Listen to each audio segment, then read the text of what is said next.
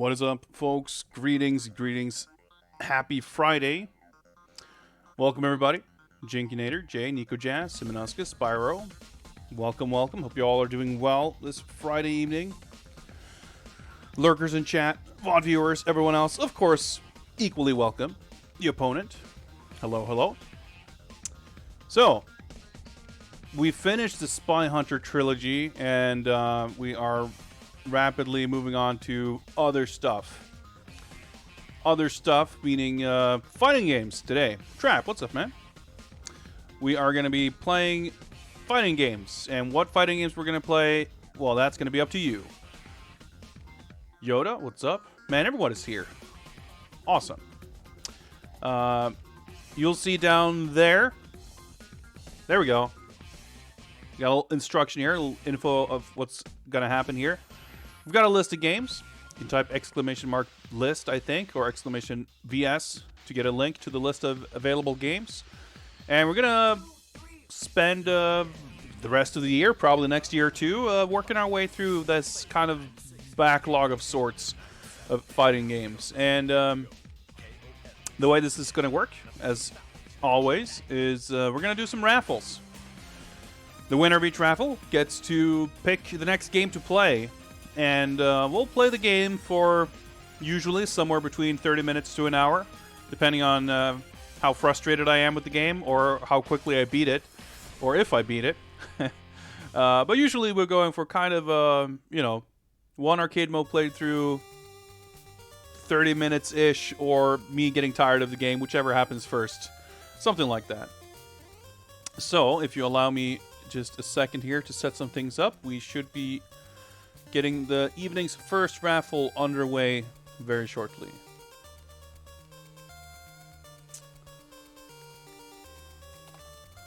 So there we go. It should now be live, and boom, the raffle's open.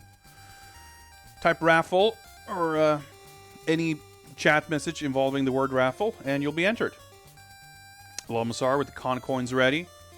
Yeah, so we will have a reward thing for skipping the raffle, but I wanted to hang on a bit before I enable it, so we make sure that we actually get some raffling action in. So we'll keep this open. I don't have a timer or anything, but I don't know, a few minutes. And when the time seems right, we're gonna roll it, and whoever wins gets to pick the first game of the night.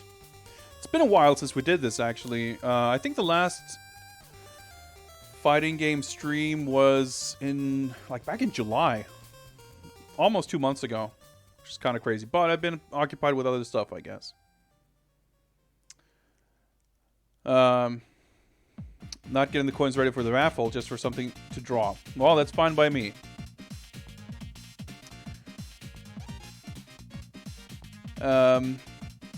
You are of course free to spend your coins as you see fit.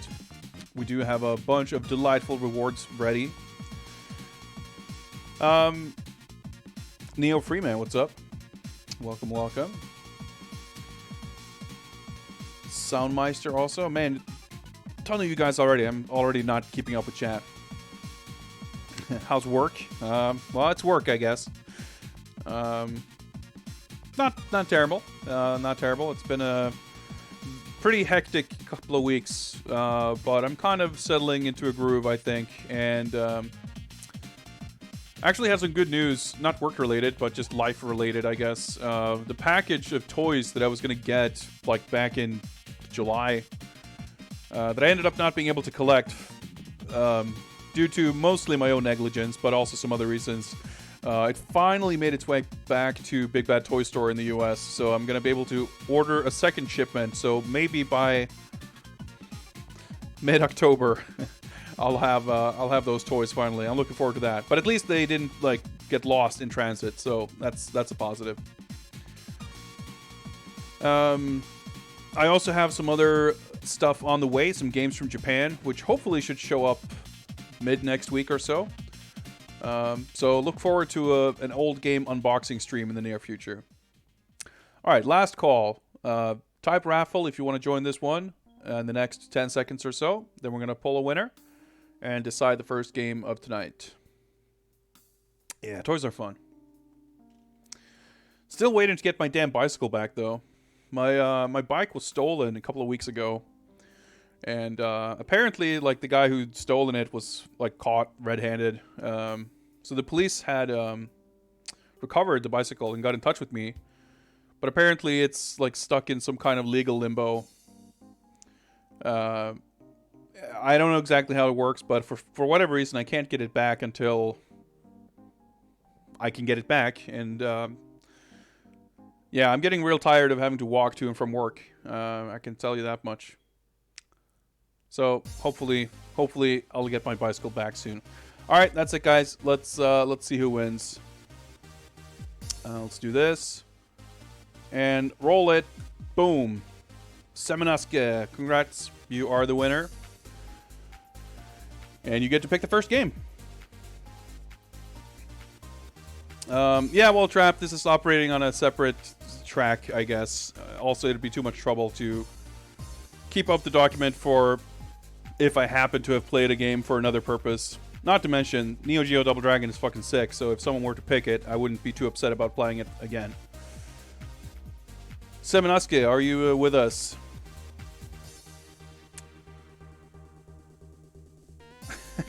Not done making me play as dudes in spandex and helmets. Let's go for some Hurricanger.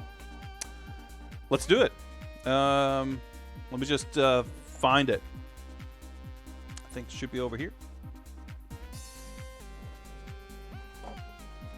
It's been a while since I played that. I think I played that like last summer.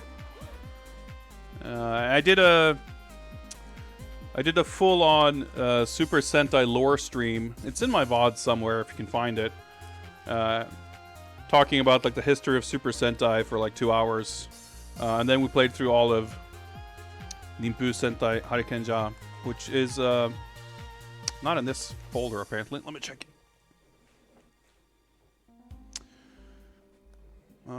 Wait, that's not the right one. I got too many games. Unfortunately, I keep buying more of them. Is it in here? Let's see if I can find it. Oh, there we go. That was quick. Ooh, let me actually check because... I mean, I guess it doesn't really matter, but I should have some good save data. I just need to check in my spreadsheet which memory card my save data is on. Hang on. Where's my memory card?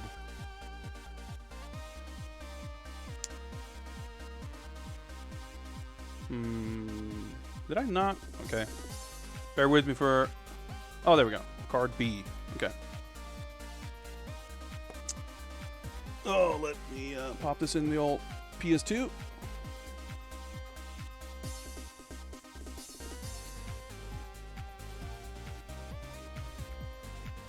And I'm just gonna have to, I guess I don't need a stick for this really. I'll just use my controller.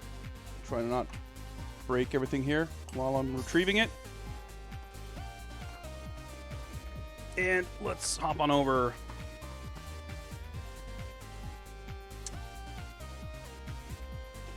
Let me pause these jams. We're gonna get some extremely hot jams in the game, that's for sure. Let's see here. Is this the right one, maybe? Yeah, it looks good. Get ready.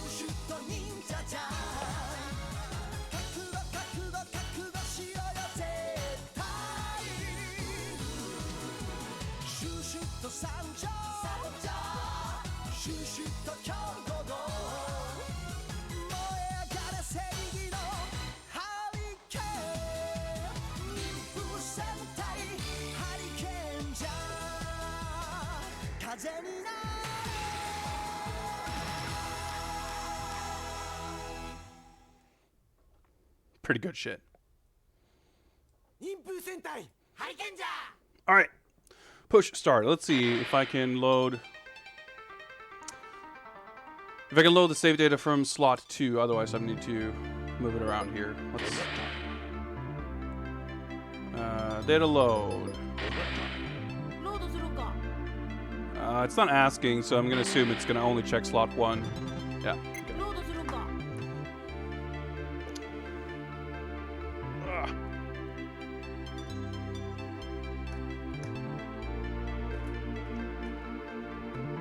So garbage how many PS1 and PS2 games never make use of the second slot. It'll only check slot 1. There we go. Load art save data.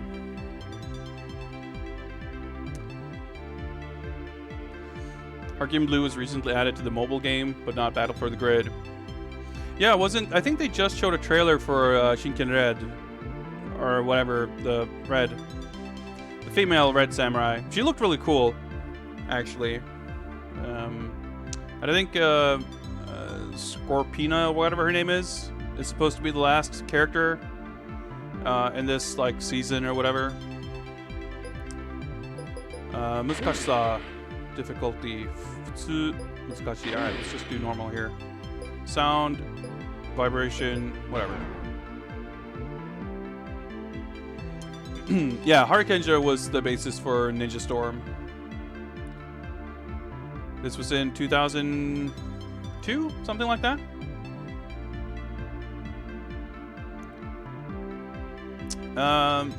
So let's see. There's a story mode, Tokubetsu Hen, which is like special episode, I guess. Shuriken, Magurappa. I'm not sure. I guess that's probably the name of some weapon or something they use, or I don't know. I think it's like a bonus mode of some sort. There's versus mode. Jonin. I'm not sure. Okay, maybe it's a practice thing or something. See if I can back out. Seiseki, this is like grades, rankings, yeah. Yeah, so these are like just high score lists. Oh yeah, I should probably get a timer up here, shouldn't I?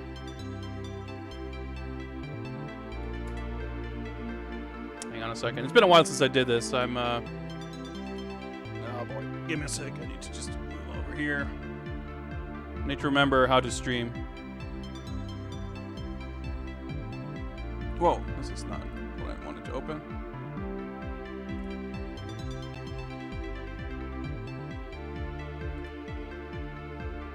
Let's do that so we can just keep track of time a little bit. It's not super crucial, but I was realizing for this game, because I guess we'll probably just jump into the story mode, because there's not really, that's the one player mode you'd play. It's pretty long for, like, we're not going to play through the entire game. So I guess we'll just start from the beginning. Yeah, there's 6 chapters.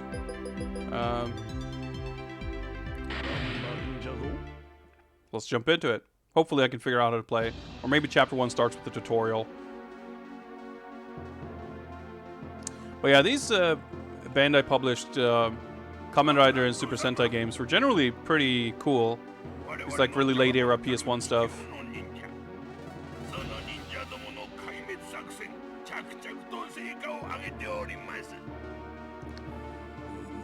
Like, they're pretty low budget. They're obviously, there's not a lot to them as far as fighting games, you know, but they do a pretty impressive job of representing the shows, and like the characters look pretty great. And some of them have some really cool shit in them. Like, this game generally, I think, has like what I would call good production values, even though it is a low budget game. The scope of what's in the game isn't huge. But like, high quality voice acting and like all these characters look really good, actually. And yeah, the Magurappa are the, I guess, what do you call him? The cannon fodder in this show. 大事な話やからよー聞いとくんやで。突然現れた宇宙忍者のせいで、私ら颯流だけでなく、ライバルのイカツチル忍者も壊滅する。So I never watched this show, but I take it もうハムスターになってしまうし。 she's the team's like, I don't know, assistant or whatever. There's always like some mentor character, right? 忍風戦隊ハリケンジャーになってこの地球を守るんや。大丈夫。あんたらならできる。何人で遊ぶんや？ Oh, I can actually play 2-player. Interesting. Well, we're gonna go 1-player. 主役は誰にするんや？ Alright, so you get to pick. Oh yeah, I guess. I'm trying to vaguely remember how this works. So we're picking the leader, but I think we can actually like swap during gameplay. We'll start with Harkin Red, I guess. Okay, so we pick leader and partner. Alright, sure, let's go with this. She's the daughter of the mentor character. I see. I see.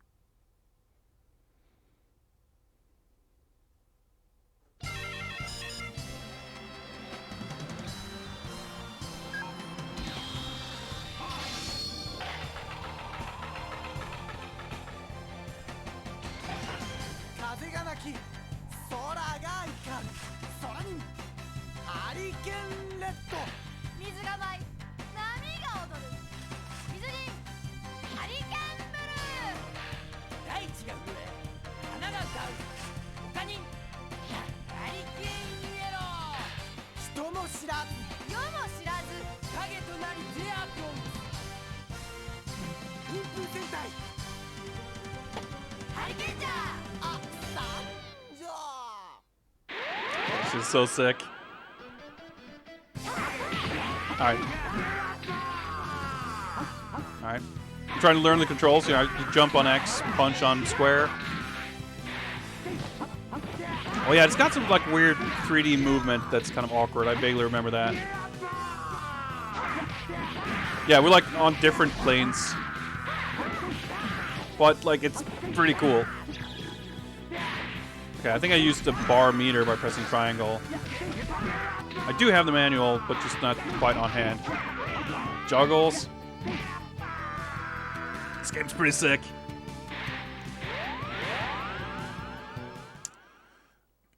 Yeah, there's a variety of reasons why none of this ever got localized.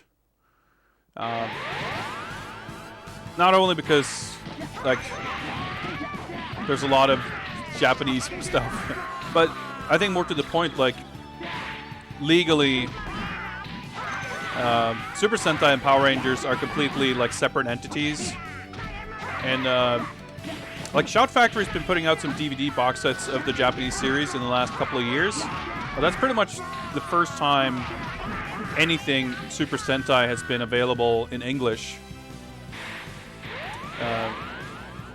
Some of the shows have aired in outside of Japan, but not really in English-speaking countries. Some of them aired like in other Asian countries, and I think in some parts of Europe. But as far as like licenses and everything goes, like, okay, I never get that super thing to actually hit. So, circle, is that maybe heavy attack or something, or it's just it seems to be the same thing. Okay.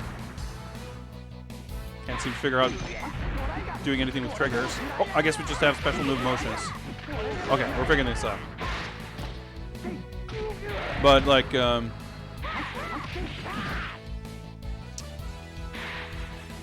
I think Saban has always been, like, historically pretty, I mean, eager to make a buck where they can, of course, but like, it's kind of their way or the highway, basically. Like, I think during this time, like, obviously, yeah, there were Power Rangers shows in English,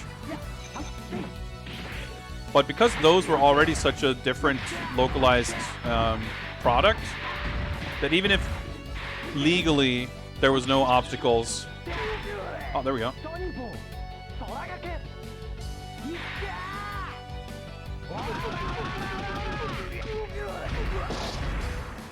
Alright, pretty good. Oh shit.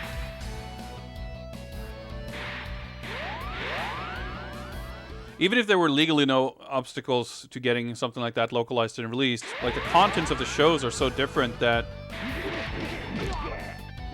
so much of the game kind of wouldn't even make sense without making changes to a lot of stuff. Like, yeah, the suits, the fighting, the monsters, like this, exactly what we're seeing here, but everything around it.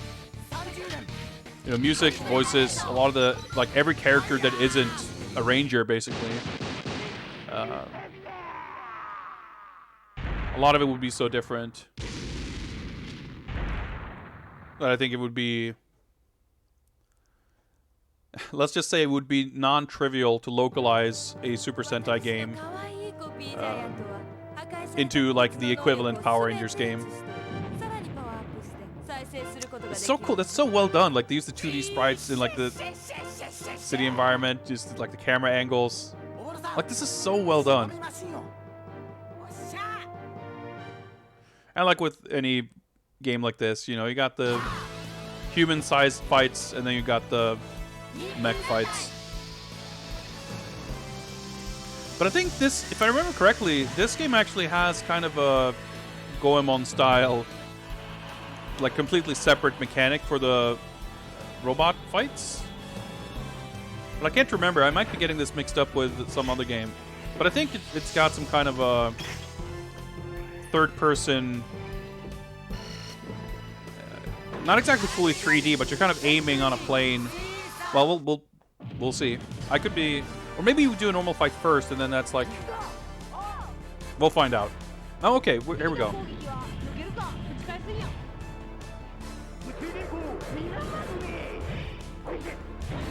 All right. I'm testing out my buttons here. Okay. Am I supposed to? Oh, there we go. Just gotta wait for your chance and then you fucking mash. But this looks so fucking awesome. Oh yeah, here we go. This is the part I was kind of remembering. Kind of slide back and forth. Okay. Like, how fucking cool is this? Extremely, that's how. Oh, I got hit.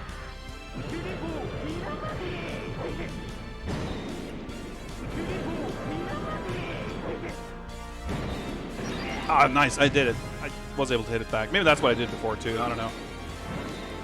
Gotta mash harder.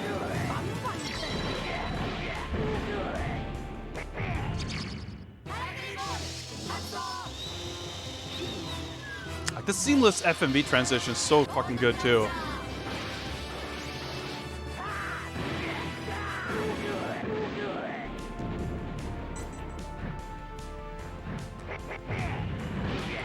Can I kill him? Nah. Oh, there we go.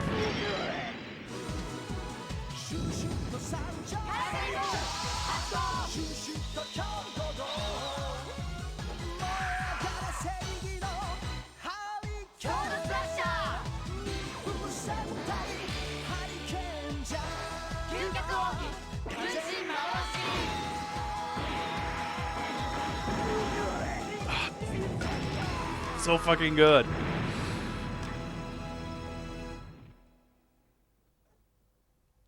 Yeah, it's so awesome. It's kind of what I mean. Like, the production values are out of control. It's like super high quality, but there's still, like, it still gives a kind of low budget feel. I don't think I need to say it. It's fine. Because kind of you go through a bunch of these fights and it's all kind of the same, and then that's kind of it. Like, again, keep in mind, I think this came out in like 2002 or something. So just the fact that it's being made for the PS1, like, clearly it's being made for as wide an audience as possible. And, you know, obviously the audience for the show is going to be young kids. So it's not like something where they've put like the maximum amount of effort and budget primarily. But if I'm remembering correctly, this was made by Natsume. They had done some of the Power Rangers stuff on like Super Nintendo, and they also did some of these like 3D Super Sentai games. I could be misremembering, but I believe that's the case. And yeah, I mean, again, like this, you can tell in a lot of ways that this is made with experience, not just technically, but also just kind of design-wise and what works well. Like, it's not super innovative or anything, but it's just really slickly done. Even like the UI stuff and the menus and everything, it's no one thing that super stands out is like really incredible, but it's just, it doesn't feel, nothing about it feels janky or like cheap. It doesn't feel cheap in the kind of execution and in the details. It's just well made.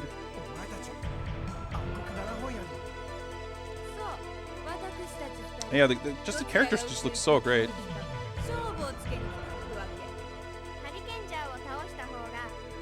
Yeah, the Hurricanger, yeah, exactly. It's like kind of a asset swap.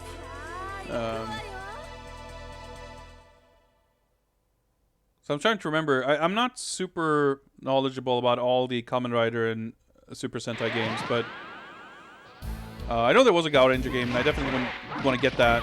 And I'm trying to remember. I think there might have been an Hurricanger game on PS2, because I think this was the last PS1 game.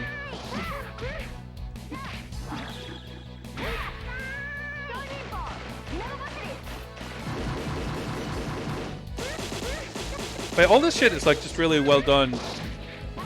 I feel like they, in some ways, they use very similar sort of techniques to the actual shows in terms of like how to simplify the presentation. You know, a lot of the special moves and everything, they do sort of cut to the characters standing in a black void, because that footage needs to be reused in like 40 episodes. So it makes perfect sense to have the same kind of cutaways for special moves in the game, but, you know, it has the added benefit of, you know, having good performance. Oh shit. Just teaming up.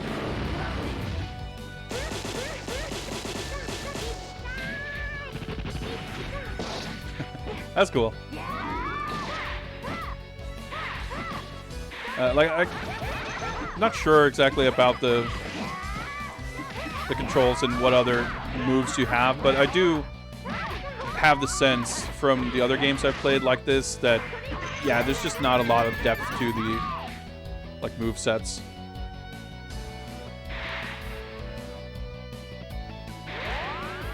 I do have, I think, 2 of the PS1 Kamen Rider games.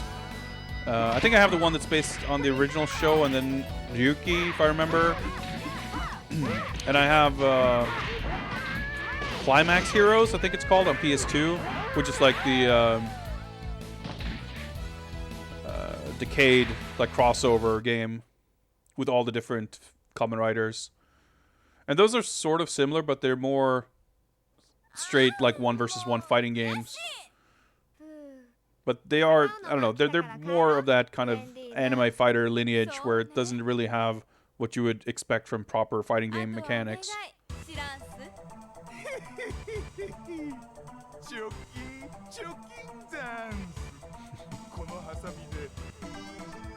One of the things I remember liking the best about the Kamen Rider games is that the animation is really well done in a kind of particular way.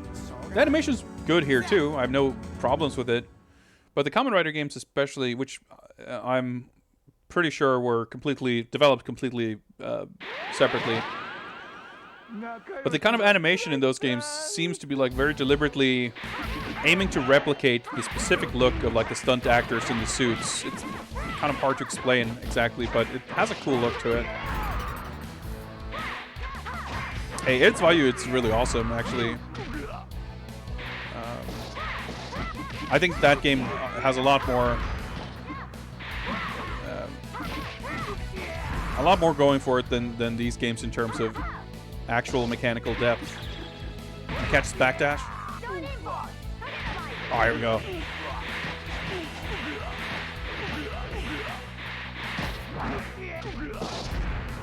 It's cool. All right.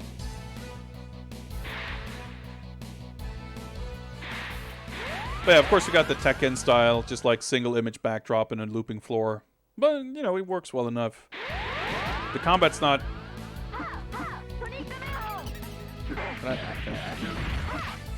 The combat's not involved enough where any kind of spacing or positioning really matters anyway.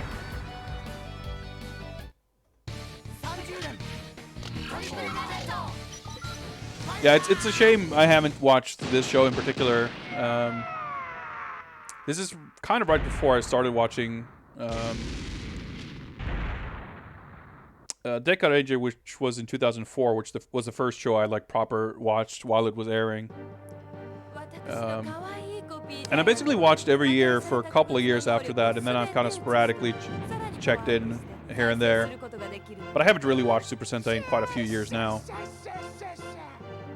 But yeah, I mean, every single aspect is like kind of taken right from the show. Like all the special moves, the monsters, the dialogue. So it makes sense. You know, I can appreciate it because I love the style and flavor of this. But you know, you of course don't get quite the same effect as getting to recreate the specific sort of show that you know and love. But again, I'm a real sucker for these sort of... Like, there's no real load screens and load times. Obviously, I'm sure it's loading stuff while it's playing these cutscenes. But the way it... I think it incorporates the FMV footage really, really well. And I mean, it's not like it's seamless, like you can't tell the difference. But it's completely faithful and, like, similar enough. Okay, I guess I can't return that. Where oh, okay, I think I need to hit him back with that. Oh, I can double tap to dash, I see. Oh, okay. Oh, never mind, I got a chance anyway. And I'm glad that this, I think this style of fight for the monster robot fights is awesome too, because it never really feels right to have it be like a fighting game-esque thing, in my opinion. Okay, nice. I can't hit him. Sick.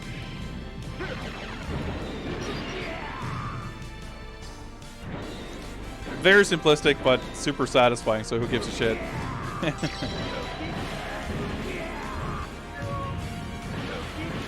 Did I fill up my meter? Nah, fuck it. Let's just do it. And like, it kind of adds to the authenticity anyway, right? Just getting these cool transitions in video form. I just really love the way it's done. With the music cutting in, just like the show and everything. Yeah, it's just super slick all around.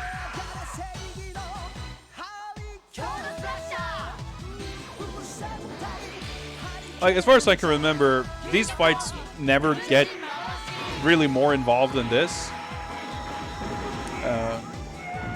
But it's pretty awesome, so, like, that's fine.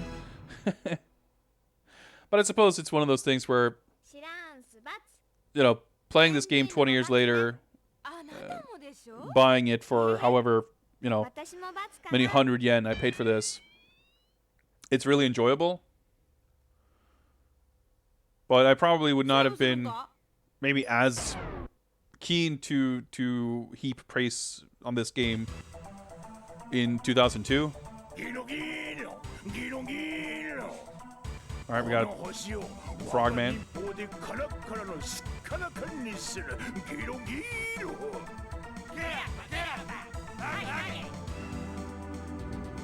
Dancing shit. The creature design and costume design is always so awesome in these shows. Alright, yeah, we got the 4th and 5th Rangers waiting in the wings. I feel like it looked pretty different. Yeah, Psychic Lover did music for a couple of shows. Like, they've definitely there's like a couple of bands and artists who are kind of recurring, or doing theme songs every couple of years.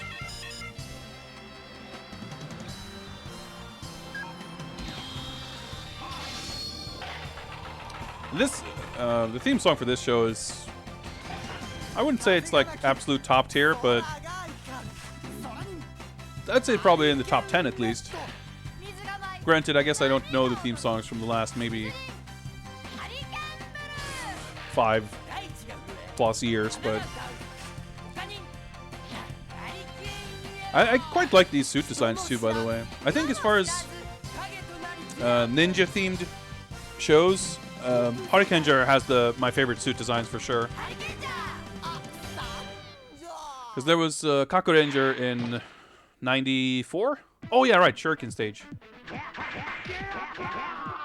Hurricanger has maybe the best theme song of all of them. And the suits look fine, but they're pretty basic.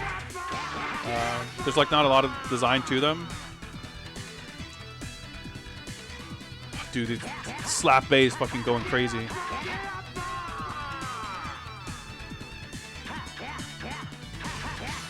Ah! And there was the, what was it called? Hurricanger, I think.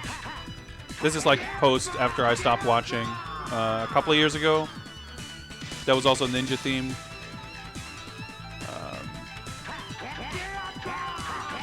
But their suits had like these kind of sashes. They incorporated a lot of black, which can look cool, but I don't know. I wasn't in love with their designs.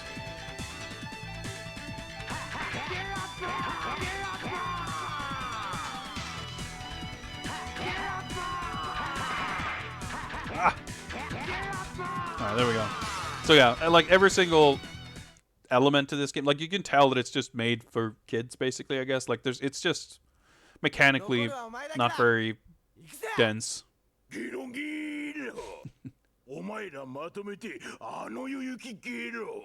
lot of games shine at stream dosages. Yeah. Oh shit.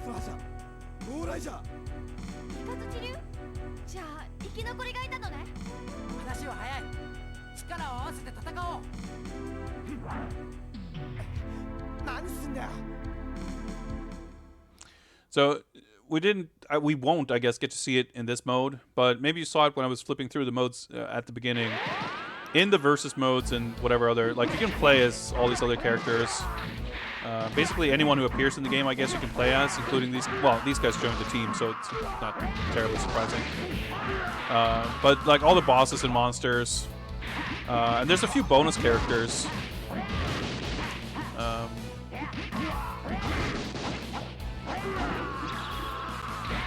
Oh, cool, you can combo. Sick.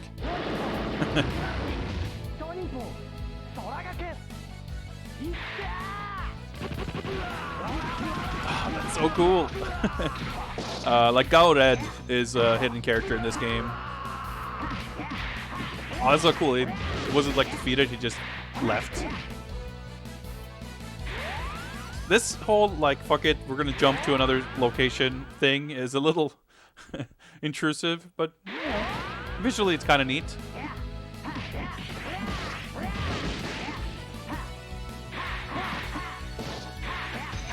Oh, it's got air shurikens too.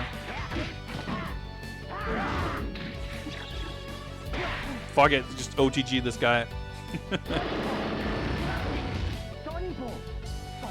So next match, I'm gonna make sure to build a super meter up to the max.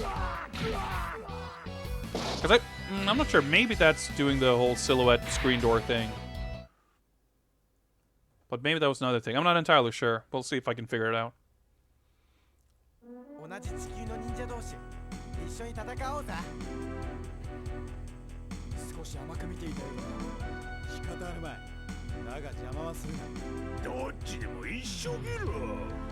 But I mean, I generally, of course, I love just jumping into random old shit because I think it's, I mean, I play new games too, of course. But yeah, there we go.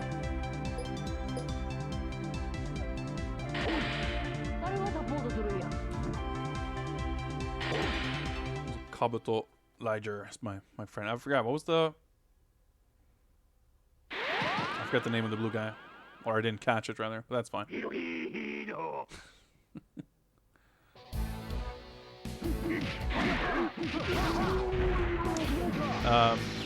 But yeah, like, I like coming to games. I talked about this quite a bit when I was playing Pitfall 3D. I'm like, that's a game that I could very much see why it would have probably not been received super well at the time. But, and I mean, I probably would not have been super impressed with it back then either. But coming to it now, sort of freed from expectations, free from significant financial investments and all that. Like, it's just... Alright, level 3.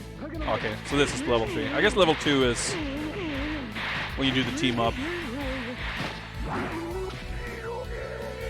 Alright, well, we got him.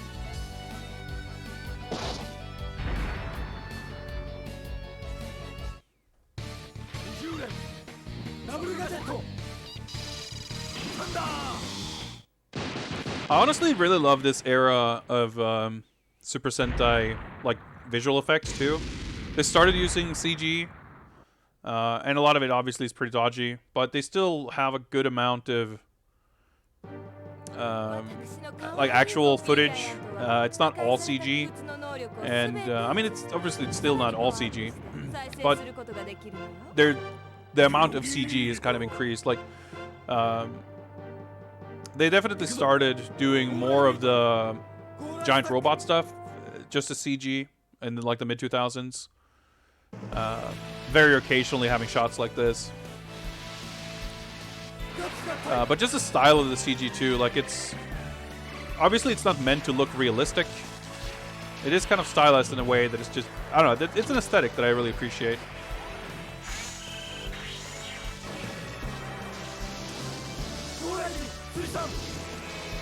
And I think actually maybe the bigger thing than the CG or the style of CG is also, to a degree, the design of the mechs. Like, obviously they're all designed to sell toys. Like, that's not a recent thing. Try to dodge it. Oh shit, that was fast. But some of the designs are, like, very clearly feel like they're more designed as a toy than as a cool thing. This is level 1 super. Or just, I don't know, maybe it's just the trend in the toy design language. I don't even know exactly how to put it, but I feel like some of the older stuff, and even this is like within the era of some of that being less cool. Oh, to be more crazy, what's up? Thank you for the jaxophone. Happy Friday. Right, as simple as this is, I'm still struggling to maintain coherence in my my talking here. That's fine.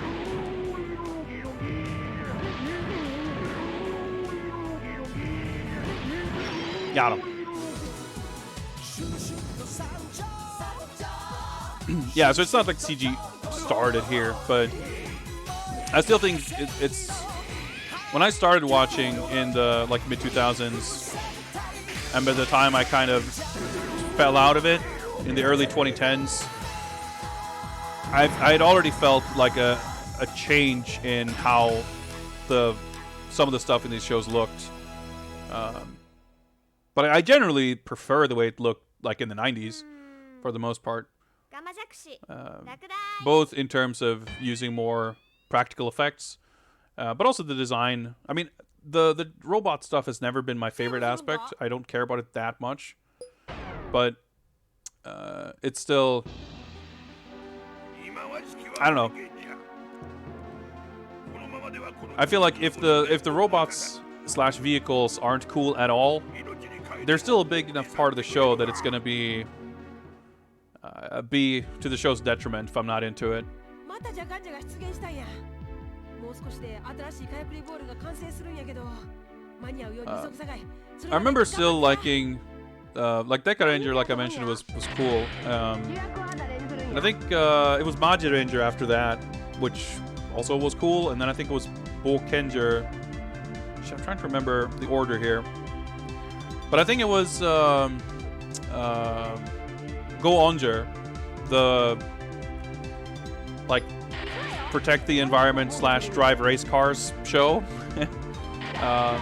Where the vehicles were like they kind of looked like the cars from the Pixar movie Cars, except they were also cartoon animals.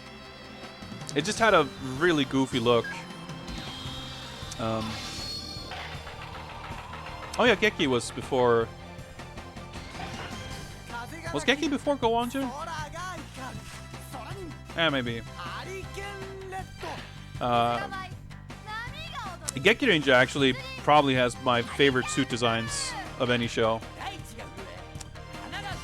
I remember, yeah, that makes sense actually, because I remember Go-Onju was such a huge step down because Hurricanger had so many cool aspects. That was like one of the maybe first shows where the mechs were like all CG and they were like weird. They were like their spirit animals, so they were like what's the word? They were like living creatures, but they were also toy robots and also animals. I wasn't huge into that, but Hurricanger had the coolest suits, and I really loved that the Rangers had some pretty cool weapons. Like the Red Ranger's main weapon was a pair of nunchucks. It was just a cool show, Geki. And then Go-Onju had kind of ugly suits. It had a theme I didn't care much for. It had cartoon animal race cars. And it also had a core team with 4 male rangers and 1 female ranger, which I always thought was a bit like, it's whatever, like it depends on what the characters are, if it's like enjoyable or not. But it's one of those aspects that I always annoyed me, I guess, that, you know, it's the nature of the thing. It's a Japanese kids show. You shouldn't expect it to be particularly progressive in any way. But like, oh yeah, we can't have more than 1, maybe 2 female characters, and the leader has to be a guy, and like, some of those things can get really, I mean, those things, but also just a general reliance on tropes and stereotypes of all kinds of shapes and forms. Some of them are just enjoyable, of course, but some of it can get a little eh. So, and I felt that Hurricanger, within that, you know, specific context, felt more, if not progressive, at least kind of modern and innovative. And Go-Onju felt like moving in the complete opposite direction.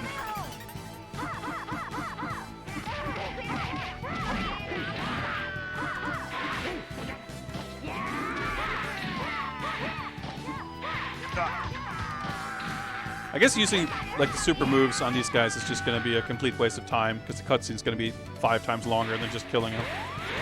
Then again, technically, that's probably true of the other fights also.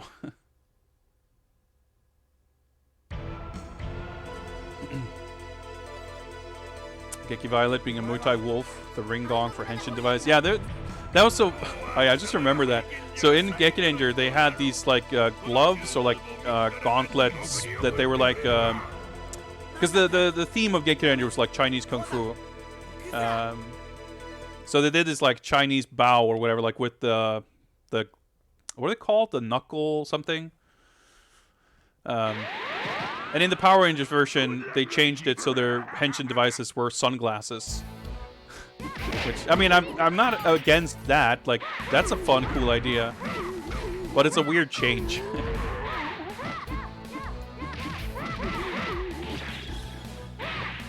Oh, okay. I guess you should never use... Never use supers until it's you can OTG with them.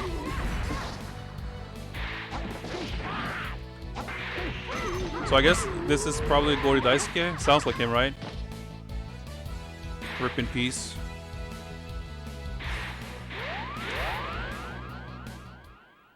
Gori Daisuke, one of the like 3 Japanese voice actors I know.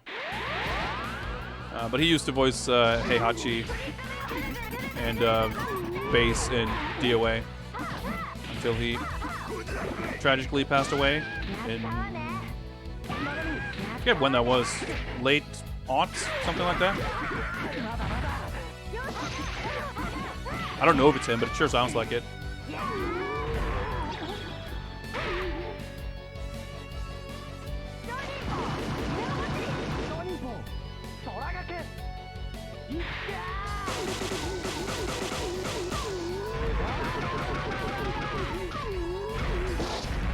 Yeah, Red Super is the coolest for sure.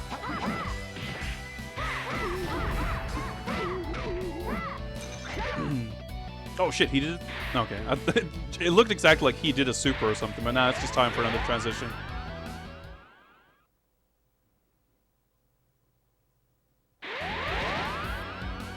This budget thing, they used a toy on the show. That sounds great. Yeah, I never really, I mean, I watched Mighty Morphin when I was a kid, a little bit. But after like getting into Super Sentai, I never really watched. Oh, nice counter hit. Power Rangers. I did watch a bit of SPD, which was the American version of Deca Ranger, the space cop show. And I thought it was kind of interesting to see like some of the differences and similarities. But ultimately, I just much prefer the tone of the Japanese versions. And they did, like around that time, they did some interesting stuff in the American, like compared to the olden days. In that time, they definitely did a lot more original footage for the American show, like a lot of fight scenes and stuff. They had. I don't know when it was introduced, but at some point in the American show, they introduced the battleizers, they were called, right? I think, which is like power-up versions. So they usually, like, a lot of the shows do have like power-up versions or whatever. Like in Deca Ranger, they had SWAT mode, which was, it's whatever. It was kind of cool, I guess. I can't remember if they used like the SWAT mode stuff in SPD, probably. But they eventually got the sort of secondary extra super space cop armor or whatever, which was just like completely not in the Japanese version at all. And then at some point they started doing, I don't know if this was when Disney started producing it or what happened. Like I said, I don't keep up super closely with Power Rangers, but they started doing like 2 years per show. Like they went away from the format of always adapting the previous year's Japanese show. There were a few years where there were like a gap, I think, and they sort of skipped some shows. Because I remember there was some like confusion or uncertainty what was going to happen with Shinkenger, which is the samurai themed one. And it was like, well, yeah, they're obviously not going to try to do this because it's super Japanese or whatever. And they did eventually, but I don't think they did it immediately. I think it took like a year or two before they did Power Ranger Samurai.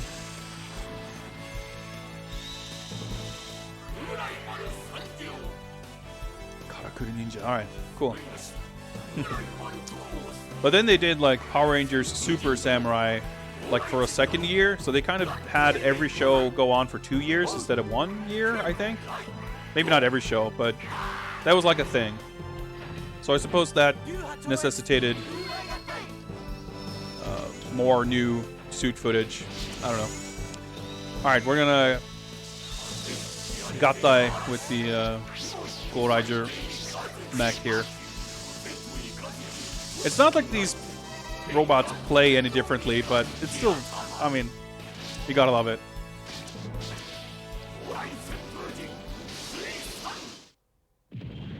Holy shit.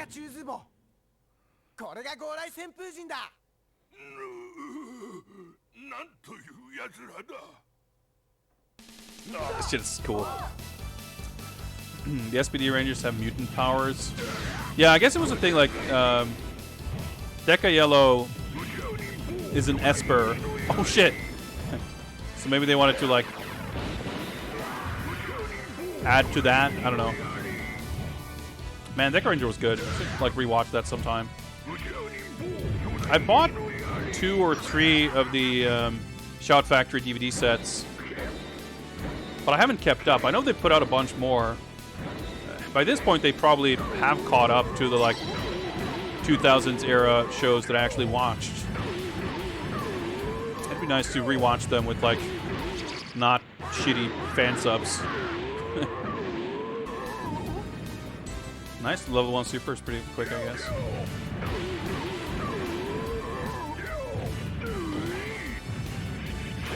Hurricanger is the most recent one, I see. Yeah, I guess they might have gone back because I think Hurricanger was the first one they released, which makes sense. It's the show that Mighty Morphin was based on. And I think I have Hurricanger and I have Ranger, which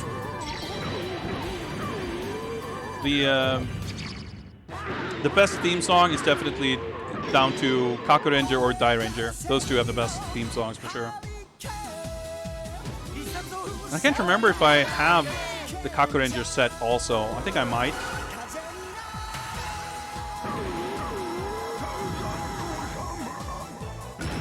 But Jetman came before.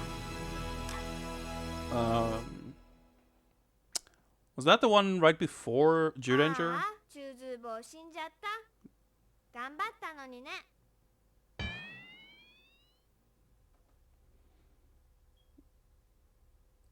Car Rangers? It's okay. I mean, very few of them are bad. So, I have no idea how far we've made it through the game here. There is like a chapter select. But we don't see any like chapter screens, and we're 43 minutes in. I strongly doubt we're still in chapter 1. I mean, given that we've got tied with the other guy's robot, we might be like pretty, not necessarily close to the end, but definitely pretty far into this. So what happens if I do this? I forget.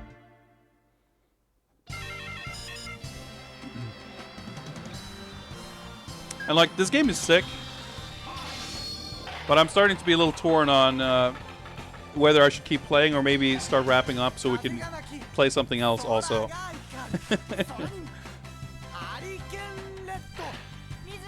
It's pretty fucking cool though.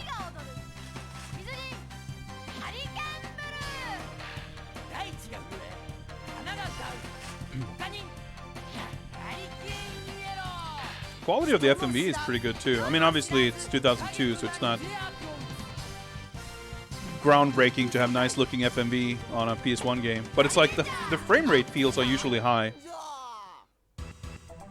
And there's like, I mean, there's not like hours of FMV or anything, but there's still a decent chunk of FMV in this game.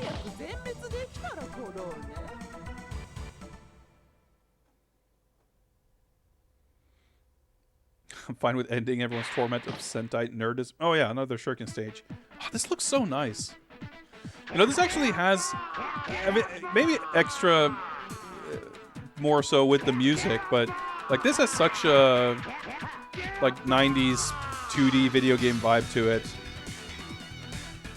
Just the way like the color palette, like how everything is, just the style, everything is textured and everything. Like it's so nice looking. It's so like comfy.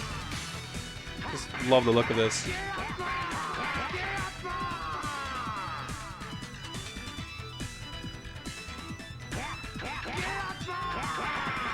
Like this, the music it has really that's, you know, early CD-ROM game quality to it, where it's still like Super Nintendo music. It just happens to be in higher audio fidelity. I mean, this music could be from a PC Engine CD game. And I feel like that there's something unusual about that in a game from this era. At the same time, like that might just be like the expertise of the people who made it, realizing like, you know what, that's appealing. It's gonna work well. We know how to do it, and you know, because I feel like if this had tried, you know, to have a more realistic look and style to it, it would only be like muddier and. But that's so fascinating too, because looking at this like from a. Oh yeah, this guy's American. I am ninja of ninja. 人はmeをこう呼ぶ。天空忍者、シュリケンジャー。何？この汗臭そうなやつはこの。I assume he's American anyway. 一緒に戦いたくなってね。Okay, everybody, let's go.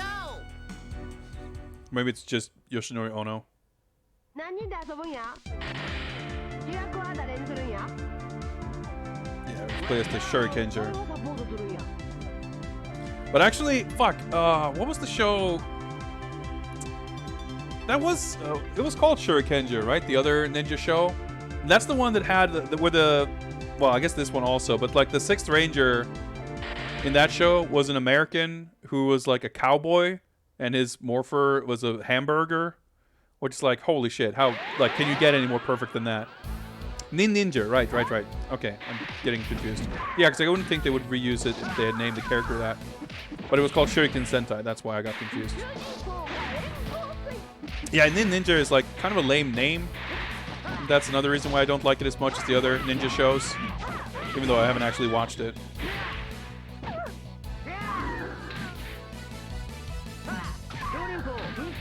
Oh yeah, oh yeah, he's got a baseball bat. I was gonna say, oh, he throws baseballs. But yeah, he's got a baseball bat for a weapon, so of course.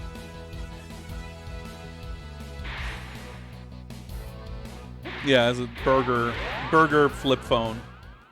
And his suit is actually really cool because he's got, like I said, Ninja suits aren't my favorite, but his is pretty cool because he's got like a, basically he has a cowboy hat.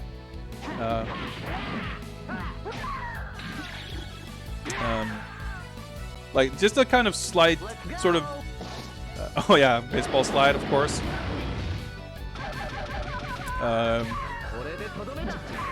Dude, how sick is that? He's got like the kind of a hint of like a brim to his hat, and then his shoulder, like he's got like a poncho basically. Like it's a pretty cool design.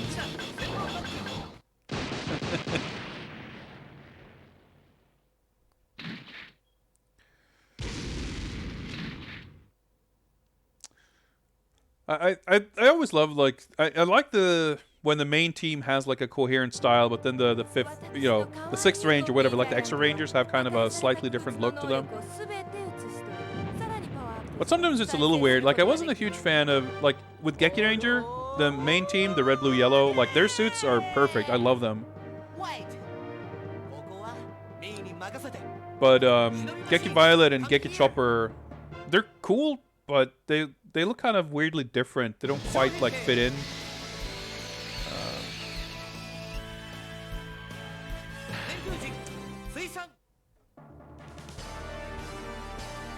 But yeah, usually like the 6th Ranger is usually really cool.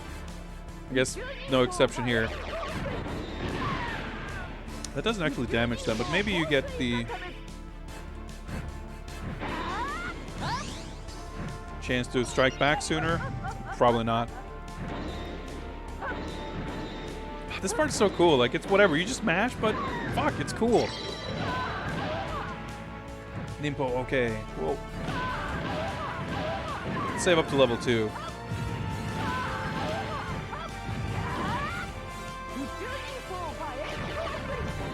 Oh, you build meter by hitting projectiles back, so that's good. Fuck that up.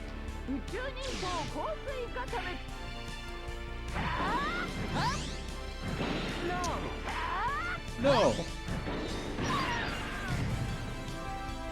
Oh yeah, right. I gotta do this first. I forgot.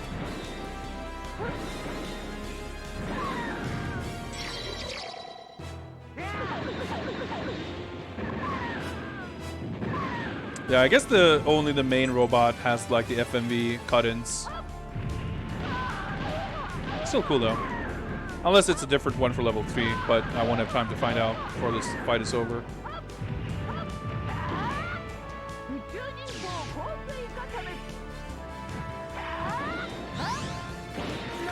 Couldn't really see what was going on there, but that's fine.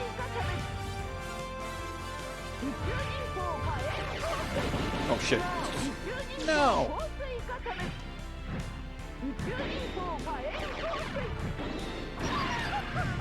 That's so satisfying. Like, again, you don't need to actually do that, but it's cool when it happens.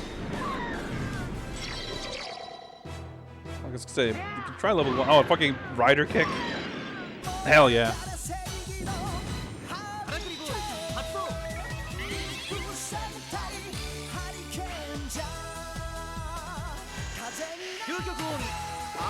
These, like, the little cartoon animal weapons feel, I don't know, I feel like they don't really fit in with the overall aesthetic.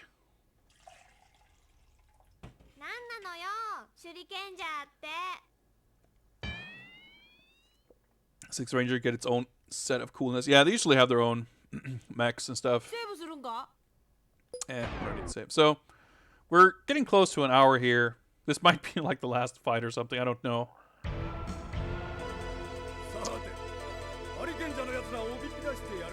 Fuck, like, it's so cool.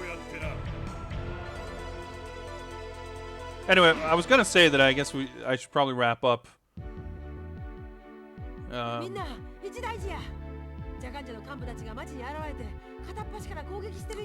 Fuck, like, these suit designs are so fucking cool.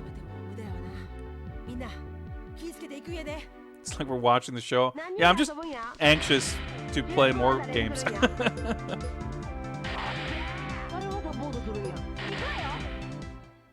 Well, I mean, not that I'm not enjoying myself. I most certainly are. I am. I can't English. Always a sign of a good stream. You know what? I'm gonna just skip that. It's cool, but we have seen it.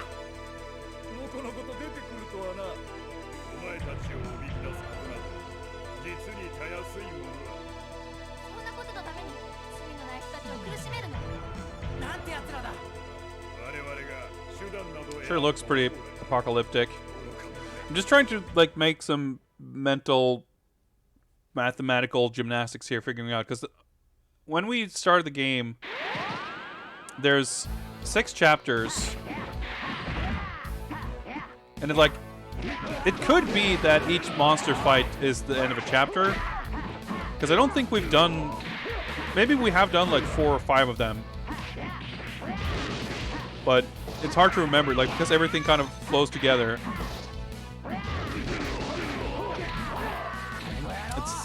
I can't quite, like, remember.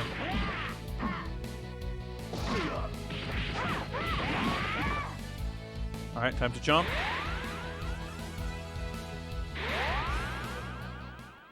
But yeah, I just trying to pick back up a train of thought from like 10 minutes ago, but when we're playing that Shuriken stage and I commented on the visual style, yeah, I got sidetracked because we saw the baseball ranger, I think. Oh, dude, I tossed him at him. It's not like this game is specifically or noteworthily unrealistic for a PS1 game, like the visuals.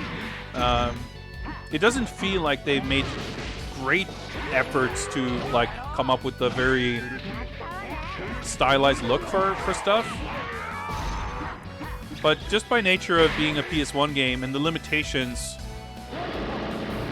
which is what I was talking about when I mentioned with Pitfall 3D, we were just talking about, like, games from that time period and the look and feel and everything. And I think this is a great example of something that's not going out of its way to, as you would these days. Like, if you were to create a game because you can and almost by default are going to have such a realistic kind of look for things.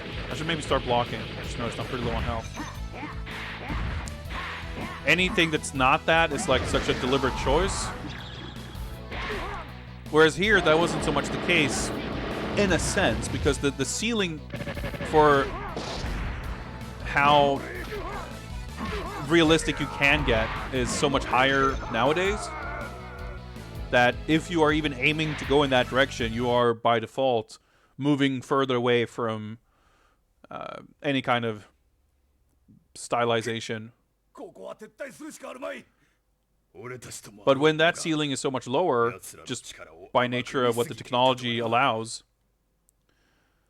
you're going to end up straddling that kind of gray area between something that looks abstract enough, I guess. It's like low enough resolution, low enough fidelity that your mind just gets to fill in some of the blanks in a way, I guess. Which isn't to say that it's not a complete aesthetic in itself. But I don't know, it's something... Oh shit, I get to keep the life bar? Can I swap or something? I don't know. It's just... These kinds of thoughts have been occupying my mind a lot lately. And really, just having a lot of appreciation for interesting visuals achieved with... oh boy, just fucking guard canceled, started comboing me. Cool visuals achieved with simpler means.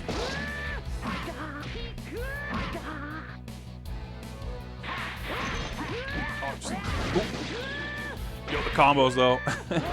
Am I gonna get this guy before we're dead? He's got a lot of life left though. I'm not sure what happens if I die.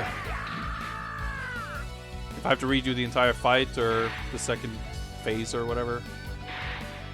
Hey, Null Vortex, what's up?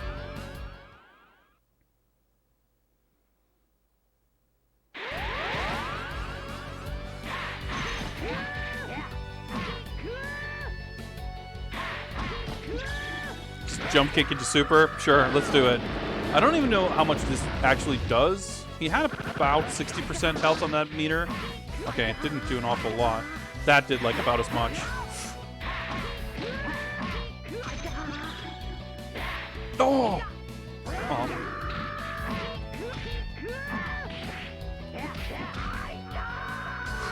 We got there. I was a little nervous there.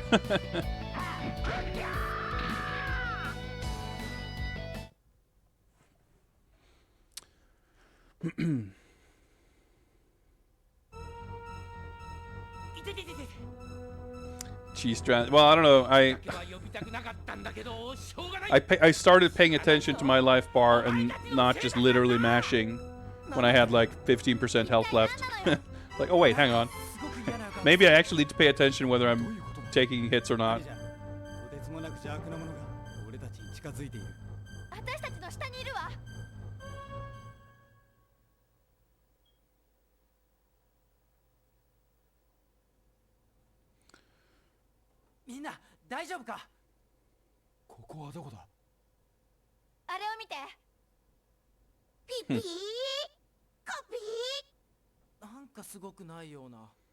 Null Vortex, happy Friday and what's up? You have missed exactly 0 games. This is the first game we've played tonight. But I think we're going to be moving on pretty soon because we've just passed the 1 hour mark. I'm not sure how much longer this is going to go on. So great. And it's not, I mean, it's still cool. It's not going to get less cool, but it's not going to really be significantly different. And I have played through this entire game, so if you want to see the rest of this, you can go dig in my archives and somewhere you'll find it. Unfortunately, browsing VODs on Twitch is kind of easier said than done, but it's all there. Including, like I mentioned, a 2-hour lecture on the history of Super Sentai, if that's something that seems interesting. So we're just gataying with this. Yeah, that's Karakuri Musha, I guess.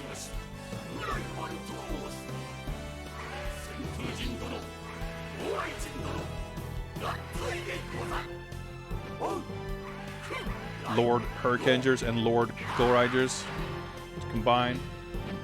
Alright, Jay with the link. There you go. Yeah, last spring, I guess.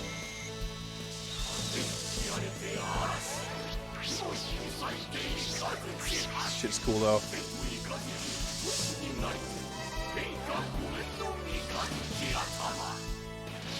These transitions are always so cool. Like how they... the sort of logic of how it all fuses together. Alright, so we're gonna actually just stage select. Okay, sure. There's no like exit, it's just continue or stage select. Okay, so I guess that probably was the final chapter because it's defaulting here. But we'll just save that cliffhanger.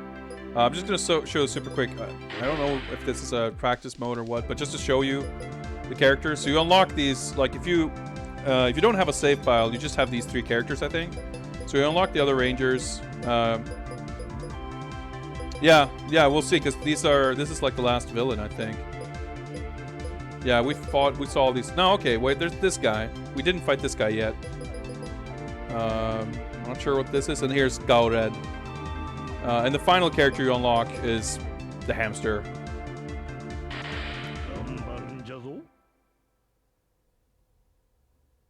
Who I guess is like the mentor or whatever. Oh, maybe this is a survival mode or something. I don't have a super meter, but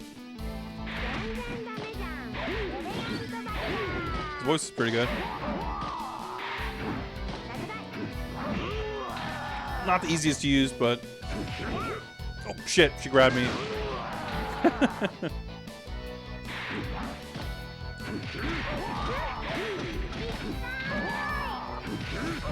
Guess I don't need to sweep, though, because I just...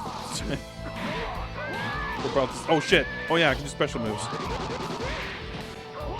Yo, the damage, though. Pretty good.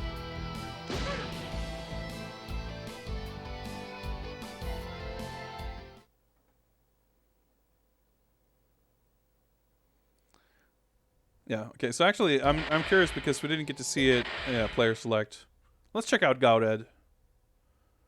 I figure the characters aren't going to really be different enough for things to be super, like, meaningfully different, but might as well check him out. I wonder if it's got, like... well, I was going to say, I wonder if it has, like, different animations and moves than the other Rangers. And I bet he's just copied wholesale from the Gautranger game. With the exact same animations and stuff. I mean, that's what I would do, I guess. The running animation, though. I guess you don't have supers in this mode. Unless maybe only the main Hurricangers have supers.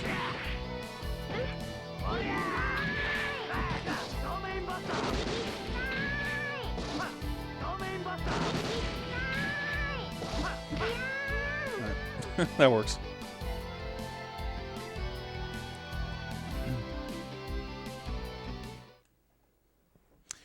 Looks like he's lit differently. Yeah, I think the character models...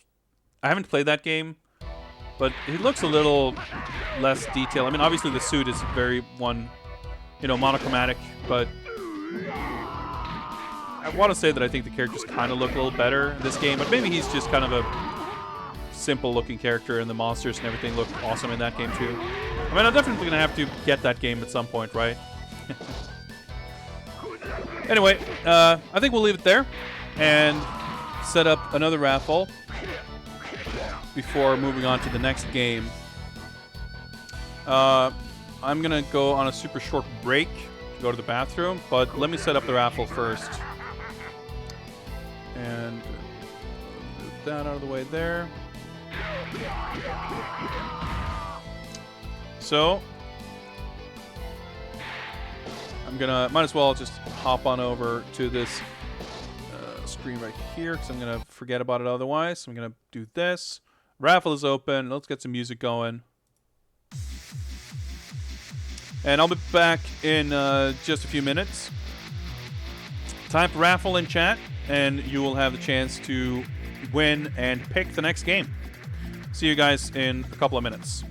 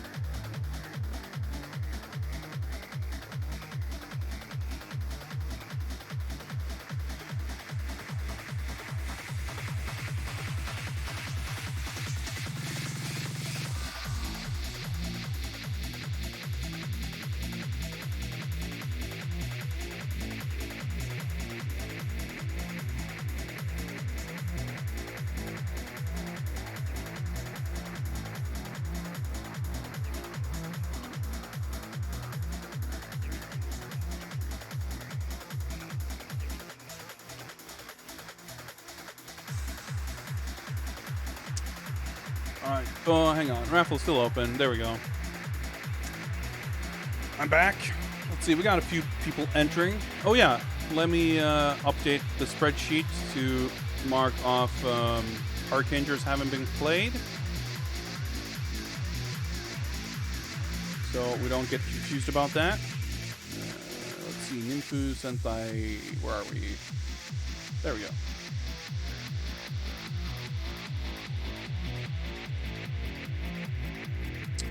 Today's 2020-09-11, I guess. There we go. And we have officially hit the 25% mark of games played on the list. Just post this in chat, I guess, if anyone else wants to check in on it. 25% for now, 60 games out of 240, but the list is constantly being added to. Whenever I procure a new fighting game, it gets added to the list. So, nothing to say we are going to get closer to that 100%. Raffle is still open. But on that note, let's consider this the last call. We've had the raffle open for a few minutes. If anyone else wants to join in and have a chance of picking the next game, type raffle in chat. Or else we will pick a winner in a few seconds. All right, no one else entering. Then let's pick a winner. Boom, Ushi84. Congrats. Raffle is not open. But Ushi84 gets to pick the next game. Congrats. Enjoy your pick. Hopefully, I will too. It's music though. Let's. There we go. It's more festive. Well, what's it gonna be? Street Fighter EX3. Awesome. I bought that game not long ago. Actually came in my most recent bundle of games. I think it's... I'm gonna have to go digging. Alright, okay. I need to go dig it up from somewhere else. Give me a sec. I'll be right back.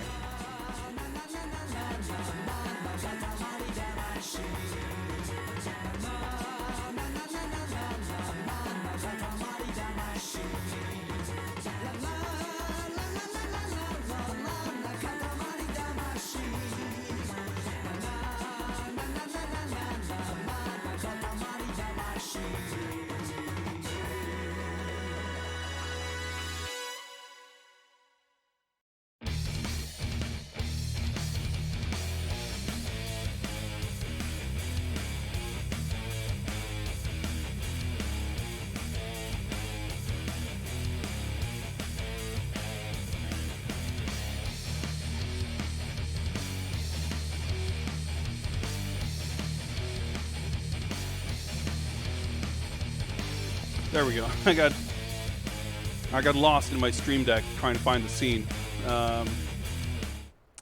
There we go. Yeah, I bought this game quite recently, so I didn't have time to file the disc away in my advanced filing system.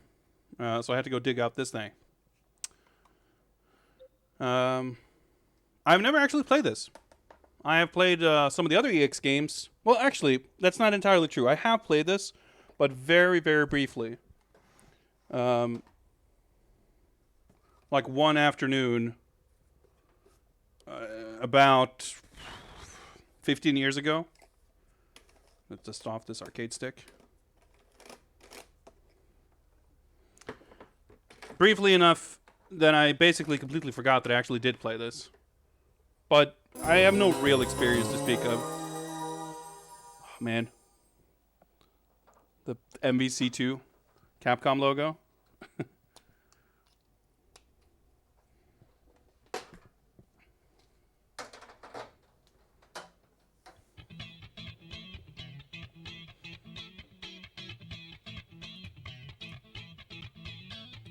Is it this? That looks better. Man, it's really nice to just go into 60 FPS from pretty rough PS1 frame rates. And the character models look so weird in this, though. So this game is basically like a kind of a... Unlike the first two EX games, this never came out in the arcade. This was a PS2 launch title. And it's kind of an enhanced version of EX2 with some new stuff here and there. Like, they redid the character models. But I don't know that I think they look any better. The faces look kind of goofy. Let me update. Street Fighter EX3.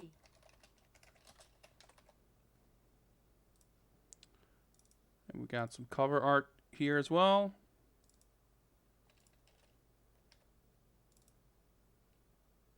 The Japanese cover art for this is really sick. I forget what the Western cover looks like, but I'm pretty sure it's nothing like this. Pretty sick artwork by Ikeno.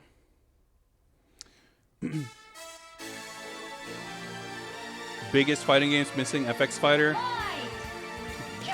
Biggest something. I've played that game, but not in about 25 years, probably.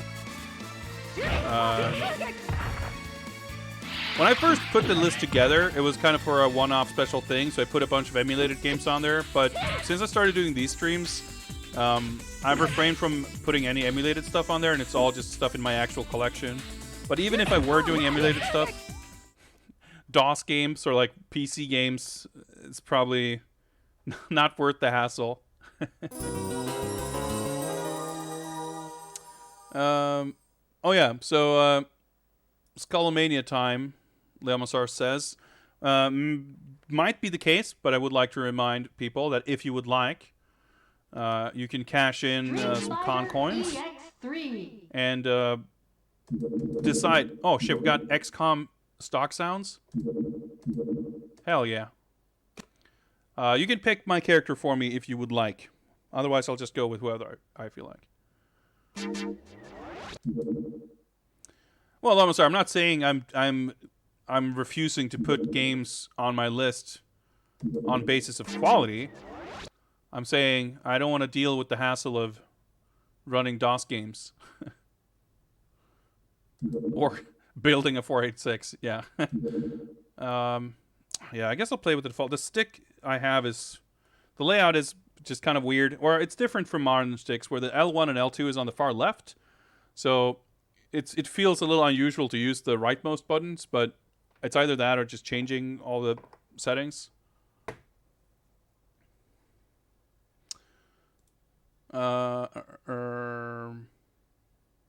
Dude, what the heck? You're right, Jay. Let me fix that. I know I enabled it, but I don't know if it didn't save or what happened.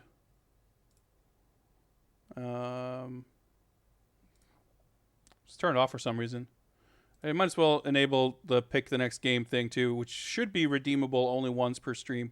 But there we go. If anyone wants to pick the character, you've got until I figured out the options. Cockpit? I guess this is the HUD? Yeah. 体力ゲージなどのありなしの設定を行います。Yeah, okay. Cockpit is a pretty good word for that.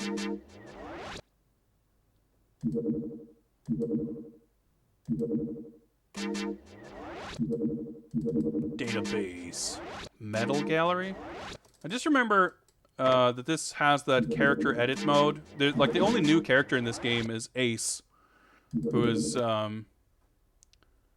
he's like a generic character that you assign moves to. Well, whatever. We're probably not going to get too deep into that. Well, Seminaski, if you want to pick a character, you're going to have to pay the price. Also, I didn't realize this had unlockable characters. Oh no, this is probably like edit slots, right? I don't know. It's left ace and right ace, like player 1, player 2.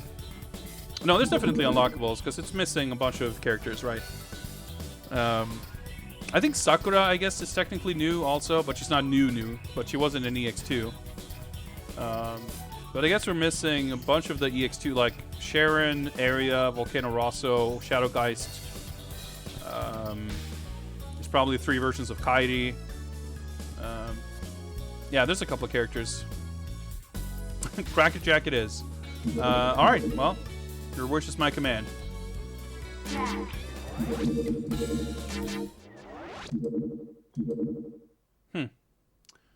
Oh yeah, cool. So I was gonna say, hey, we get to see Sakura, who wasn't on the main roster, but neither was Sharon. Blanca, I think, was not in EX1 or 2 either, was he? Rank bronze, super combo de finish. Meteor combo de finish. Okay, so I guess I can pick. It seems like, yeah. Okay, so I can pick a challenge. Finish with a super combo, or finish with a Meteo combo. I'm not sure if that's the same as Excel or like a custom combo, or if, is Meteor when you super cancel into another super, maybe?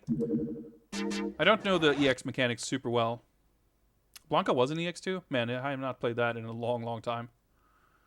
Makes sense, though, because I could swear that Sakura was like the only new character, basically. Okay. I didn't realize we'd be fighting them all at once. It did say dramatic battle, to be fair.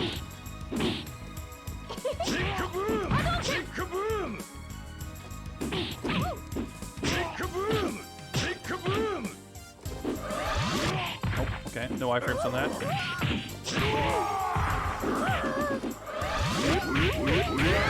Alright, we got the super finish. Good. You got metal. Sick. Nakama ni shimasu ka? Alright. We're gonna recruit Blanca. Hell yeah, we're fight brothers now.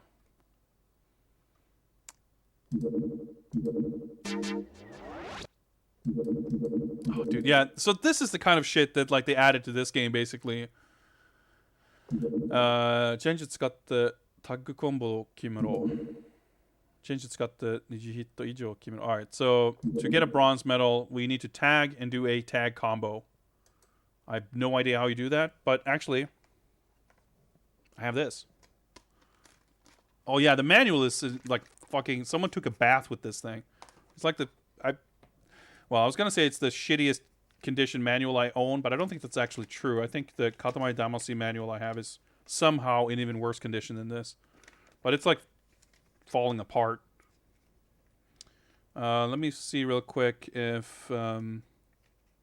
Okay. So I'm just looking at a move list. This Medio combo is like a level 3, I guess. It's just a different type of super that requires 3 buttons. So I'm gonna guess that that's a level 3 super. I just need to figure out how you tag. Come on. I should have probably not gone backwards, but here we go.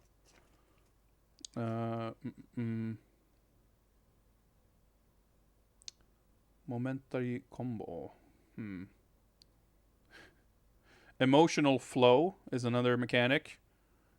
Momentary combo. Cancel. Super cancel. Tag gauge. Okay. Strong punch and strong kick to tag. I see. Critical parade is quarter circle forward in both heavies, which I guess is like a tag assist sort of thing. And Medio tag combo. 特定の組み合わせのキャラクターで使用することができるメテオコンボ. Okay. Okay, so it's certain if you have a specific tag partner, you can do a specific like tag level 3 super, I guess. Also, no, I might as well turn on the timer while I'm doing this because I forgot to do it before. Let's see, base hard attack. Oh yeah, that's the guard crush thing, right? Both mediums. Okay, I think I got what I need. KazeFX, what's up? Yeah, it doesn't seem like Excel is in this game. Excel was the custom combo thing in EX2. Why do people prefer EX2 over EX3? Well, I think it mostly comes down to EX2 was an arcade game, and EX3 was a PS2 game. Huh. Semi-auto. I have no idea. Does that mean the computer's gonna do shit for me? Let's get crazy. Try manual. So like, there might have been an arcade scene for EX2, and it's just a straightforward game, I guess. And it's not necessarily that this is worse, but it's arguably a little more convoluted.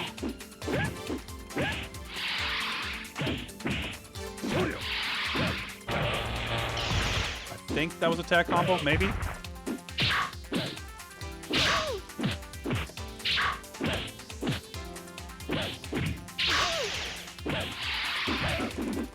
Fuck, I didn't combo. Like, there's just a bunch of other features and shit in this game. How do I get the other super?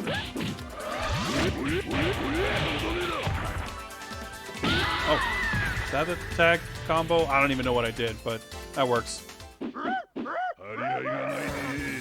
Yeah, I don't know the games well enough to really say too much about specifics of the mechanics. But for sure, when it comes to EX, like the Excel, like the mechanics in general are a big deal. And they are, like, I think if the...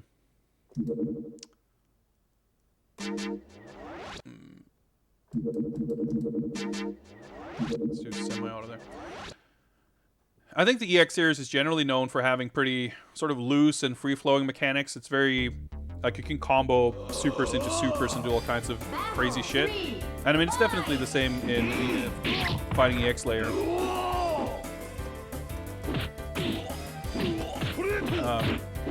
And the Excel combos in the second game, I think, were a large part of that. And I mean, a lot of people definitely like custom combos in like Alpha 2 and CBS 2 and shit also. Okay. Some mad frame drops.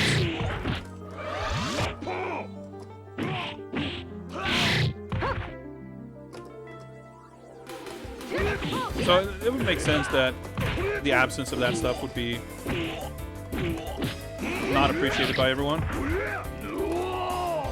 Dude, I'm trying to do my fucking super. Oh shit, okay, I just took over her.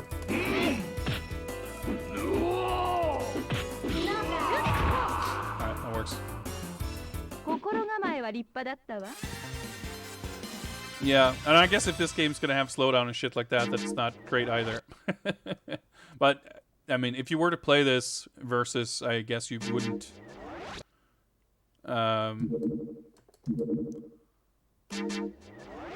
Oh, she's... Okay, health recovers between matches or something, I guess. Or maybe you just... The tag partners are just disposable. Interesting. There could be any number of reasons, I guess.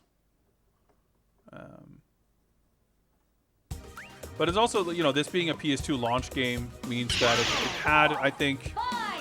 It had a limited ability to kind of build an audience, really, also, because... You know, most people probably would not have had a PS2 at launch.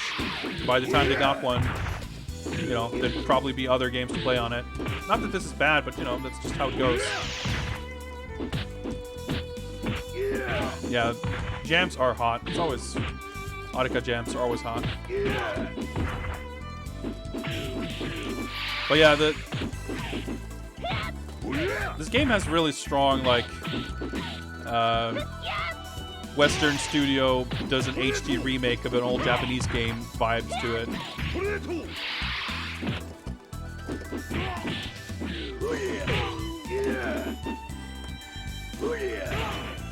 Pressing the wrong buttons. Oh well, fuck that up. I got confused about where my fingers go on the stick, as I thought I might.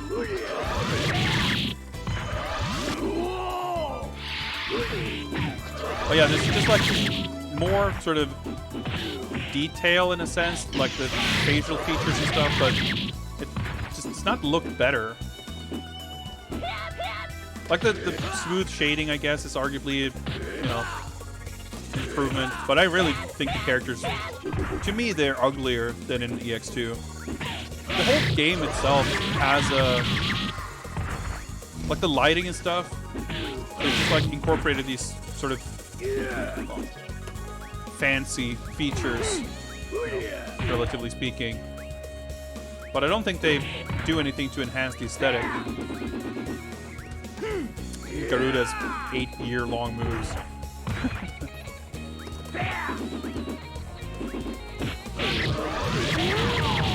Wish the game had a one-on-one mode. I didn't even realize it didn't have one. I think that alone is probably enough to put people off. Unless you're talking specifically about the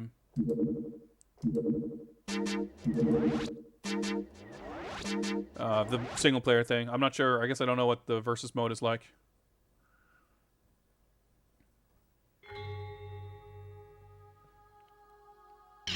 But yeah, I mean, it's like EX2 with a bunch of gimmicks on top, right?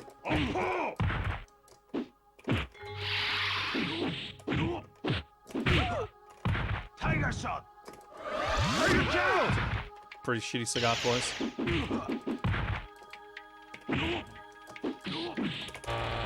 Oh yeah, I'm supposed to finish with a meteor combo. I don't know how I can fucking build that much meter. Tiger shot. Tiger shot. And I technically can build a little meter by taking damage, but Tiger shot. Tiger genocide. oh, I guess maybe the heavy attack doesn't do anything if you aren't back turned. Tiger shot. Who knows? Tiger shot. Tiger shot. Tiger Try to do the, what's it called? Parade, whatever. Yeah, look at Blanca's face. It looks terrible. Yeah, this is like kind of underwhelming if I'm being honest. I'm happy I bought this game. I'm glad to have it in my collection and all that, but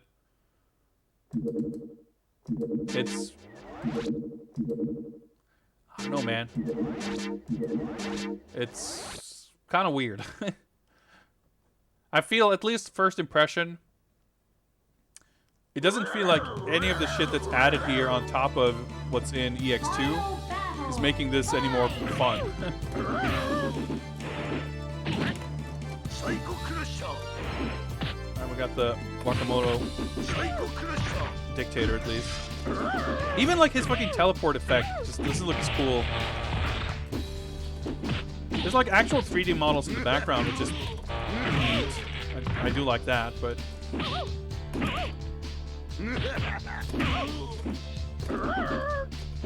so I want to see if I can keep meter. Actually, do I have no? I want to see if I can do the Blanca.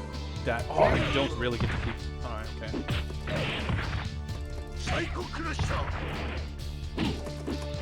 I don't know her moves at all. Oh, okay. Well, there's something.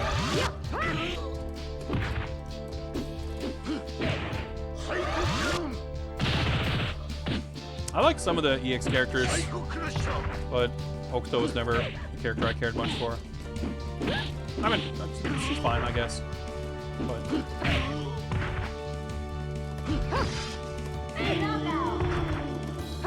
not enough to have any idea what her moves are.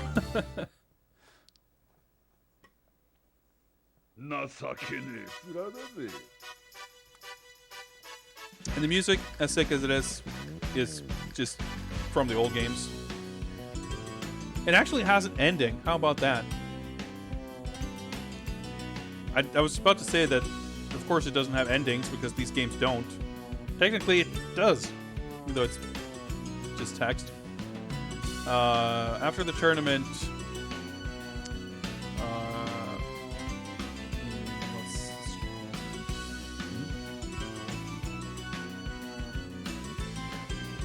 something Jack meets up with fans. He's gonna go find something. I don't know.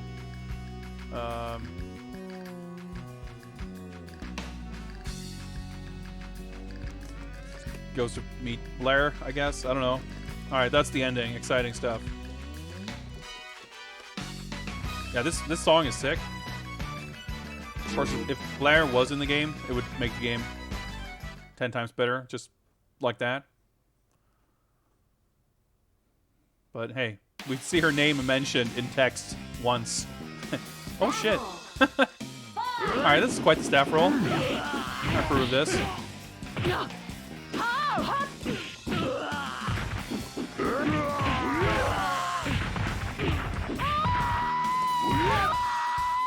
It's quite the scream.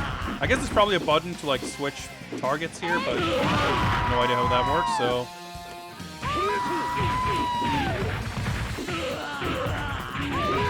I mean, the game is kind of a spruced up PS1 game, so it makes sense that they can actually put a bunch of characters on screen, even if it does have somewhat of an effect on frame rate.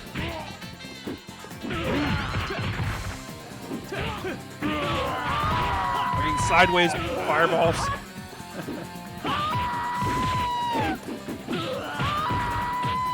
Scream though.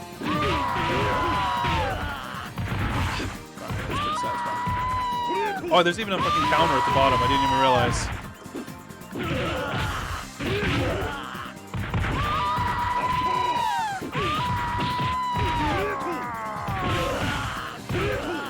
It's making the credits slow down.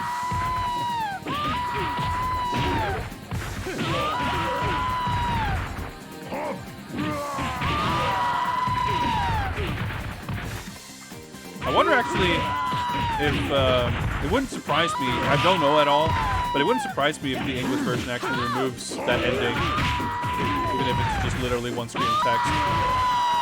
Wouldn't be the first time Capcom did that. They did exactly that for CVS2, for example. The Japanese version has text endings for every character, but they were completely omitted in the English version. There's obviously a lot of dialogue and text and shit like that in other Capcom fighting games that were not included in English versions.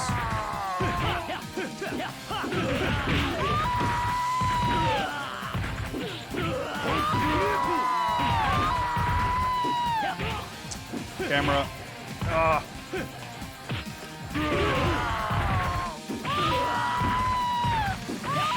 Alright, I was gonna say, like, can we get to 100? We did.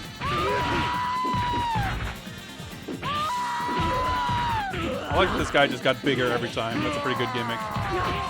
Camera switching. New challenger. 109. Beat 100 to unlock something? Cool. Yeah, I could not really read chat or the credits. Well, Sunmeister, that was the staff role. Oh yeah, Taco, what's up, man? Didn't see your name there. Well, it didn't alert me to anything having been unlocked, but that doesn't mean it wasn't. Might pop up when I get to the main menu. Street Fighter EX3. Or not. Actually, might as well save.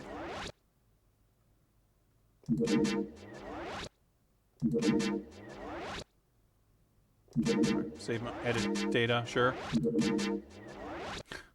Not that well, technically I did open edit mode, so maybe that's why I just want to save it. Entry.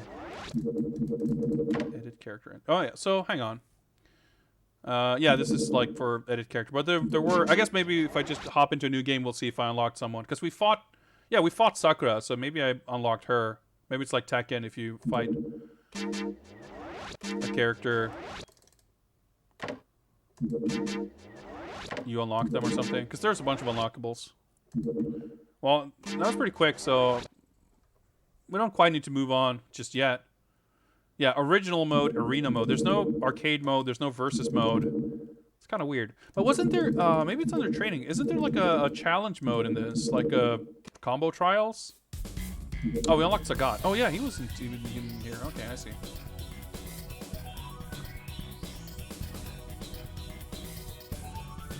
Let's pick, yeah, I don't think we saw Chun-Li either. Chun-Li. Oh yeah, I guess we've, yep, of course. Nope, okay. Chun-Li. I'm trying to figure out if I can pick different. I guess it said press start to exit. Yeah, okay, let's try that again. I'm going to see if I can pick other characters.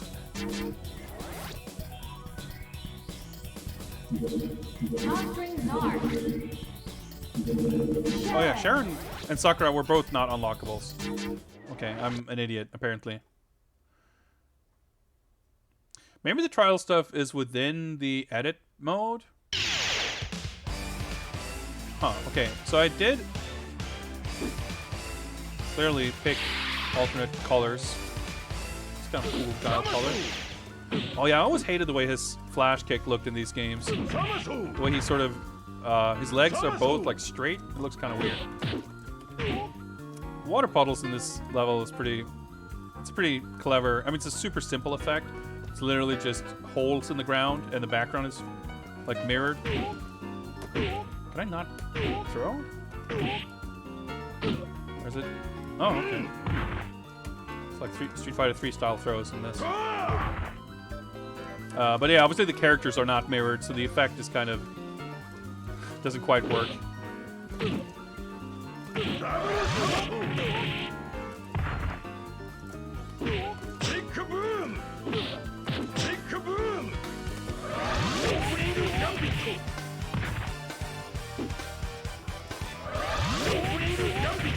Trying to comment to the other super, but alright, he just does his super and then do shit with Chun-Li. Alright, okay. Select. I'm pressing select. Doesn't do anything. Alright. Reset, I guess. Alright, okay. Maybe arena mode? I guess not. Yeah, it's pretty fucked that the game doesn't even have a 1 versus 1 mode. Well, let's check out the edit mode. Yeah, EX music has always been fucking awesome.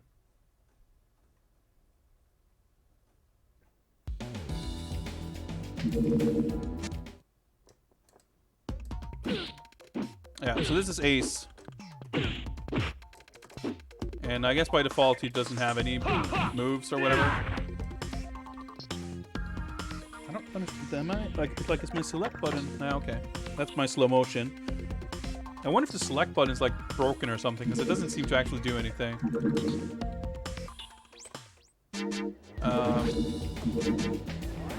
Yeah, so I don't have anything, I guess. So let's purchase. Oh yeah, right. So there's moves from characters who aren't in the game. So we got the sliding arrow, which is Blair's move, I think. Got the Tatsumaki Senpukyaku. We got the Justice Fist, which is of course Alan Snyder's move. Vaulting Kick, Kyakuretsukyak, Final Punch, Healing, Fairy Gift, Raging Buffalo, Denjin Hadouken. Yeah, so there's like some Street Fighter moves and stuff. We have to unlock the ability to buy other moves. But yeah, I guess we do the trials here to earn the XP to buy moves with? Yeah. Okay. Yes, okay, so this is the trial thing. Right.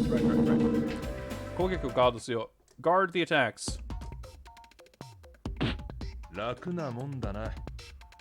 Easy peasy. Alright, guard the attacks too. There's an overhead. Yep. Oh dude, he fucking crossed me up. That's cheap. Hard attack, Shagami Kyo kick. Alright, so let's do a guard crush and then heavy kick. Oh, maybe if they're crouching. Jump heavy, crouch heavy. Fundamentals of Street Fighter combos right here. The Nagero! Throw him. Alright, so the heavy attack, as they call it, is this move right here. You press both mediums. And I think, yeah, it just hits like that if they're standing. But if they're crouching and or guarding, I guess you get the kind of guard crush.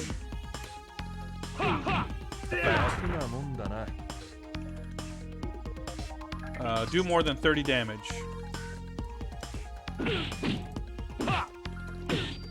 Pretty sure it doesn't have to be a combo or anything. I don't know what 30 damage is. I guess it had to be a combo. Do more than 3 hits. I don't know if I have any moves. Next, sliding arrow. So do I need to buy that for this, or do I just get the move? Because I think it was quarter circle back kick. Yeah, I'm pretty sure I don't have it. So I guess we have to buy the moves in order to complete it. Well, I guess we can buy the sliding arrow. Ching. So now we gotta edit. Ah, okay. So I slotted into my Satsuwaza list. Oh, okay, alright. So this is my special moves, super combos, and medio combo. We can't have that many, though. 2 supers and 1 medio. Like, most of the characters in the game have, like, 4 supers and 3 specials. I mean, it's enough, I guess, but... Well, my select button works.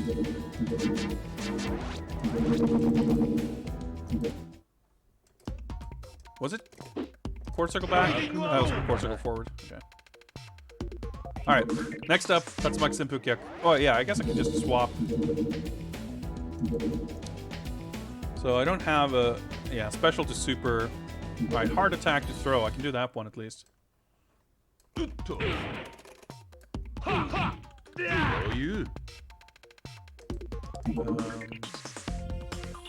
Father's the Hangeksu. Alright, guard and counter attack. Oh. Right, so you can't guard it low, I see. Do more than 50 damage. Should be okay now that I have a special move.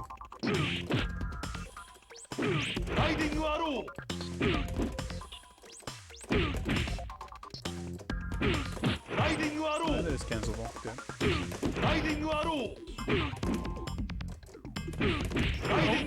Yeah, jump in Link, or like, well, it is a Link, I guess. Jump in Link timing is pretty strict.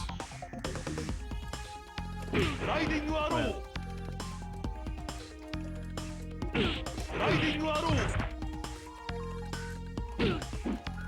I need to land. Okay, so do I need like a 2-hit anti-air or something?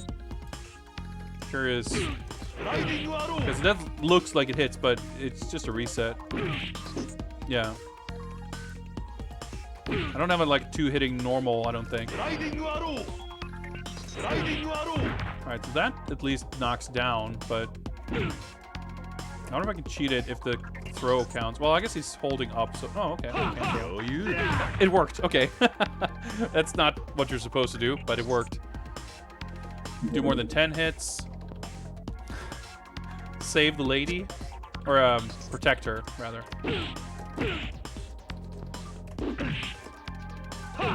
That's convenient. Oh shit, I didn't mean to throw him the other way around.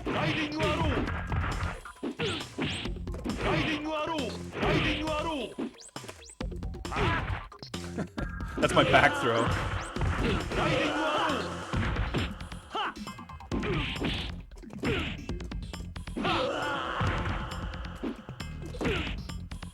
My crouching medium kick's not cancelable.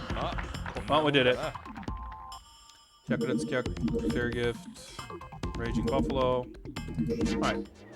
So in order to do any of these, we need to buy more moves. But these are the, what was it, the easy one? I guess there's other difficulty, but let's buy... Oh yeah, okay, so these are, the blues are super... and this is medio. Well, let's make sure we just have one of each, I guess. Yeah, we got fighting game, escort missions. It's fucking XCOM sounds, though. Yes, there's... Oh, well, normal and hard, I guess. So let's see. Special into super.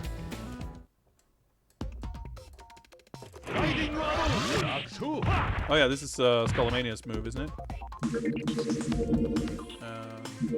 Let's try to do 10 hits. I don't know how the super hits, but we'll see.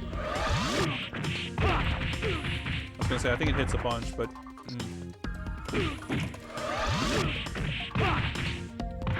Wow, it just doesn't connect. There's no dashing or running in this, I just realized. I don't think we can really do this one with our current setup. Oh yeah, Fairy Gift. We can do this one.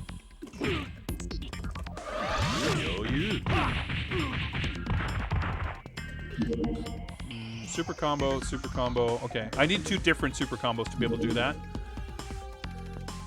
Standing medium punch, special, super combo. Come on. No.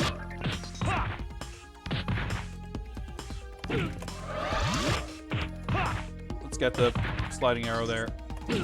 No. There we go. Not the best combo, but it works.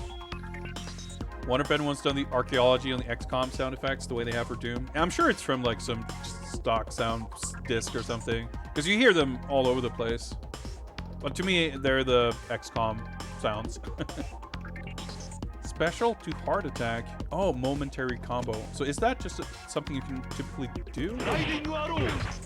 Oh, right. There's a follow-up. I think you probably... Let me look up what momentary combo is. I saw it in the manual, but it didn't really make note of what you do. At the moment when a special move attacks... press a punch or kick button. And you can connect a special move to another special move. Depending on which special move, whether you press punch or kick is different. Okay.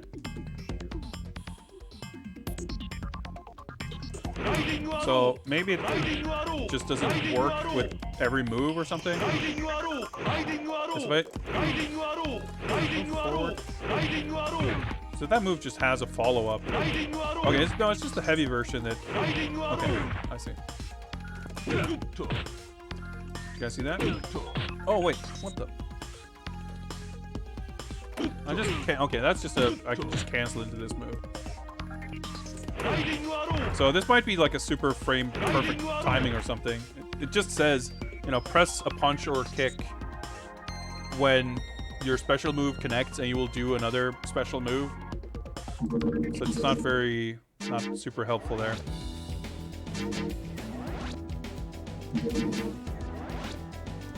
But it looked like, actually I didn't even think about that, but I guess as we cleared some of these, we started unlocking more of them.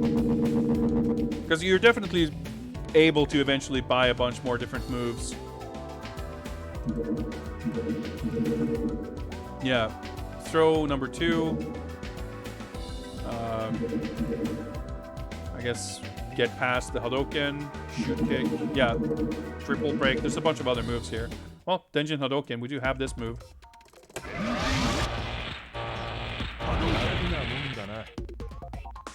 There we go.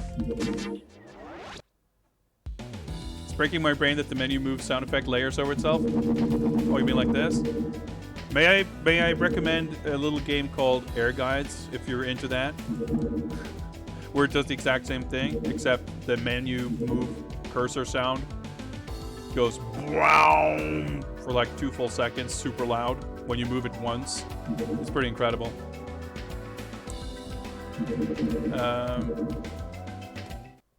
So throw number 2. Do I need to? Okay. Well, I did exactly that to clear another challenge. So. Do I need to? Yeah, I guess I need to.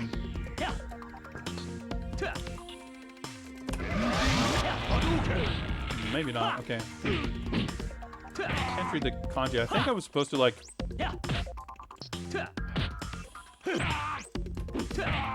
Get past it or erase it or something, but the only move I have that can do that is the Denjin Hadouken, and that didn't seem to work, so I guess I'm supposed to do something else.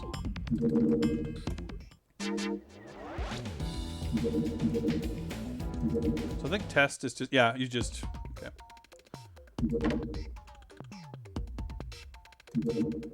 Lets you test. Well, might as well save.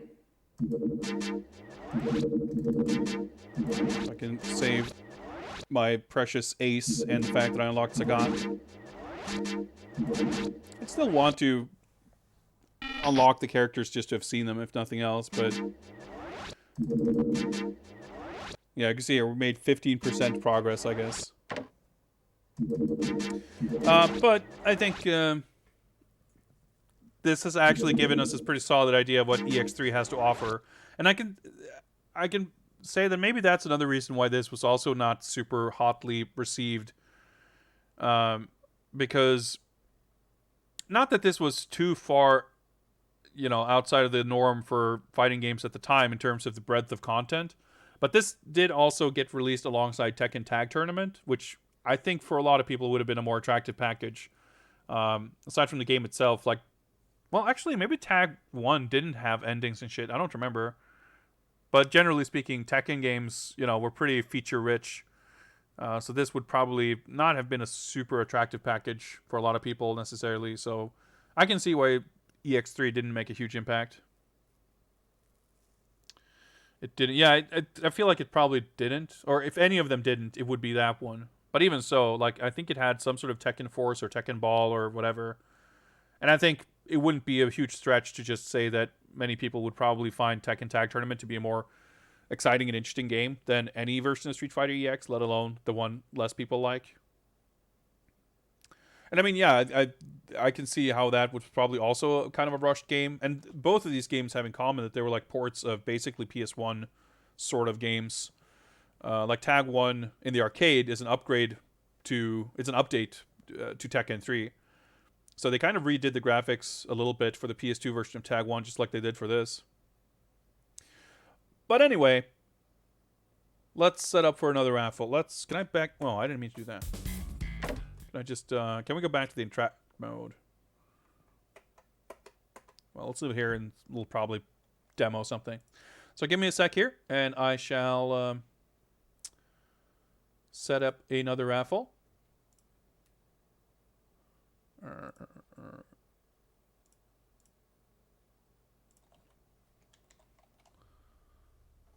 And we are go.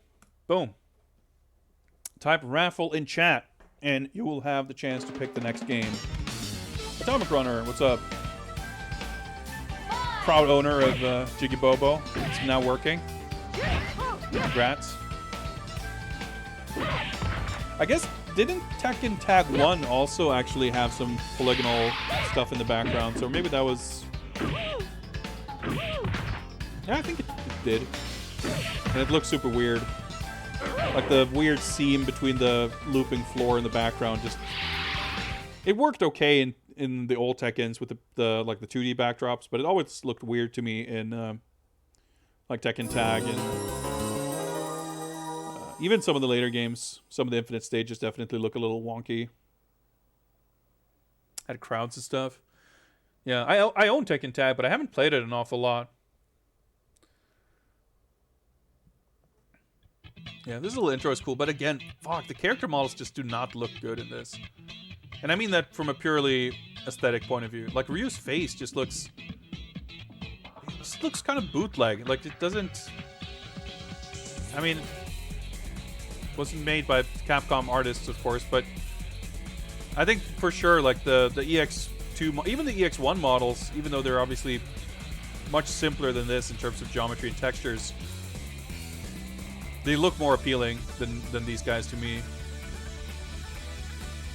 I mean, this is a cool little intro, though. I want to say EX2 had a little similar thing with, like, Ryu and Sagat.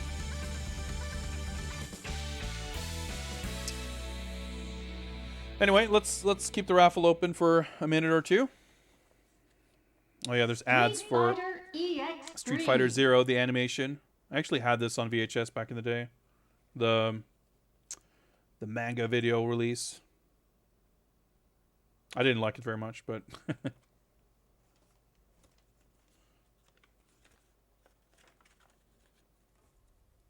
fuck, this manual is like super destroyed, but it's whatever. I didn't pay a lot for this game anyway. Not that I remember, I just know for a fact that I didn't because I don't really pay a lot for any games.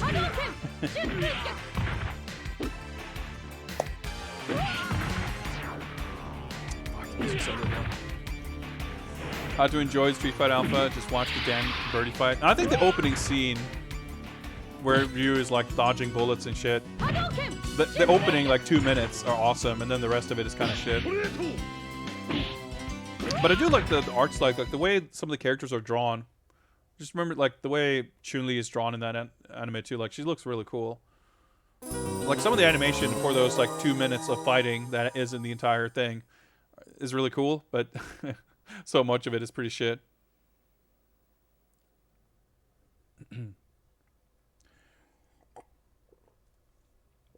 Oh yeah, let me mark this game as having been played so we can check it off the list also. Street Fighter EX3. Oh yeah, it's going to be a lot of Street Fighters on this list. There we go. Still marked as new. I might as well delete that. Played on the 2020-09-11. 61 of currently 240 games have been played. 25.42% of the list completed so far. All right, last call to enter the raffle to pick the next game. If anyone wants to join in, now's your chance. I'll pick the winner in like 5 to 10 seconds.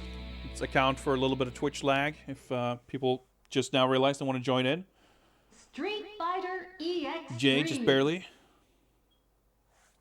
Oh, Atomic Runner, you got a pick ready. Null Vortex. All right, guys, let's do it. Let's pick the winner. Boom. Trap. Congrats. You have won the giveaway. It's what Nightbot calls it, so let's go with that terminology. Why not? Raffle is not open, so let's hide that. And lay it on me. What's it going to be? Battle Claude. All right. We're going to move some things around, change some sticks. We can play that game.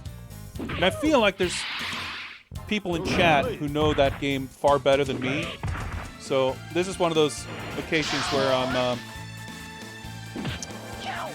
happy to take advice, backseating, strats anything you guys can do to help me out.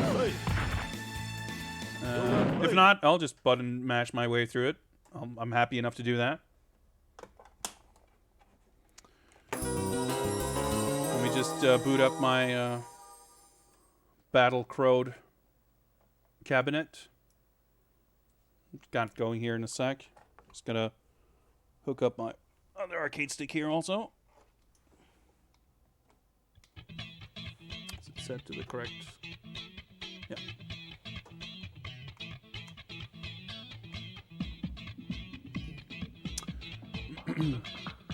Forgot strats, but it's not hard to figure out the good stuff. Yeah, I mean I've played it before, but not to the point where I remember anything about it, such as basic controls or anything like that. That's fine.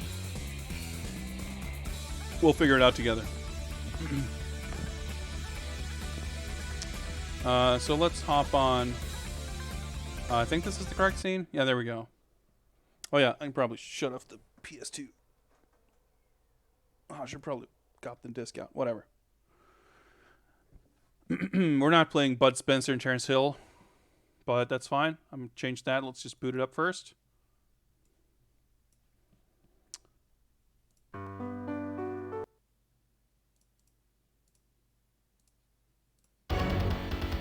There we go.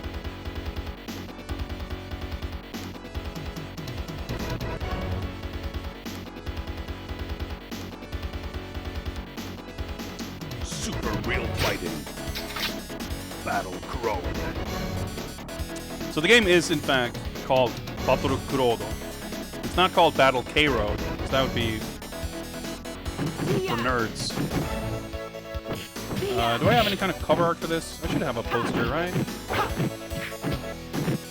It's got some pretty sick art, which shouldn't be a surprise because Psycho games generally have pretty sick art. Dude, look at this fucking poster.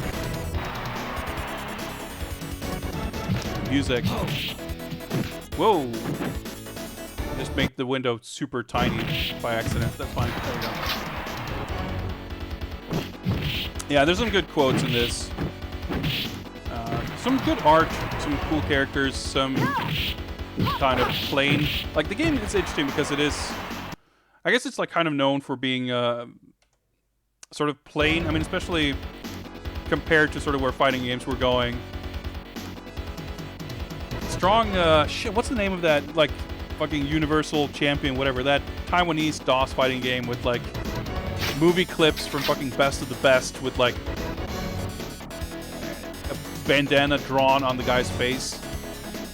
Strong vibes of that from the intro. Six fucking game, huh? But yeah, this game is, like, kind of... I feel like it has a reputation for being pretty plain in terms of its like visuals and like the moves and stuff, because it does have this kind of a martial arts like MMA tournament sort of flavor to it, which is kind of cool in its own way.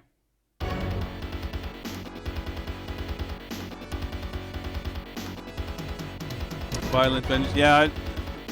Sad to say, but Taiwanese DOS fighting games, it's not quite my area of expertise. But yeah, Macaw's definitely streamed it once or twice. Maybe the Salt and Pepper and Skillet song game, but I don't remember if it's that or like the other one. Yeah, Lord Tarada did some artwork for this. God artist. Psycho definitely got some pretty awesome artists do shit for their games. Did I not put that as my coin button? What did I... No, I did not put that coin button. That might help.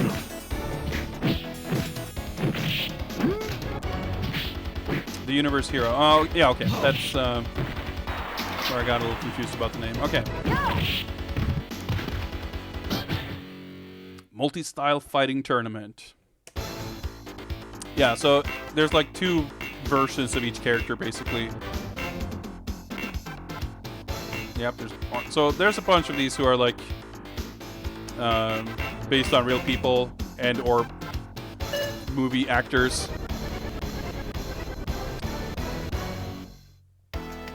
Gotta go with my girl Yuki. I like the Karate Girl's designs, but the sprites are like kind of dopey looking.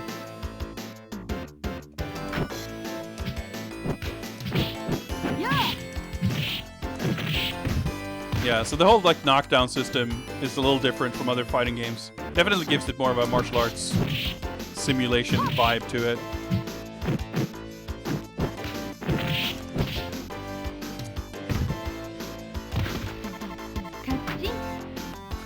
Gee.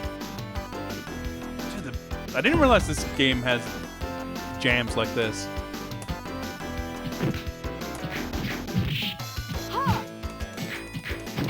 Punish? I'm not sure.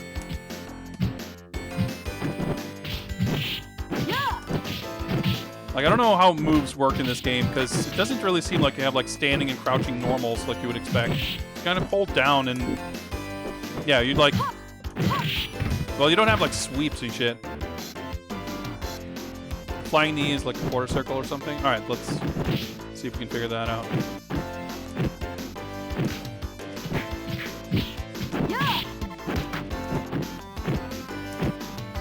Oh boy. Ooh, okay, I guess there's like a grappling system of some sort in this game. I guess I had to block that low. Yeah, the game is a little quirky, for sure. Good, Tissa, I'll fight in the tournament.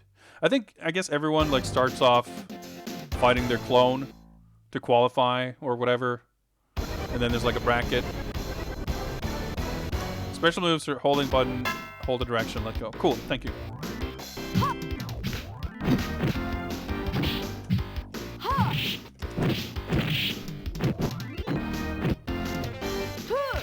Oh, just got a fucking drop kick. Like, even the stages are kind of weirdly sort of empty. Getting kind of like Mugen vibes or something. You know, we got some crowd sprites, but what's behind them? I don't know, the sky.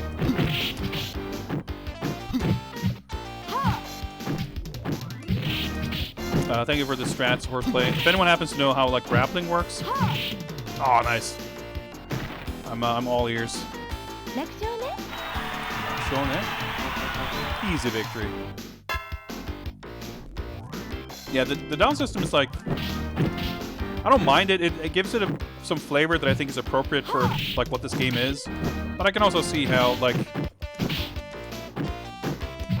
kind of ruins the flow a little bit if you think of it as a you know, as a fighting game. And not that it's not a fighting game. Clearly, you know, what other genre would you put it in? But it's not a conventional fighting game. Like, it's so clearly, you know, due to having things like that, among other things. Oh, dude, that was sick. It just has a different feel to it. Yeah, Dark Tenshi is a boxer lost to a girl. Yeah, Dark Tenshi goes very hard in on its aesthetic. It's definitely got some really weird quirks mechanically though. Isn't that game getting a new version? Didn't they announce something like a year ago or something? I forget if it was I want to say it was like a,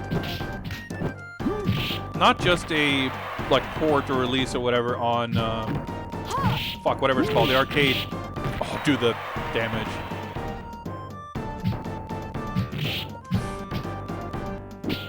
I forget what it's called, but like the arcade sort of delivery system that all games use nowadays.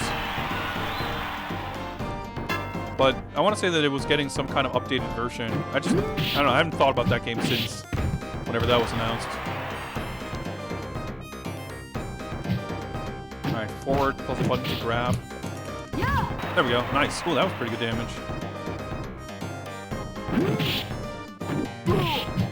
Also special grabs. Yeah.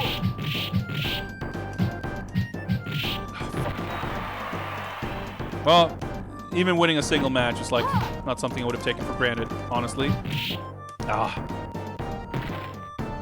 So, yeah, I don't understand exactly how like breaking throws work. If I need to mash or if it's a timing thing or what. But oh, no character change, huh?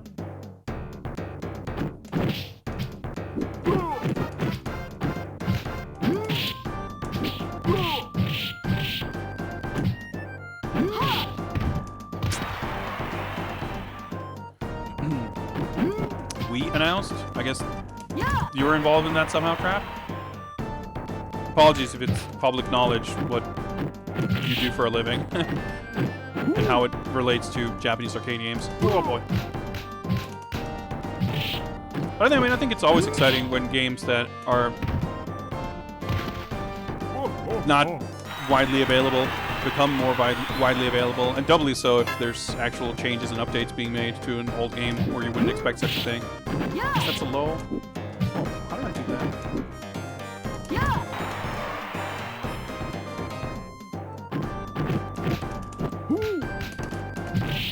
Should be a punish, right?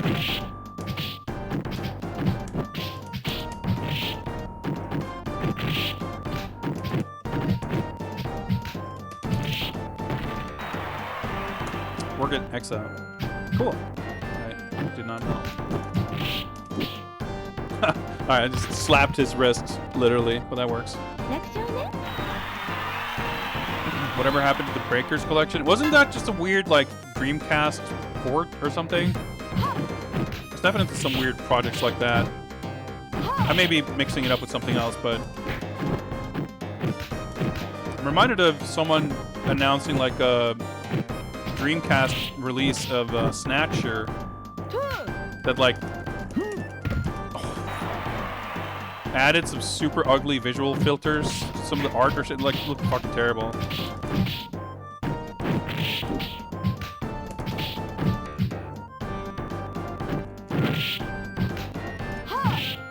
Okay, we got it. There was a new one announced. News to me. It's not something I'm familiar with. Alright, we got more great quotes. Alright, we gotta take on fucking fake Volcan.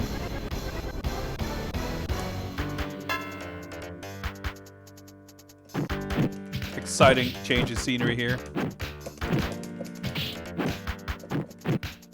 The sprites look so different too, like he's got such a more sort of detailed, realistic style, and then the girls are super like cartoony.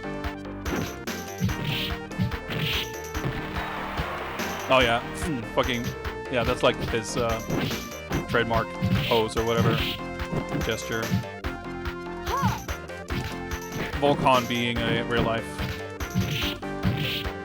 Was he an MMA fighter? Was like he shoot wrestler? I forget, but it was a big deal in Japan at least. The type of character, the type of person, rather, martial artist to get immortalized in more than one fighting game in unlicensed form.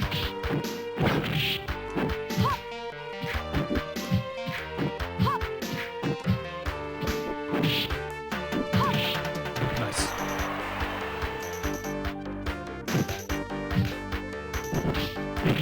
Oh shit. Oh dude, that's pretty sick.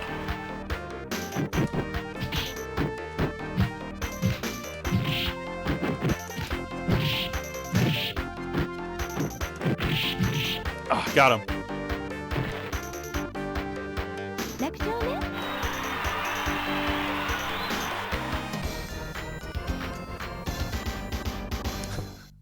What a strange sleep technique, you dirty man. Wait. Fourth battle. I just proceed to a secondary bracket, I guess. Oh well. Gotta fight against Karate. Yeah, like that sprite, I mean, it's like fully, what's the word? Rotoscoped? Looks like it at least. Looks so fucking good. And then, I mean, I don't think Yuki and Chisa sprites look bad by any means, but they're just such a completely different style. Yeah, I get utterly destroyed, of course. This is more what I expected, honestly. Kind of cool that there's like some sort of stun system.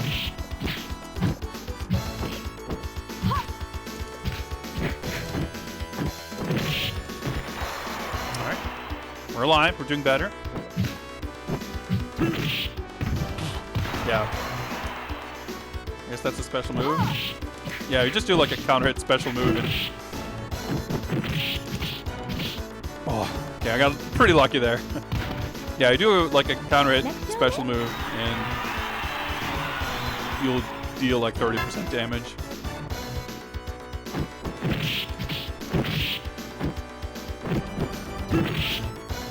Or just land a move, period.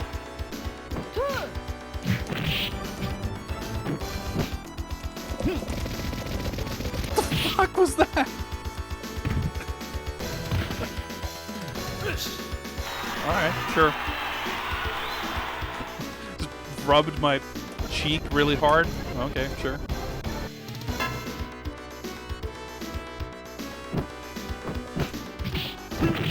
Like, oh, it's so fucking fast, and it's a, like, everything is a mix-up too, because, like, yeah, that's a high, like, you have to block high or low. Oh, okay, I didn't actually die. And it's so fucking fast and so far-reaching, like, that seems like a pretty strong character. Like, the kick special... Maybe I have more moves, I don't know, but... Oh yeah, okay, I can do it like a dome. I see. Okay, so I got like a low and a high special, I guess, on each button. Or, I mean, each punch and kick.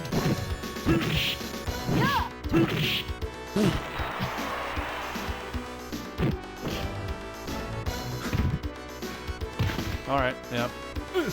But yeah, he's so fucking fast.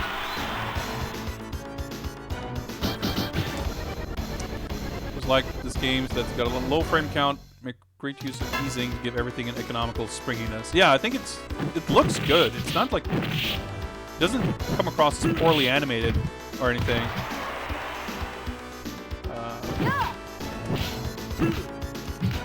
And it's like safe on block too, I guess.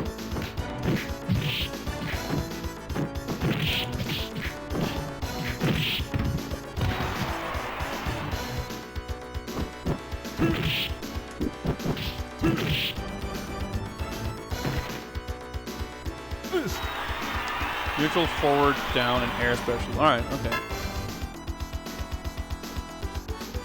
Oh, fuck. Main window not highlighted. Okay. Yeah, unfortunately, I can't switch now either without starting over. Not that I'm, like, refuse to start over or anything, but I prefer not to.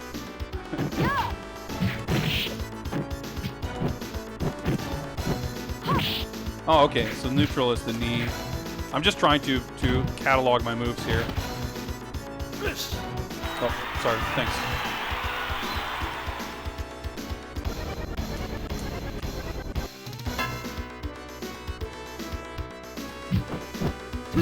His fucking dash? Like... Alright, so neutral is the back fist, I see. We might have to switch.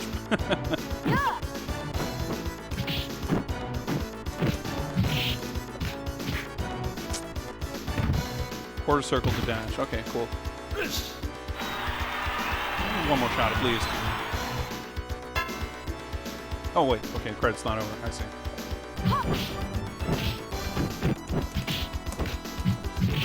Like, just never, I mean, I was gonna say nothing seems like punishable, but I guess I barely block anything that he does in the first place.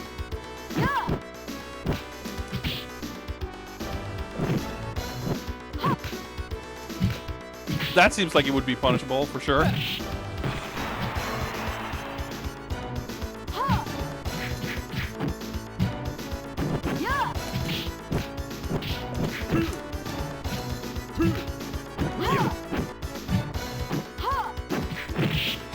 Yep, just get comboed.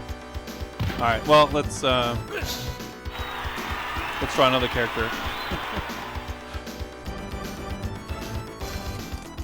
It seems tough to deal with.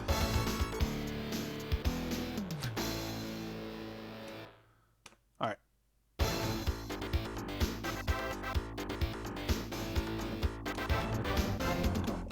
Start over. Well, we got a high score. That's something. Alright. I actually wanted to try the karate guy second anyway. Let's do it. But let's go with the mullet guy who's on the poster. I guess he's the main character. Oh yeah, alright. Start with the mirror. So let's see what we got. Alright, that's the forward. Neutral. The damage. That's a neutral kick special. Oh shit. Dude, I was thinking before too that there's like strong the karate tournament by Mitchell vibes on these characters. And then he starts doing these fucking crazy flip kicks. Oh, it's Ninpuu. Okay, makes sense. He was super duper popular in Japan too. I just don't really know what he looks like, I guess. I'll just do my 6 special moves.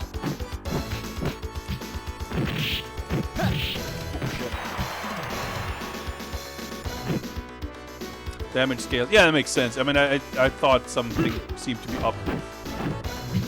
But it's more the effectiveness of the moves, really.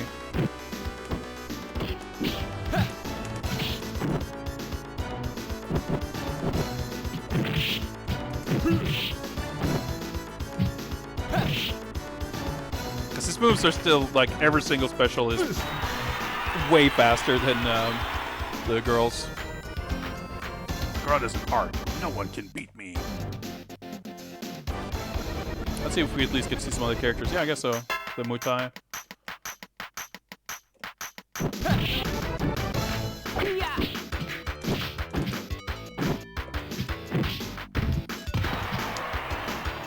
Curious how, like, the specials seem a little out of place. Yeah, like, you can whiff punish pretty well with that move.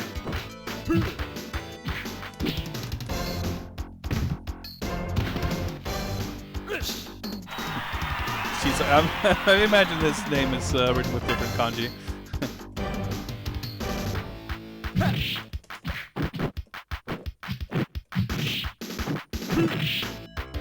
Alright, that was a good trade.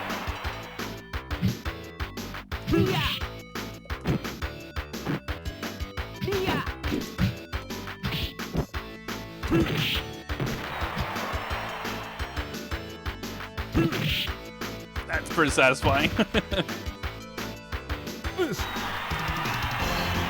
Yeah, I love seeing, like, GG's. I think we can be friends. I love seeing, like, karate practitioners in games where the animations are, like, where it's not just, you know, whatever video game fighting, but, like, legit, like, karate movements, because it looks so cool.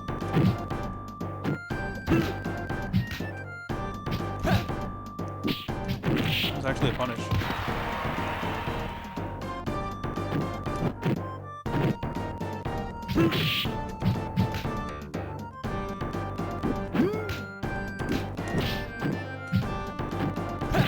Anti-air. Not a great trade, but I'll take it. Got him.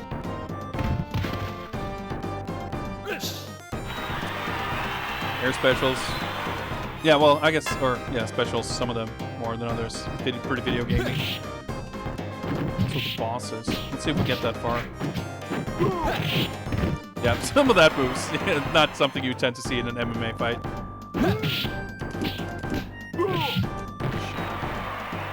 Akibasho starts Sunday. Are you big into sumo, Jay? I've watched it a little bit here and there. Not, like, following it at all, but, when I was living in Japan, I would catch it on TV. I think I might have seen it on, like, Eurosport or something at some point too. And it's pretty fun to watch. Yeah, I don't think you see a lot of sumo. And, like, UFC 2, maybe. I don't know. But yeah, sumo's, like, pretty fun to watch, actually.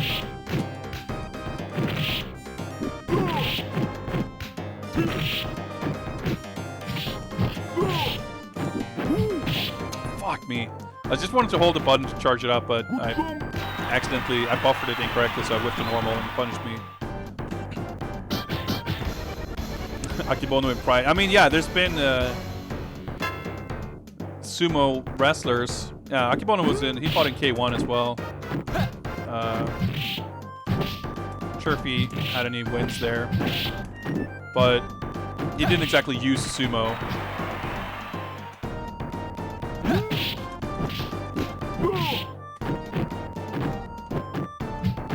But I'm sure he was billed as a sumo. Like fucking Bob Sapp was billed as his fighting style being football. That's pretty great. Although Bob Sapp probably used more football techniques than Akebono used sumo techniques in K1, if I had to judge it one way or the other.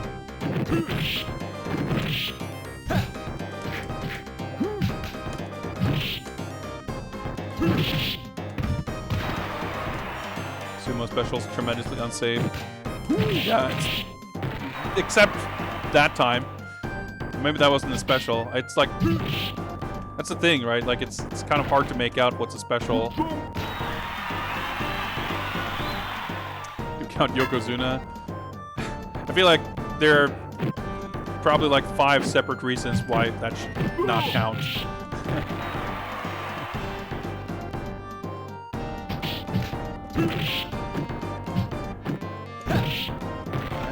Okay, we still got a shot here.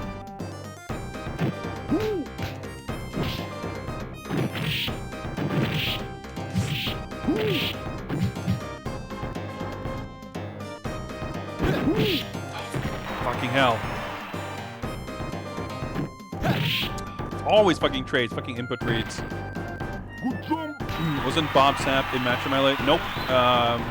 That was Bobby Ologon, I think his name was, who was a comedian.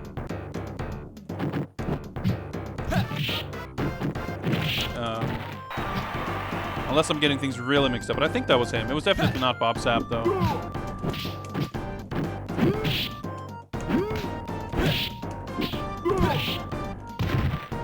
Nice. Okay. You can hold the lights to taunt.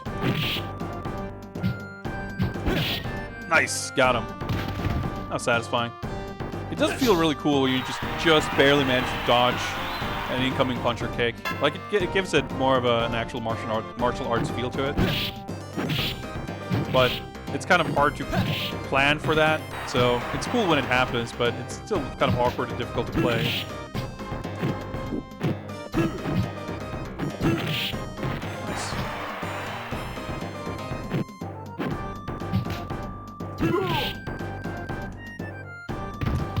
There was a sumo guy in the first UFC, the very first UFC fight.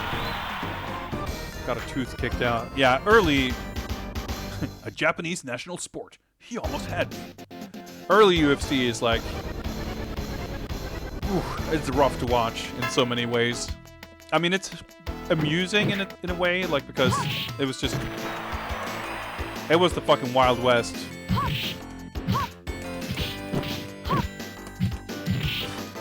Even that I could properly punish. Like anything went, both in terms of like rules and fighting styles, fighting gear. Like people would show up in fucking jeans and a tank top or whatever.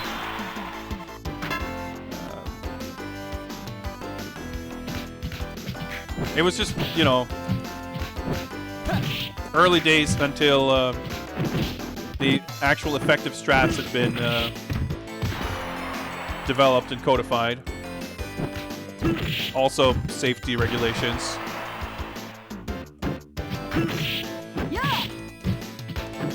Like any of those like early like UFC best knockouts, whatever, like that shit is nauseating to watch.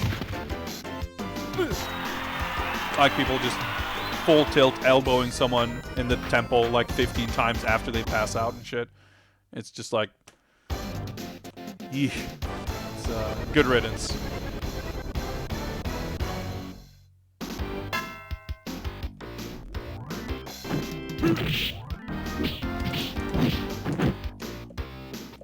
But aside from stuff like that, there's definitely the freak show factor.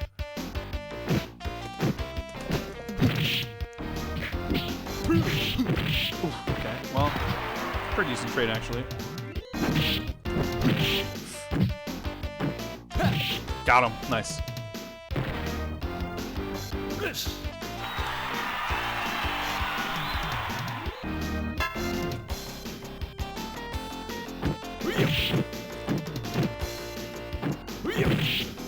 The big hitbox.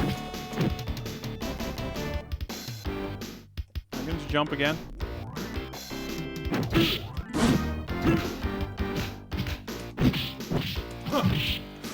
Oh, dude, the fucking haymaker.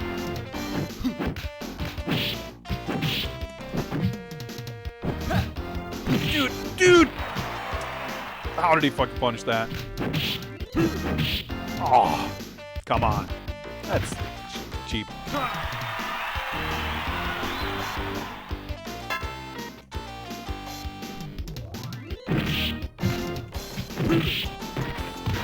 Okay.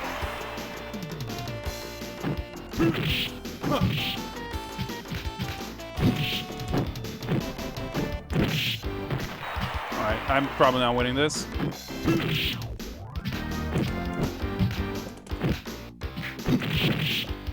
Do the combos. Weird angle to his hands there, but still did a hell of a lot better with Anthony than with Yuki, so.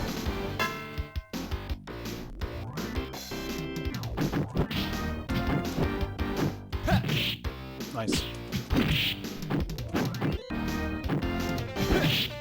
Nice, got him. That's the same appeal of Carney wrestling. I mean, basically, I guess. You certainly don't go to UFC 1 for, like, feats of athleticism and, you know, exquisite martial arts technique.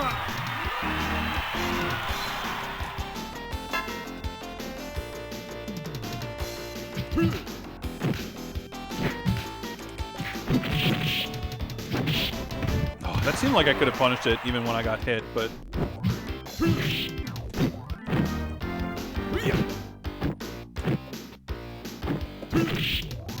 Alright, I do have the life lead, but it can disappear very quickly. Like so.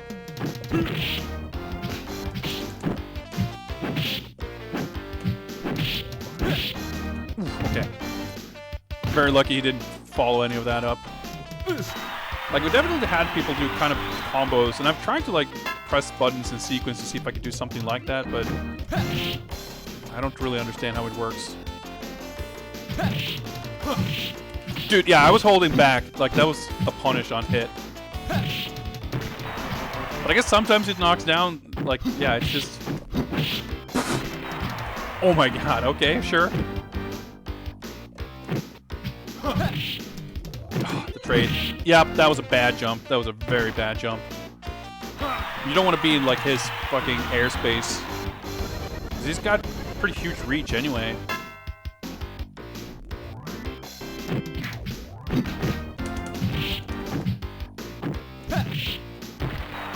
Yeah, just hitting him in the tail end of a jump like that is really good.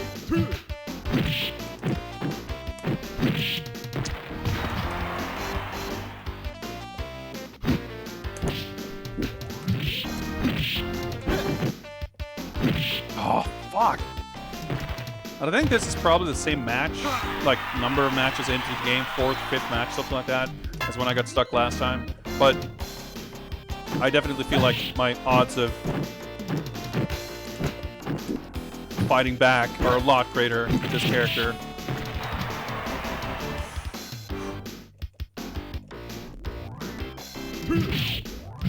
Alright, that's a good trade.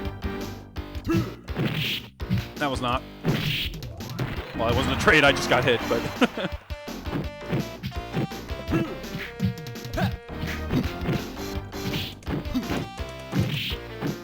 Ooh, that was a very risky jump.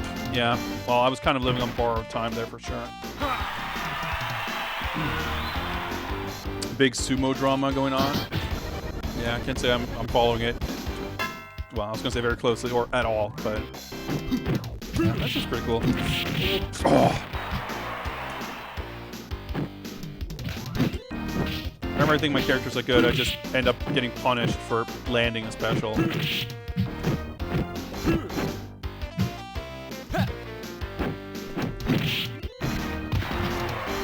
So now I'm starting to feel like, man, Rick seems cheap. I should have picked him. But I think it's more so... I mean, I definitely can tell that Anthony, like the karate special moves, are way faster than the girl specials. But I think with the right level of input reads and whatnot, any opponent is going to feel overwhelming.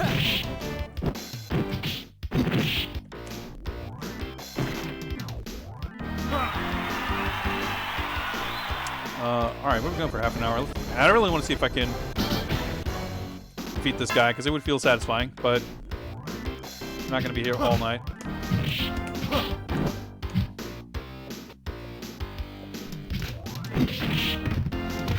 Okay, pretty good.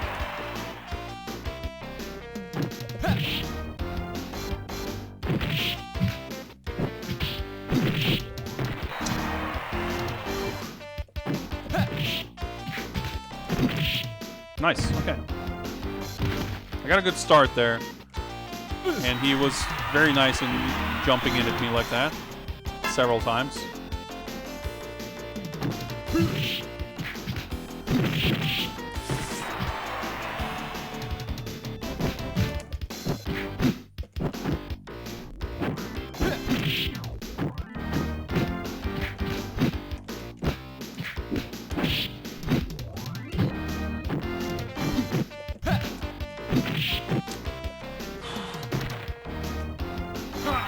I mean, if they don't want to win, or, well, if they don't want to win, that's nice. But if they don't want to lose, if they don't want to let you win, not always all that much you can do, it feels like. Yep, that's punish. I guess it feels kind of nice in a way that at least they don't get fucking okie.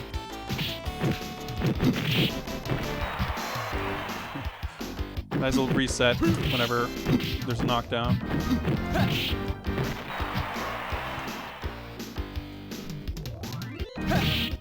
Oh, fuck's sake. I just wanted, I was like, oh, fuck, if he just jumps right now, I could win this. And I was too antsy to wait for a jump. I mean, he doesn't always do it anyway. But, should have known. Trade was coming.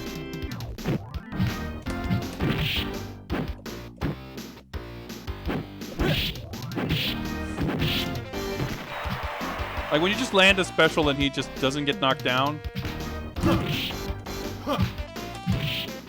you tend to just get hit afterwards anyway. So, that's kind of rough.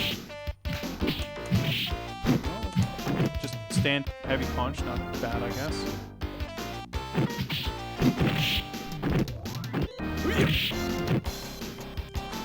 I tried to do the forward punch, but we got the forward kick. See, it worked out. Maybe I should just charge the kick and rely on neutral punches instead. Yeah, the kick seems easier to do, like, safely, just because of the spacing, like that. You're not, like, point blank after doing it. See, like that? It's actually way safer, it seems. That was just 50%. Cool, cool, cool. No, that was bad. Fucking jump cancels.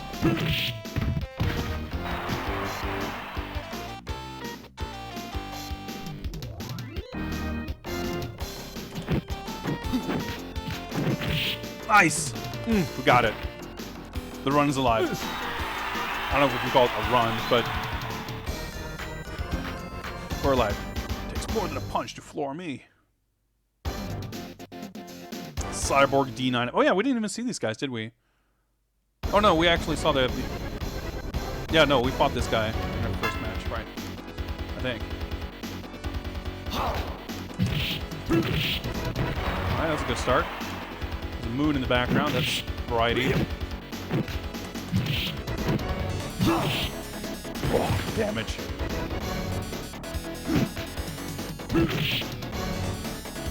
Sure, please do unsafe shit like that. Fine by me.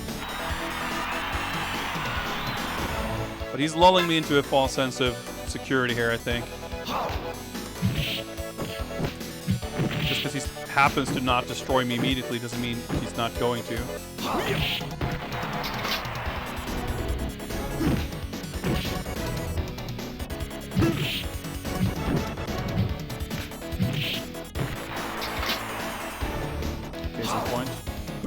No. That's not what I want to do. Yeah. I didn't mean to do the forward special. It's so... The restarts on knockdowns gets really confusing because, like, it's... Mentally, it's like... It feels like you've lost a round, but you just got knocked down. Like, that shit happens a lot. So I definitely, yeah, thought we had lost.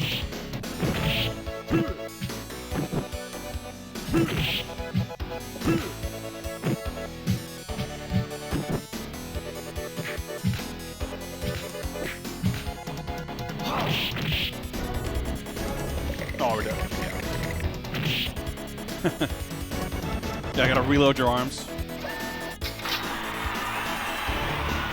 Why not? That's pretty cool. Well, yeah. Well, I was gonna say that felt doable, but you know, that could just be the luck factor, you know.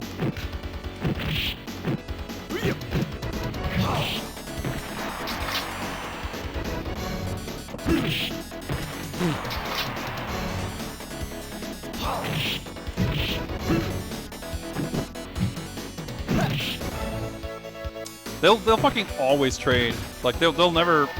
The only time you land a clean hit is if it's if they've already committed to something, you counter hit it. Like.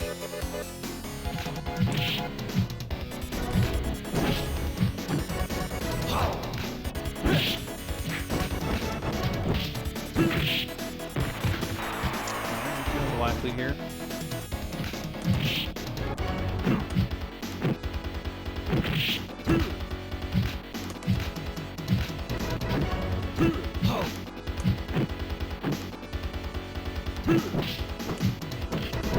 Yeah, and then when you're low on health like that, they'll just do like high low, like just lights. You can't react to it. Like you have to block. It's not like a normal fighting game where, in a 2D fighting game, you would normally block low, but keep your eye open for, overheads and shit. In a 3D fighter, it's usually kind of the opposite. You stay standing and you watch out for a low. But here, like, highs and lows are, none of them are slower or faster than the other. So...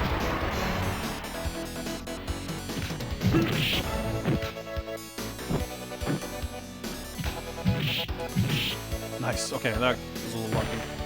So, I mean, it feels like whenever you're in neutral, it's just 50-50. Like, you don't have to do a setup to get a 50-50 on someone's wake up or something. It's just 50-50s in neutral all day.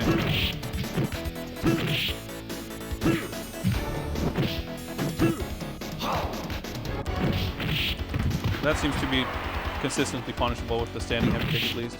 Oh, that was a low. Nice.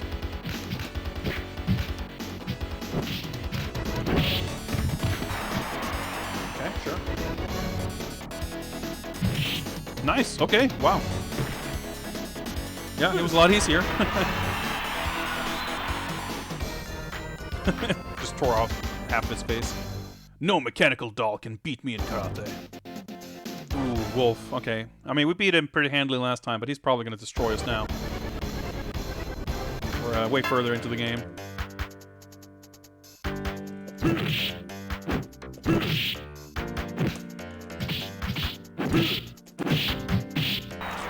Alright, okay, just kept hitting me, I guess.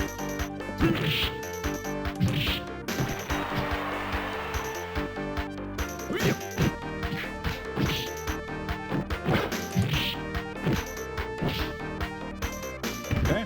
I'm like confused. Why isn't he destroying me?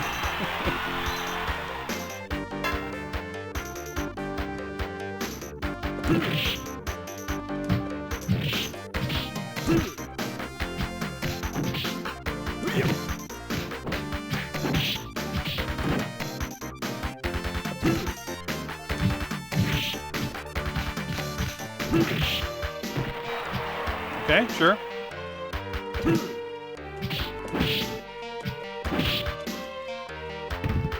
Alright. That was weirdly easy. Didn't even do any bullshit. I guess he's just an easy opponent. I took the championship as I expected. Who is it? How can you be the strongest without fighting me? I don't know, buddy. Mr. Bear. He was hiding in a trench coat. Okay, sure. I love that the ring is different.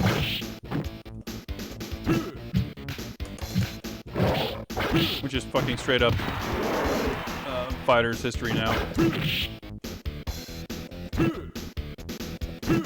Dude, I'm trying to do the dash and it's not coming out.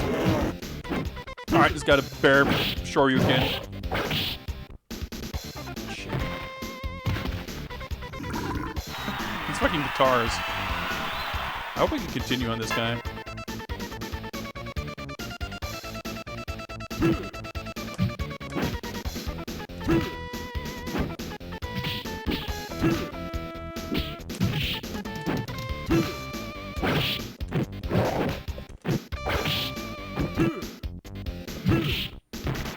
Yeah, like you gotta land proper hits to deal damage. Just stray hits don't do much. Nice, okay. Fuck! He used my strats against me. Pretty good win post though. Oh, nice, okay. I was worried that you might not get to continue.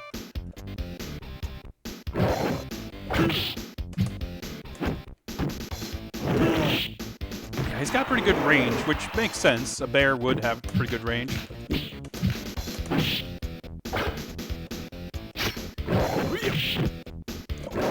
Oh no.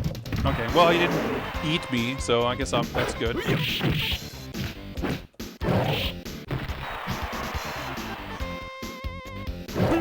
Oh!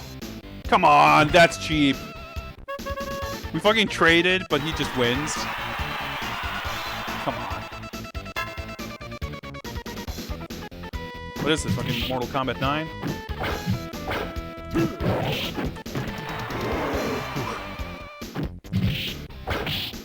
Dude, that was... Oh, that was a low bonus.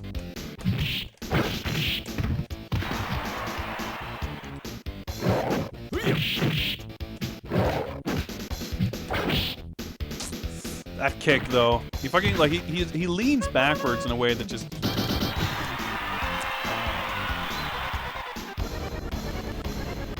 It's got very good natural, like, evasive properties.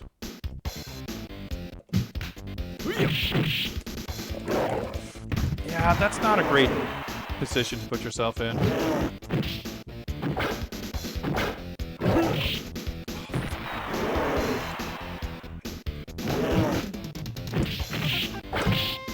I'll try to do the punch special. I've been spending the last couple of matches just charging the kick to keep my heavy punch and then just use the kick for specials, but maybe I'll try swapping back to the... So I was doing punch charge before just to have access to that move. Because the neutral, like, normal heavy kick is also, like, pretty good punishing, I guess.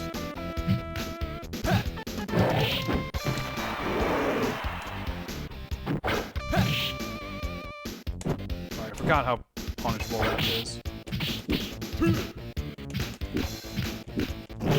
Like, yeah, okay, sure. I'm sure he reacted. Because, yeah, again, you just, like, stick out any normal high or low, and they have to block it correctly. But, of course, he does, because it's a computer.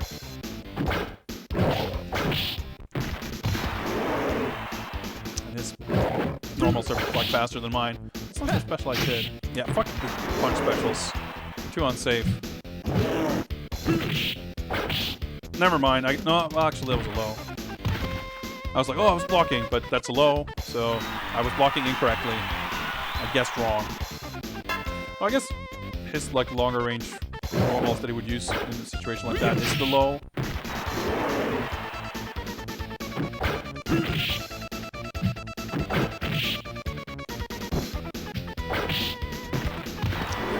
It's pretty threatening, just walking you down like that. Oh, that's a high, of course. That's a low.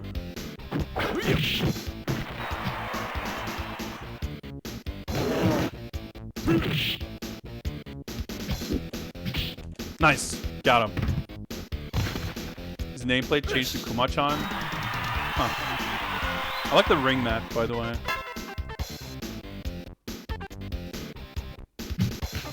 Nice. Oh, that's a high.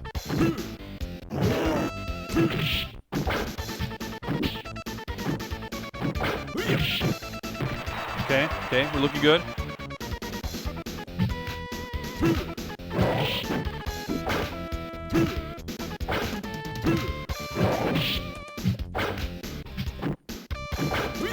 Oh, that's not a good trade.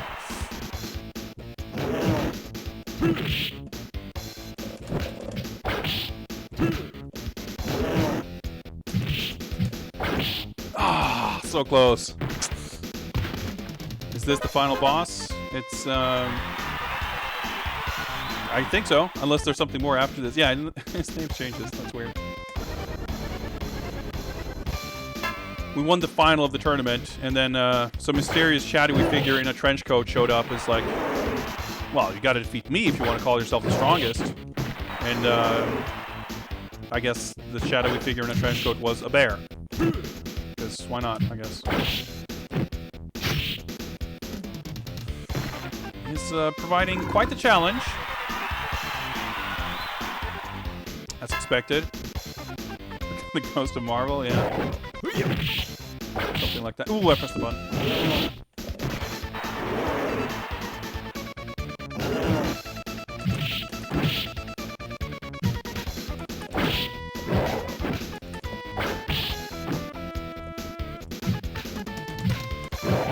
Ooh, I tried to do a low punch, but...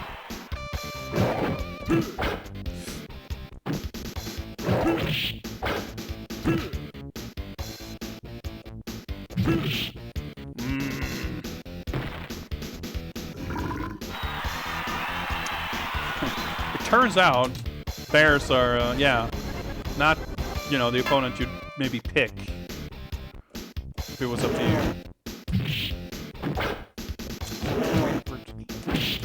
I don't know.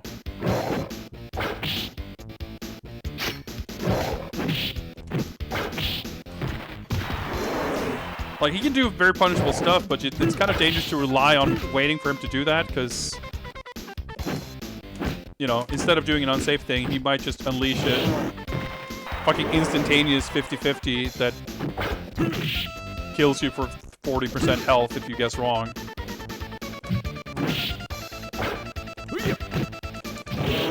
I thought he was going to throw me, so I mashed, but... Does the bear have a clone? I don't think so. I don't think he's playable. Oh, wait, match's not over.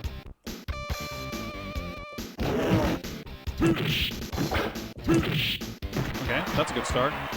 2 kick specials. Oh, that's a high. That's a low. The high-low system in this game is kind of fucked up.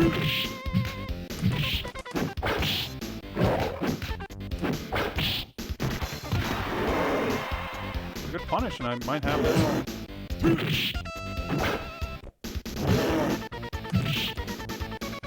Well, it took 2, but even a trade at that point could have worked. I've won rounds. It can be done.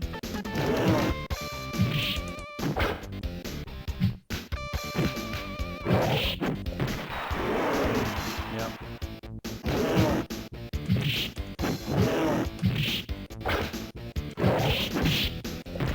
Yeah, sometimes you take like 50+%. And you get whip punished. Like, if they don't want to let you win, they don't want to let you win.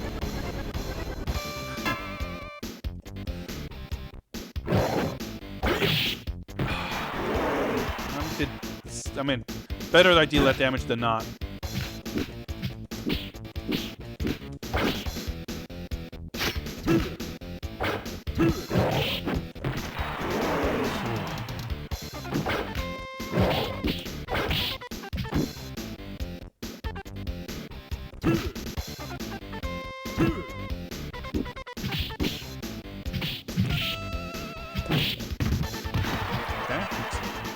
Got a weird amount of hits in there.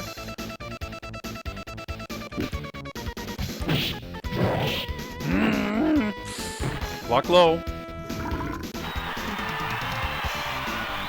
I was able to get that to last a lot longer than I thought it would, honestly. Fucking Tatsu's. I guess we should be glad that at least he doesn't have a fucking Hadouken.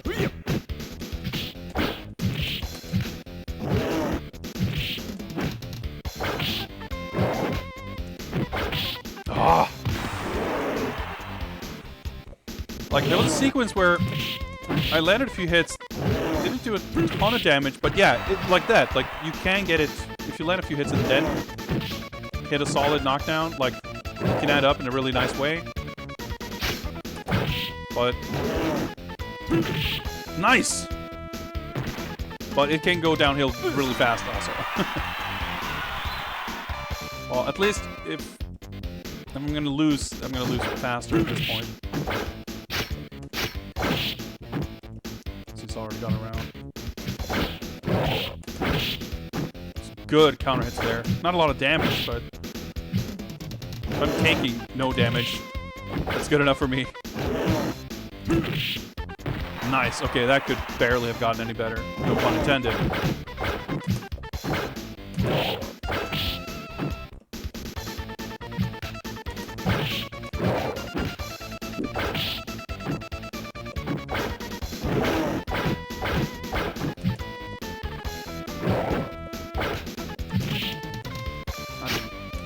Overcommit.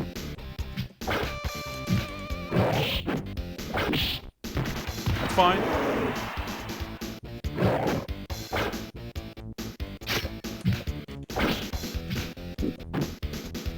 Time.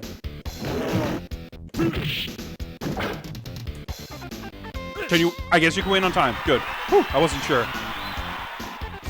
That was fucking tense. Bear Killer Anthony. Great name. We did it, guys. Winner is Anthony Hawk. I guess that's time. Oh, this looks pretty cool. Oh yeah, this is Tony Hawk Pro Fighter. Anthony Hawk, age 31. He still continues to train. I was just about to say, dude, it's got fucking character endings, but I guess only just barely. 15 continues. Oh. Could have been worse.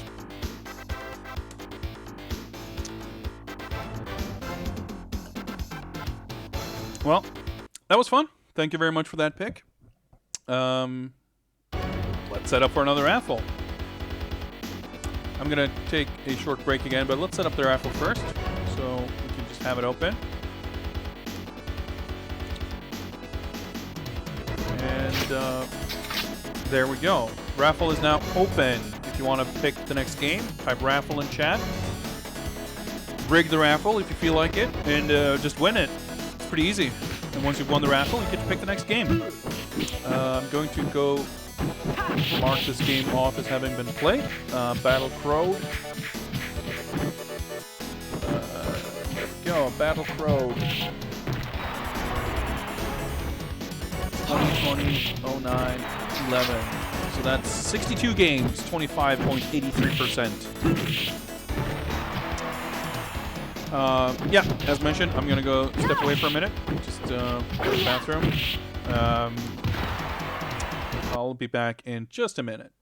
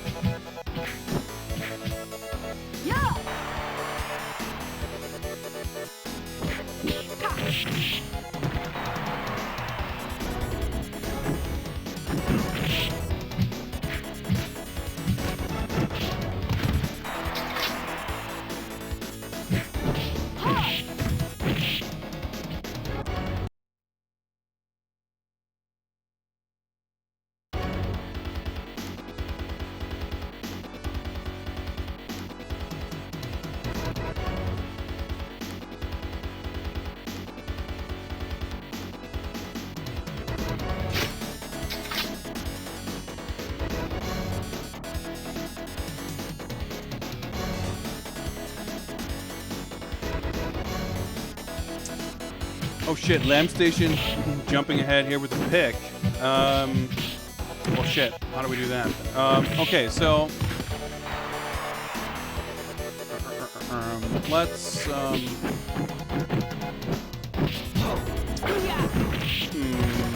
don't have a good strategy for this. I was just thinking, do I would prefer to not like have to cancel the raffle because the raffle's already open. But let's but I also don't want to draw a winner and then have to like pick their game in an hour.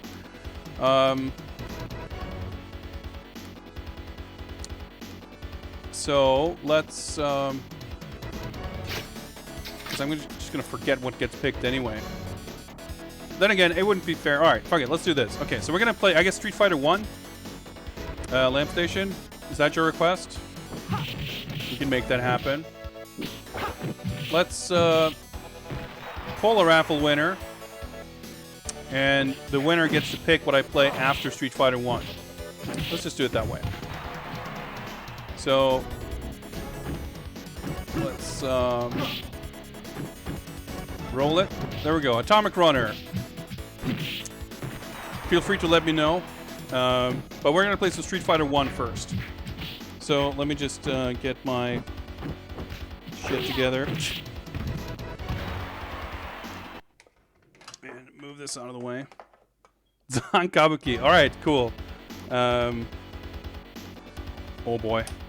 All right, you're going to have to wait a little bit further. But it's coming. So unfortunately, as far as like Street Fighter 1 goes, I've never quite mastered how to like properly do Shoryukens on command, because if I did, I could probably beat it pretty quickly. But because I don't, it might be rough. But we'll give it a shot. We'll play it a little bit. Bear with me as I set up.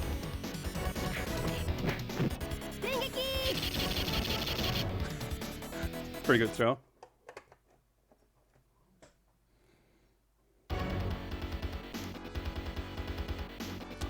I guess we'll just do it this way. It's gonna be like a little box in a box in a box, but that's fine. The authentic PS4 experience. Oh yeah. I played Street Fighter Anniversary Collection, or whatever it's called, 30th Anniversary, like when it launched. I did like a stream where I played through every game, I think. And then I don't think I've touched it since then.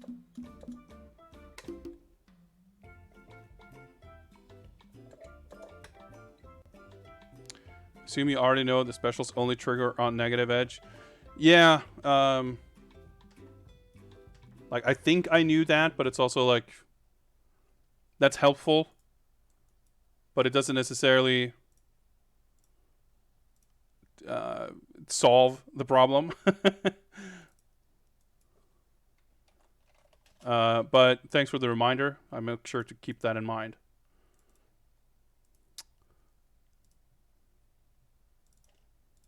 Do I have...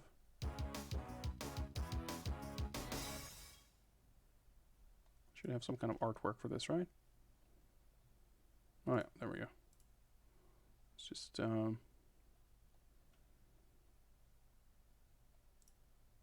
let's go with that.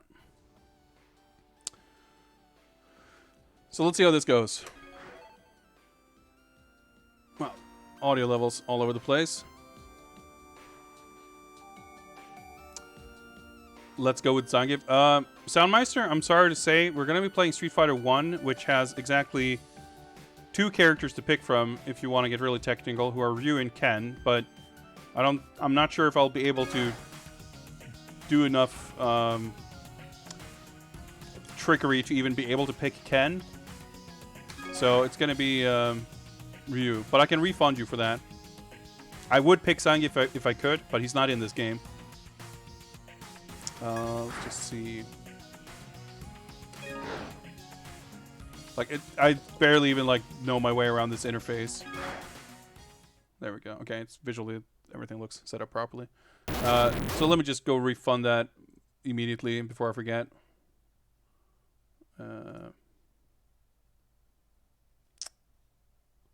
Where's the...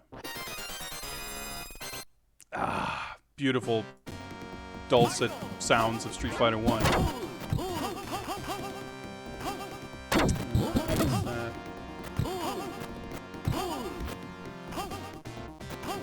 There we go.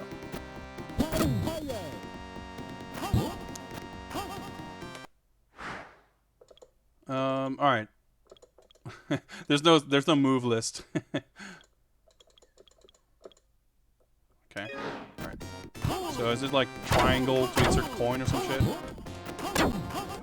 Oh. Oh yeah, I guess it's like the US version when you only get to pick 2 countries.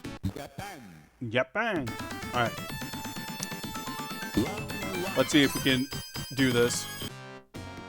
Let's see if I can.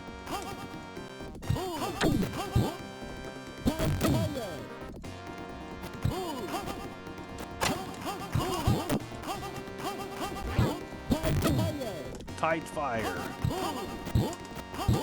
The controls in this game are just they cannot really be described, I think.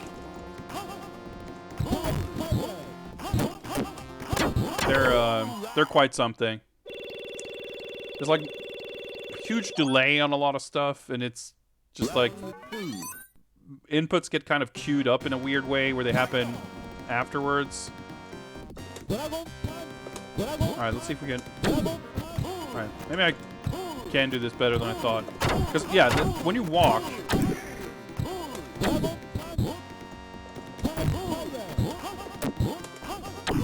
Nice, okay, we got it. During your walk, you cannot cancel your walk with an attack.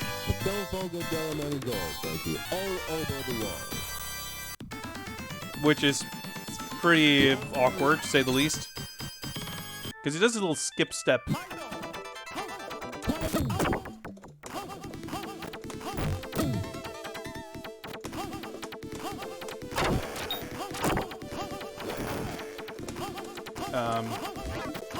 And obviously all the special moves involve pressing forward to some degree or another.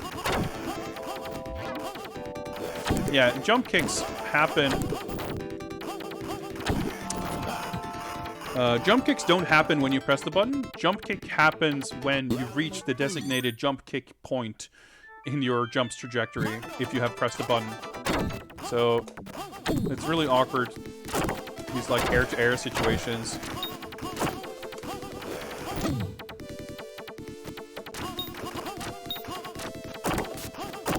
Do the fucking frame traps. Dude, I'm trying to press buttons. Oh, holy shit, the controls in this game. They're something. Everything is like weirdly slow and sluggish, but shit can still be over in like a second. And he like landed on his feet because there's like no proper system for like knockdowns. I guess there aren't knockdowns at all in this game. I hadn't really thought about that, but I don't think there are. Except, obviously, when you win, but that, you know, as far as a mechanic of being in a knockdown state and then getting back up.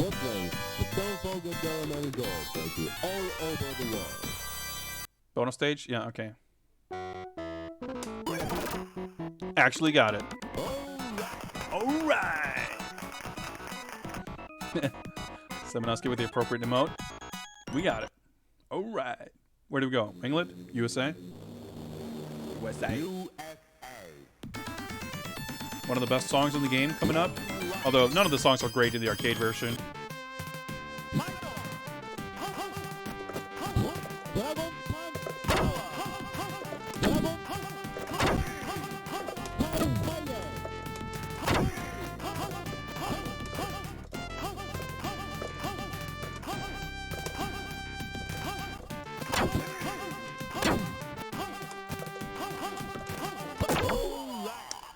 Especially because the music stops during the score countdown and the song has to start over.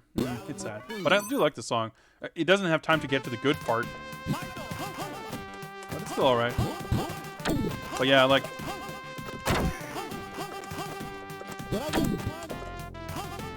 Pre-CPS era Capcom wasn't necessarily known for the super hot jams.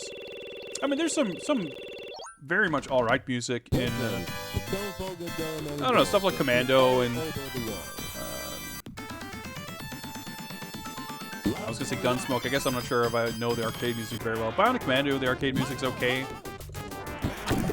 Ah, nice.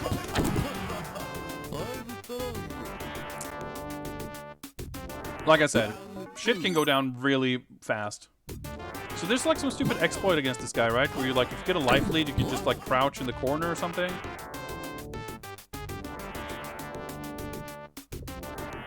Nice crouch animation. Oh yeah, there we go.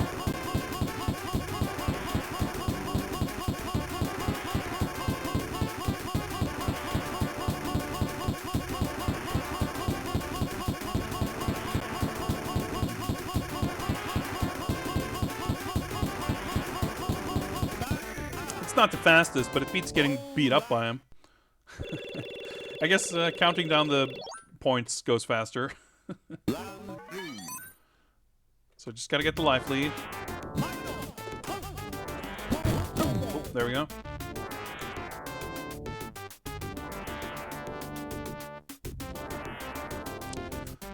Is Mike the same character as M. Bison, aka Balrog, aka Boxer?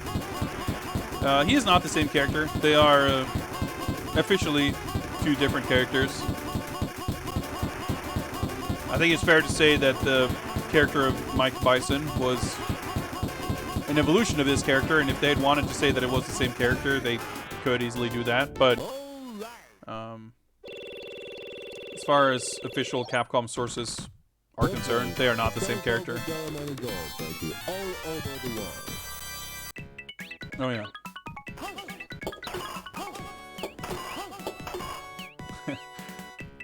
It's such a weird bonus stage. Just like, just do a normal in this direction and you get it. But hey, it's an easy bonus stage.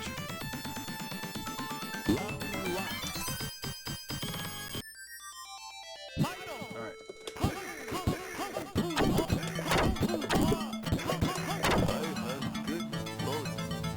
I have good fortune. It's pretty amazing that they went through the effort of making new English voices for the English version of this game.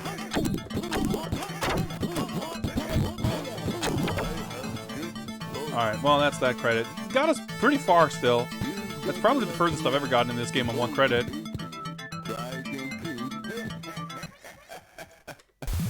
Oh.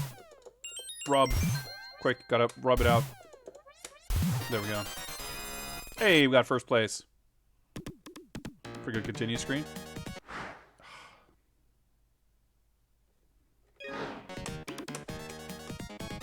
R2. Okay, I just had to find the fake start button because if I press start, I just pause the emulation.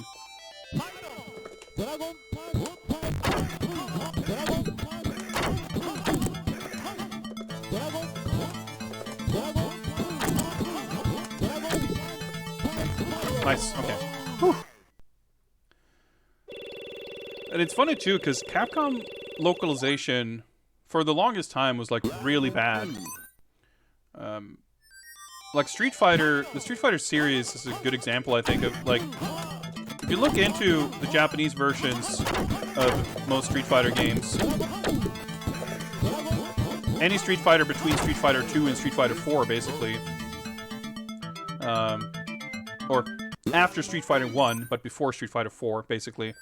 All of them have massive cuts to the content, like number of character win quotes, endings, dialogues, and stuff like that. And aside from the fact it's just like flat out not accounted for, a lot of it is just very poorly translated or rewritten. There's a lot of terminology that's just changed for no apparent reason. Not necessarily for better or for worse, but like guarding is referred to as blocking in English, but like in every fighting game in Japanese, it's always called guard. It's never called block. In fact, parrying in Street Fighter 3 is called blocking.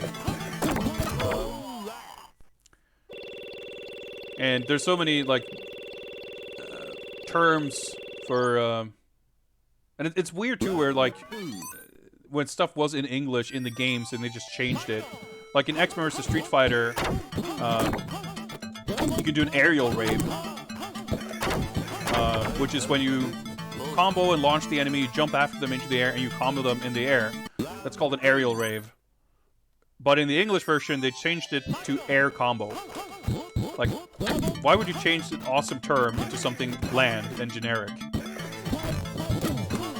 But in a lot of like supplemental materials and stuff too, like obviously there was like a shit ton of supplemental materials that official and non-official that never made it outside Japan. And it's funny, like I've spoken to friends in Japan who are like long-time Street Fighter fans, and they're like confused and blown away that in the English-speaking world, like so many things that they take for granted as like, yeah, this is knowledge, common knowledge that such and such, like the names of normals, for example, like in Japan, in most versions of Street Fighter at least, not Street Fighter 1 probably, but Street Fighter 2 and alphas and whatever, like every normal has a name. So one might refer to a specific normal that a character has with the name of it, but that wouldn't happen in the English-speaking world because that was just never established or codified. And names of special moves, for that matter, like, sure, some special moves have like complicated Chinese and Japanese names that English speakers are unlikely to memorize, so they call it other things. And I mean, that happens in any game. But there's a lot of stuff where like the actual proper name of a special move either wasn't carried over or was changed, or it just wasn't documented or established properly. So it's really weird. Like, it's not just the dialogue being poorly translated or missing, fucking every time, but also stuff like character special moves. Like the spinning pile driver isn't called a spinning pile driver, it's called a screw pile driver. And in fact, if you look at the very early like arcade flyers and bezels and shit for Street Fighter 2, the earliest Street Fighter 2 materials is actually, awkwardly perhaps, but fully faithfully translated. But then pretty quickly they started translating things incorrectly.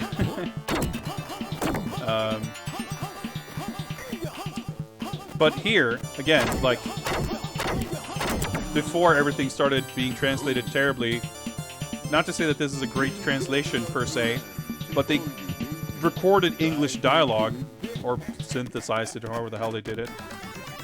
They replaced all the voices with English voices in this version.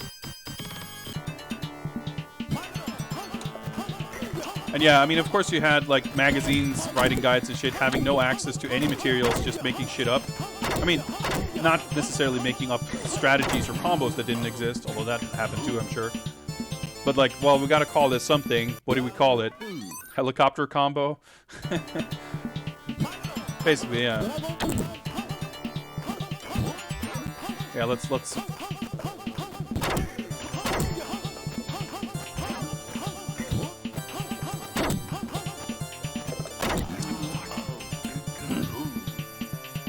And yeah, like in most Japanese guidebooks, if you have like frame data and stuff, or like hitbox sheets, or like all the normals, it'll just have the name of each normal,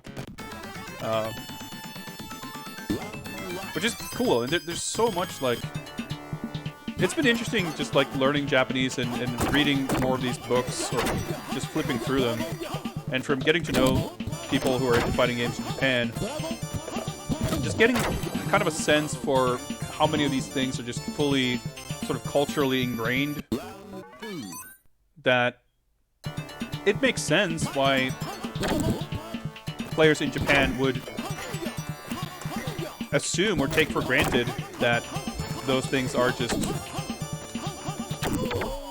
like that it's obvious to everyone, and not just like, oh yeah, everything that's like these 80% of the experience of this hobby, these games, just never made it, you know, outside of Japan, when the game itself was such a massive success.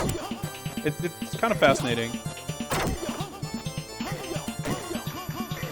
And because I'm a dork, I always, of course... I just kicked my fireball. Clutch. A lot of the time, I just vastly prefer a lot of the Japanese terminology and stuff, and always get irked by... Well, good enough. He was happy, and I'm happy. I'm always irked by, like, arbitrary changes to names of moves and shit. It really fucking pissed me off in fucking HD Remix. I mean, that's a game that's gonna piss a lot of people off for many reasons. But in the fucking move list in Super Street Fighter 2 HD Remix, I'm sure there's many examples of it, but the one that stands out to me is Zangief's Banishing Flat is not called Banishing Flat.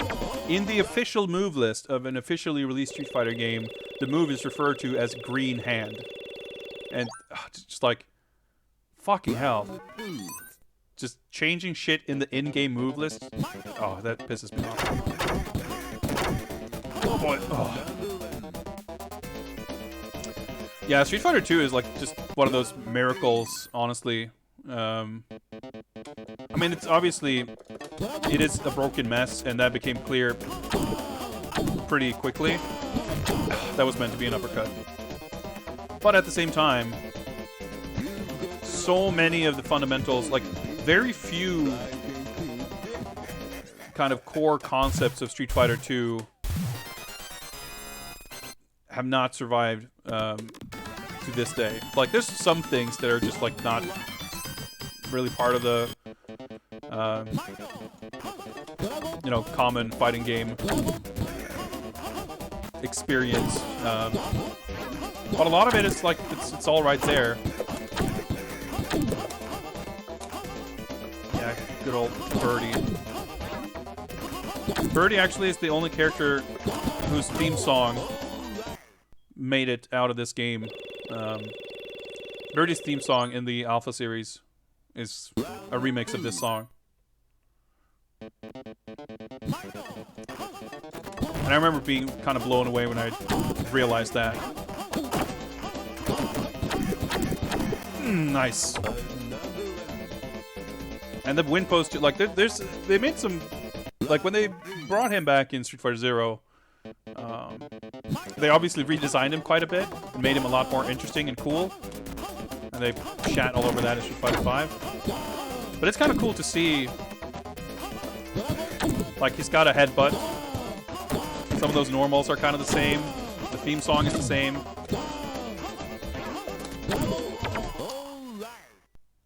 Shit like that. It's pretty cool.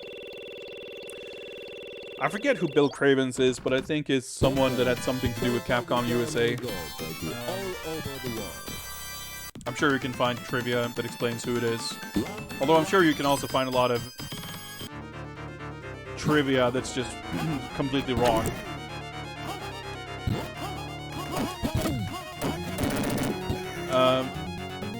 Hopefully, we'll get to hear Otto's theme pretty soon, and you'll see how it differs from his theme song from the Alpha games. It's somewhat different.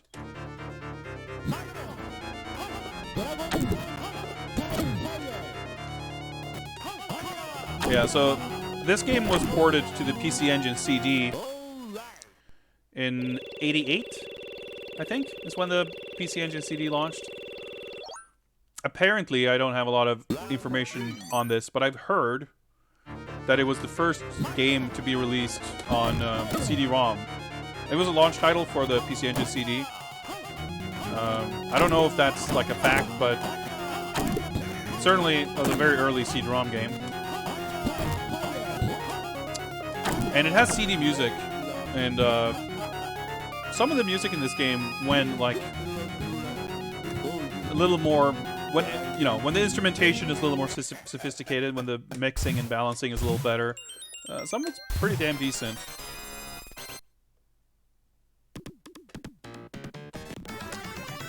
So we got Eagle left. I think this is we've done everything before Thailand, right?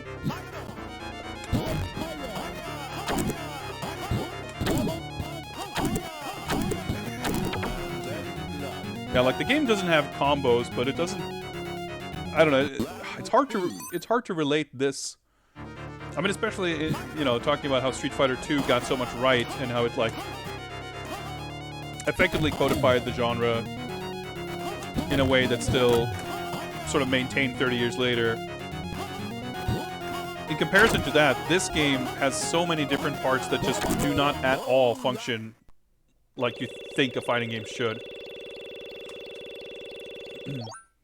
And it can trip you up a little bit when you just instinctively expect things to work a certain way. Yeah, Eagle returned in CVS 2 and subsequently was kind of copy-pasted into a couple of other games, like home releases of Alpha 3. And of course, the CVS series sprites look fucking gorgeous. And he's a cool design. He didn't really need a lot of changing. They gave him a red ascot, and I think that's about it. I'm gonna assume his design, like, people have said that he's based on Freddie Mercury. I guess the CVS 2 incarnation, maybe. Because he's got like some quotes and stuff in CVS 2 that reference Freddie Mercury, I guess. But to me, this version looks like he's probably more based on Bob Wall, I guess, in whatever Bruce Lee movie it is. When he's basically, he doesn't fight with sticks, I don't think. Maybe he does, but he's got a very similar outfit with the suspenders, and he's got the big bushy hair and the mustache.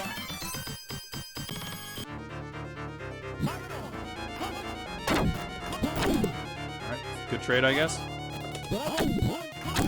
Yeah, like the...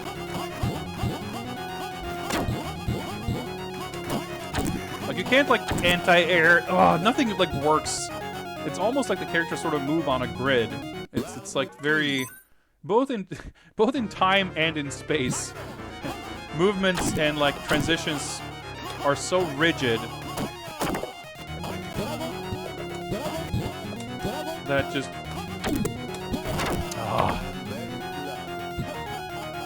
But it is really cool when you look at this game. When they took some of the characters from this game and brought them back, whether for Street Fighter 2 or Alpha or CVS or whatever, it's always cool to see, like, to kind of find those little, what do you call it? Like, just the sort of scraps that they were able to piece together something from. Because, needless to say, a character in this game doesn't have a very fully featured moveset. They've got like 2 normals and a special, maybe. Even the distinction between normal and special isn't apparently obvious, with the CPU characters, because you can't play on them. And even the boss characters in World Warrior are actually kind of like that.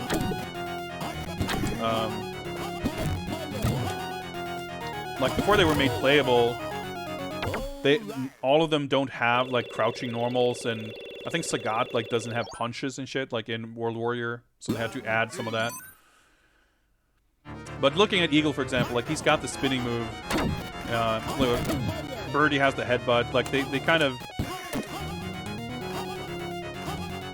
extrapolating like a more contemporary, fully featured fighting game character from this. I think it's kind of cool. I mean, it's kind of the same thing when they bring in like Final Fight characters or other kind of shit like that, or hell, even any kind of guest character in a fighting game these days, like whether it's from a movie or from another game or whatever it is, like that idea of like trying to interpret a character and like piece together what kind of moves they can do, or and then you get to see kind of the source and sort of trace back where some of those ideas came from. I think that's always fun. There we go. Thailand. And I think it's definitely a shame that so many. Yeah, so Adon here, he's got the Jaguar kick. He's got the thumbs down win pose. Like, it's cool to see that, you know, obviously the alpha version of the character is so much better defined and interesting in so many ways. But how they could, like, with this as the kind of the starting point, just by sort of tweaking things, not that much, and just like drawing it a hell of a lot better, create like such super compelling characters. And it definitely makes me sad that that there's still a bunch of characters in this game that haven't gotten the chance to return.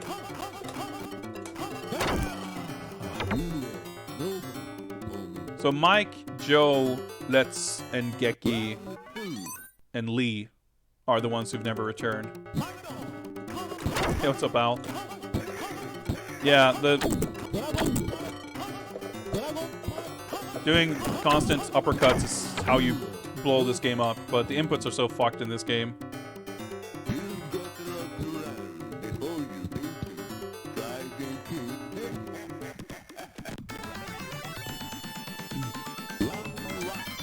I mean, I think, barring going back to Street Fighter 1, I think Street Fighter 5 did do a good job of not necessarily digging deeper, but making sure to bring back some characters that we hadn't seen for a while.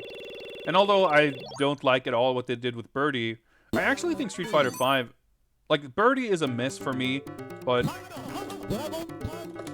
generally speaking, as far as like reinventing and changing characters, I think they did a really awesome job with it, because like Dalsim, I think Street Fighter 5 Dalsim is by far the coolest he's ever been. I think Zangief is, visually he looks great. Like, the design isn't very different or at all really, but they made some changes like relative to how little he's changed in other games. Oh yeah, Sagat's theme.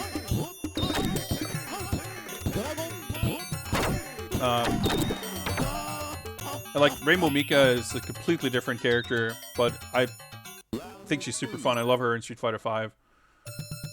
Karin, I don't like her moveset. Like, I think she's less interesting than she was, but overall, like, I think they actually did... They got a lot more ballsy with mixing things up with how, like, popular long-term, you know, characters play than they ever did in Street Fighter 4. So I can definitely respect that. But I would love to see, whether in Street Fighter 6 or if it's some crossover fighting game or whatever it is, like, just in any way bring back, you know, it starts sticking out, I think. Like, the longer they go without ever doing anything with those characters, the more sort of conspicuous that absence becomes. The horizontal range on the Dragon Punch is kind of shit. I mean, Karin is just like she's just a different character. She has totally different, like, what I would consider her sort of trademark stuff is like not present at all with the counters and stuff. Some of what she used to be able to do is like part of her V trigger and stuff. I always liked her look, so I thought the counter stuff was like kind of cool. So I was like happy to see her back, but yeah, I don't like Karin in Street Fighter 5. I think she's super boring to play and watch. Ugh. Remember when Joe showed up in Final Fight Street twice and people are still debating if it was actually him? I remember a character called Ghost, and I remember hearing people say that, oh, Ghost is actually Joe from Street Fighter 1, but I've never heard or seen anything to substantiate that. I definitely played through that game not once making that connection. Not that the character is like, I mean, he like shows up for 5 seconds, but they had some weird ideas for incorporating Street Fighter lore in that game, so maybe.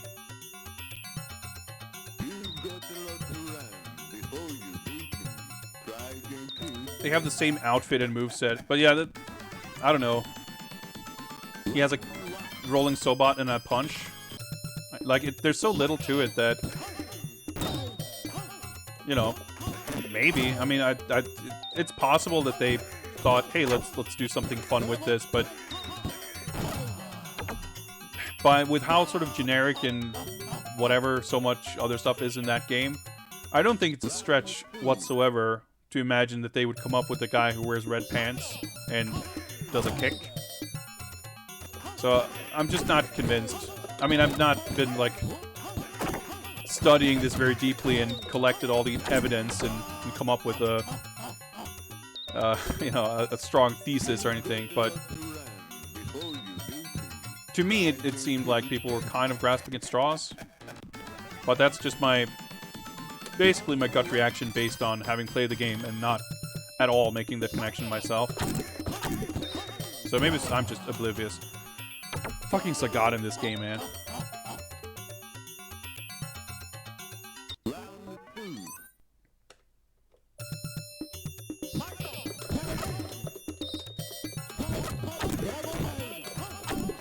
Just mash punching down forward. I fucking hate the no range on the Shoryuken. Oh boy. How would I redesign a character from this game?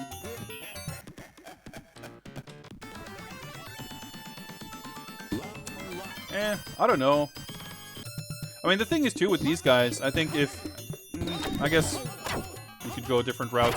Just on a visual level, I feel like if you're gonna bring back an old character, you kind of want them to look the same to, you know, for there to be a point to it. But that's not really what they did in Street Fighter V, and I think that ended up okay.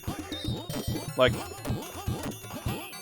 they ended up kind of redefining, like, take Lucia for example. Yeah, she's got her Final Fight 3 costume, and I kind of think I would have preferred to see that as her default, but they clearly wanted to expand on what that character was, and I guess they had the idea for a new visual look to kind of reflect the personality and story elements that they like kind of wanted to add.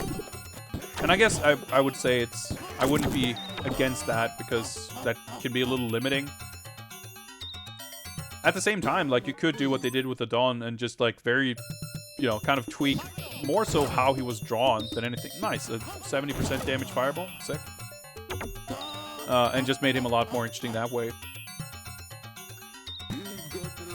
But honestly, I think these characters are so...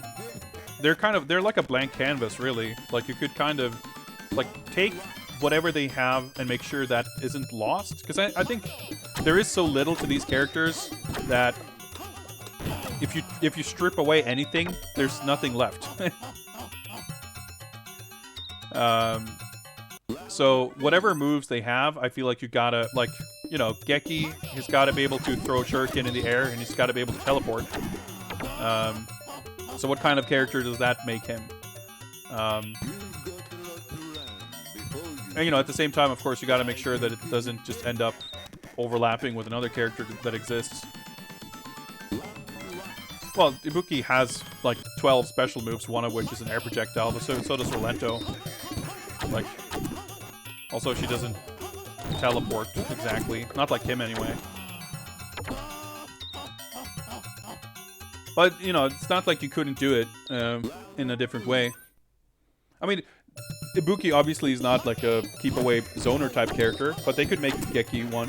They, you know, put more emphasis on his fireballs and teleport him, like, make him something closer to Dhalsim, but maybe give him some air mobility. Because he, like, jumps a lot in this game, so give him, like, air teleports and give him some wall jumping and air dashing or double jumping or something. Or, like Yunfei in Samsho, who can, like, glide back and forth and shit. That's really cool. So maybe, like, something like that. But I think probably, like, Joe, Mike, and Zetsu are so, like, they don't have a lot of... Like, Mike's a boxer, and there's already a couple of those. And, yeah, it's not like Street Fighter has exhausted everything you can do with a boxer character. But seeing as he's obviously visually not super distinct from Boxer, who even has a Mike costume in Street Fighter V, it's not, I don't know exactly how you retain what little flavor there is. But probably you would, I guess, try to come up with some kind of mechanical gimmick. Just that makes him like fundamentally different. Maybe something with like stances and transitions and stuff. But again, he doesn't exactly come across as the most like technical. Just from a personality standpoint, it doesn't seem like it would, you know, click super well with his design and everything to be like a... I'm thinking of, you know, like Nelson in KOF 14, who can like do these like dash cancels, and like he's a little bit like maybe Steve Fox in Tekken. Like he's got different stances and you can like transition between them. He's got a kind of a different move list. But it doesn't necessarily, I don't know, that feels like an odd fit for Mike. But probably something along those lines. It doesn't have to be something that's entirely technical. Maybe even something like let him charge his normals or something, like Jean Cujo in Virtua Fighter 5. Because Jean he was a new character they added in Virtua Fighter 5R. And he's kind of a beginner character because he's, I don't know, he's a pretty simple character to use. But he's got a lot of strings where he can charge the final hit of the string. And if you charge it fully, like a change of properties, you get like frame advantage and stuff. And there's a few things like that in Street Fighter 5. Like Zangief can charge his heavy punch, right? So maybe you do something like that gives him more of a brute force powerhouse feel to him, but make him mechanically distinct. Oh, fuck's sake. I've played this for half an hour. I think this is about as much Street Fighter 1 as I can take. I've lowered the sound on my end, but this music is still fucking driving me nuts. I did beat this previously. I have done it. Maybe we'll... Oh, fucking hell. Like, you just can't let him do his moves, because then you die. So you just gotta hit him with your fucking uppercut before you can let him do jack shit. Then you... I don't know. Sagat rounds are usually over very quickly for that reason. Either he destroys you, or you destroy him.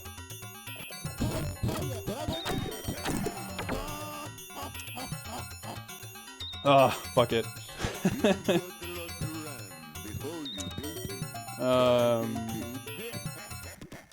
Atomic Runner, you'd mentioned what you want to see played next, right?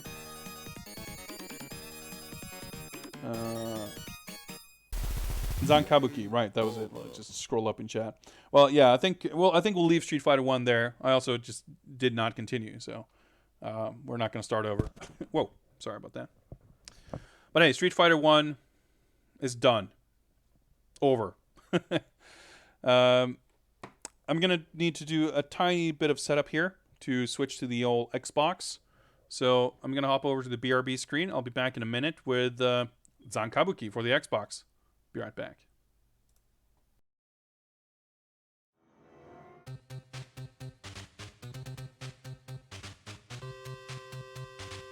Raffle is not open, by the way. Be right back.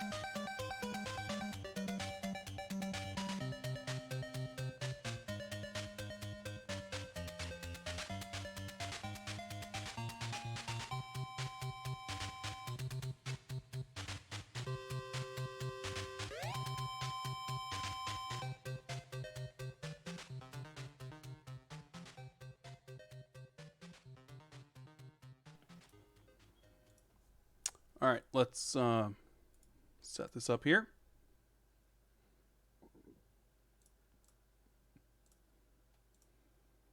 Oh yeah, gotta change the HDMI cable here.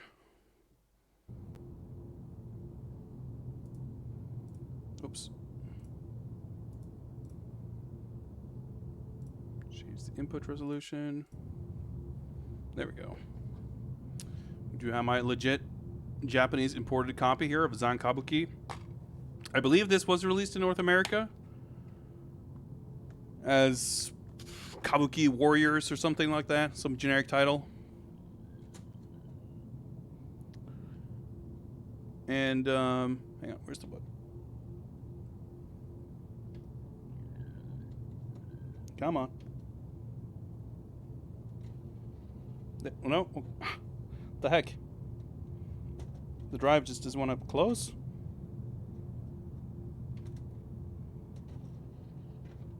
There we go. Okay, that was weird.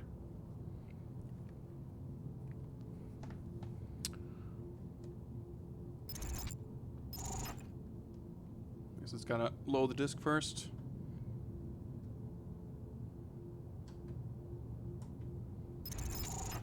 Zan Kabuki. Yeah, there we go.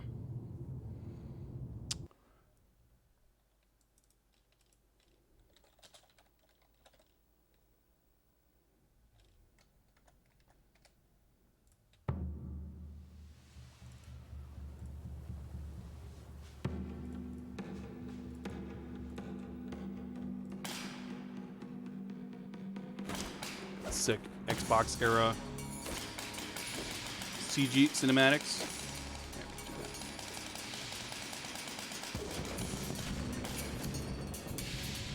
I can turn it up on my end now that we don't have Sagat's theme playing.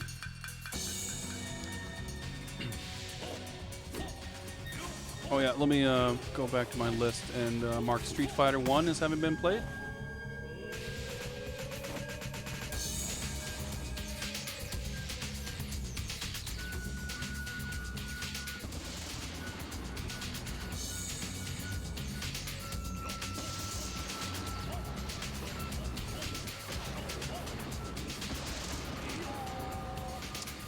So this game was developed by Genki, who previously developed the Bushido Blade series for Square Enix. Or, no, okay. Well, Lightweight is what I meant. I saw Genki's logo and got tripped up. Lightweight. Genki was the publisher in Japan. And this has, on some level, some of the same kind of appeal. In that it's a really, like, weirdly unique kind of thing. And it's all about the atmosphere. And let's maybe skip some of that. And it kind of goes all in on the presentation and framing of everything with the whole Kabuki theme.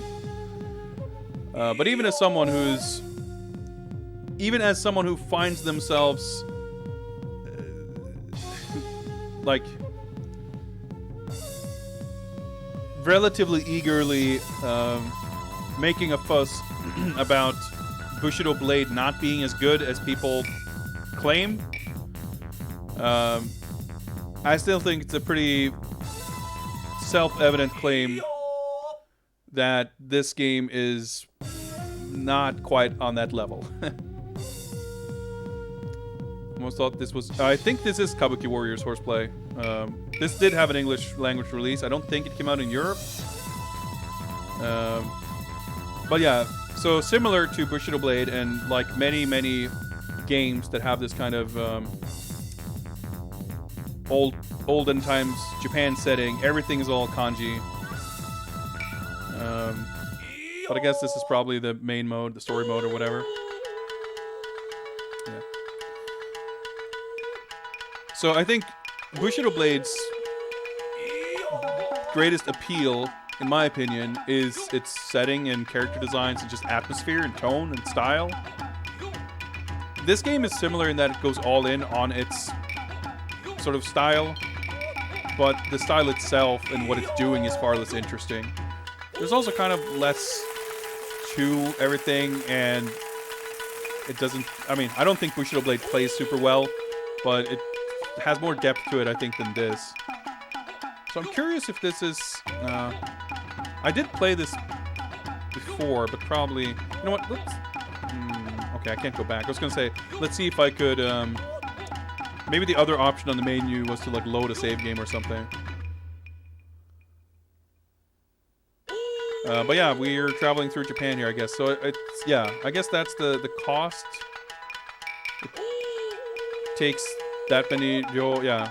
We gotta spend 8,000 ryo to go to Yamazaki, but let's do it, I guess.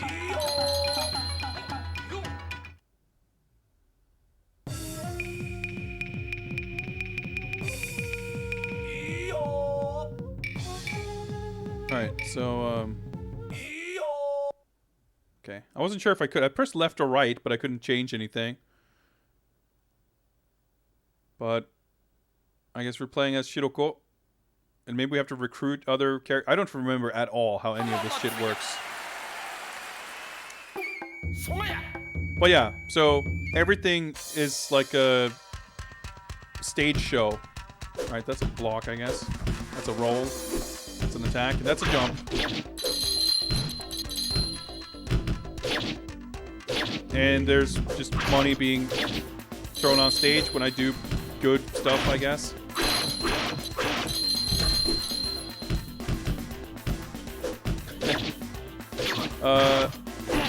Did that alert not play, or did I just not notice it? Either way, thank you for the bits. Got him. So there's a bunch of meters and shit. Maybe I should look at the manual to learn. I don't know. I noticed actually. Let's just try and replay it. See if it works. Well, there it is at least. There's a German suplex. That's good. All right. Pick a card. All right, I get to trade one person, I guess. Whatever that means.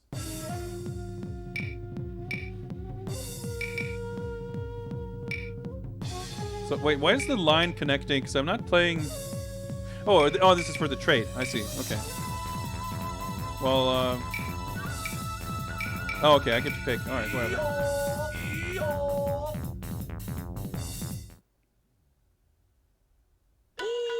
I guess that's a real character, so that's maybe better. I don't know. But yeah, I guess it's some weird board game kind of thing.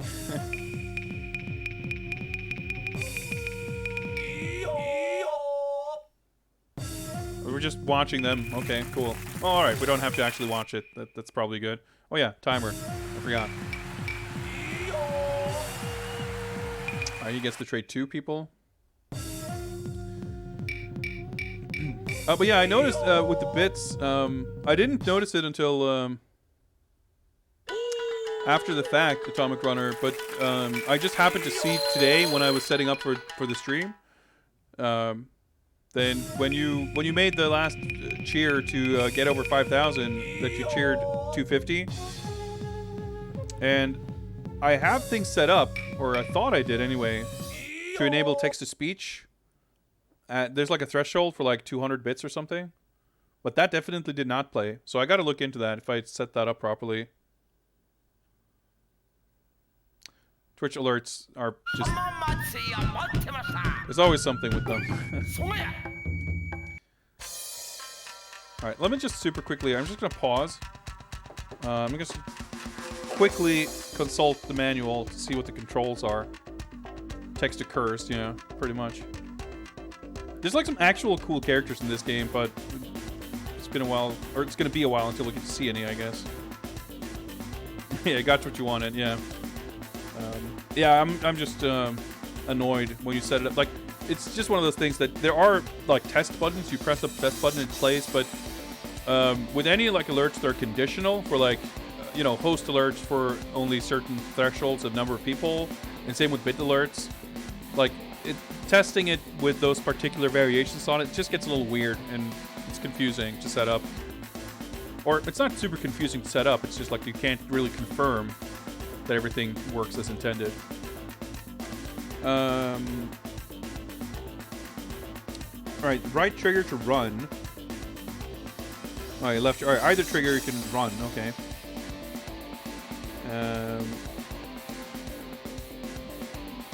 X button defend, Y button roll, I guess. B jump, A attack. Okay. Okay, black is special move. White is something, but I'm not exactly sure, but we might have to try. Okay. Oh, right, I'm on the other side. Right, I forgot. Okay, it's taunt. I guess. I just appeal to the audience or something. I don't know. I guess I gotta have a burning gauge or something at the bottom to do a special move.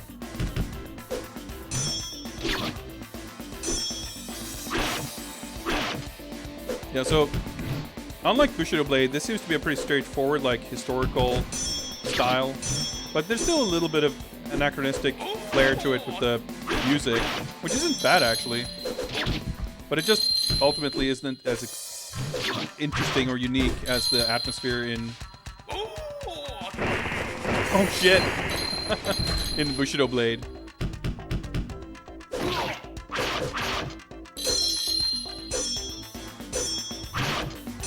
Pretty good special move I had there. By the way, let me. Oh, I lose. No, wait. I think I win because it said Shiroko, you lose. Nope, never mind. We lost. Fuck.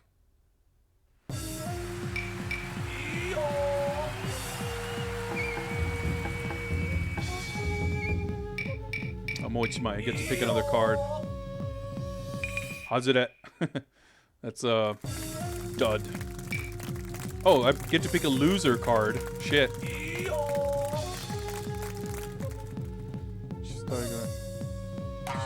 Okay. So I lose 2 turns, so I don't get to use 2 characters or something. Oh, I think I moved back 2 steps. I take it the goal is to make it to the other end of the whatever line.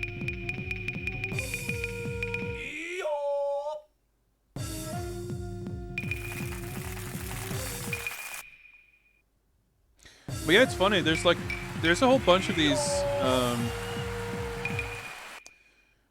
historical Japanese fighting game kind of things. Like there's the Kengo games, and I have I think I got Kengo 2 on PS2. I remember playing that on stream at some point, and it was super confusing. All right, so I can just go here and challenge him, I guess. Let's do it. I'm not sure what happens if you land on an empty spot, actually. I guess whenever I traveled the first time, I traveled somewhere empty. Maybe I should have picked my Shiroko, because it's not like I did any better with this guy.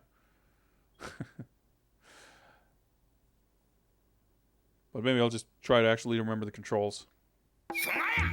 But yeah, I remember that, like Kengo, because it's not really a fighting game, there's like more about like building a character and stats and shit. But I did remember, like, we tried the versus mode and I just could not win like a single round, basically. Bushido Blade, again, like, I just don't think their games are very fun to play because they get really clunky. Oh, I guess you can throw. Okay. I don't know how you throw, but...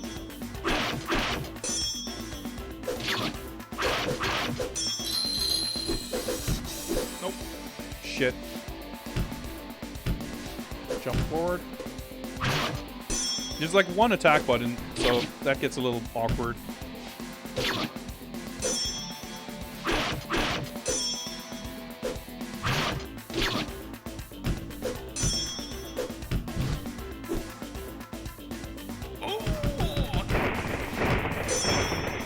I guess it just moved out of the way. Maybe that special isn't that good. Oh, I lost. Fuck me.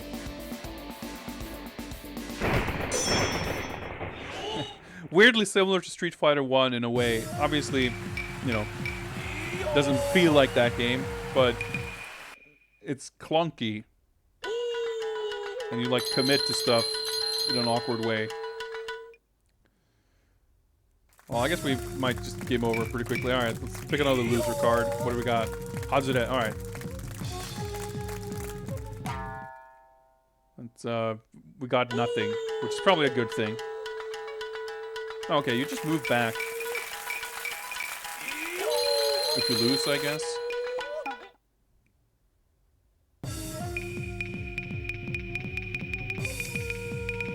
And yeah, like, there doesn't really seem to be a lot of depth or variety to the game. I mean, there might be shit that you get, like, you unlock or different environments later on or something, but I really get the impression that this is, like, really all there is to the game. At the very least, there are some characters. We should probably go back to the main menu and try the other mode when we inevitably game over here, but there's probably some kind of just simple battle mode, so we can at least see some of the other characters. Let's try fucking Shiroka. I did better with this character. Oh shit, alternate costume?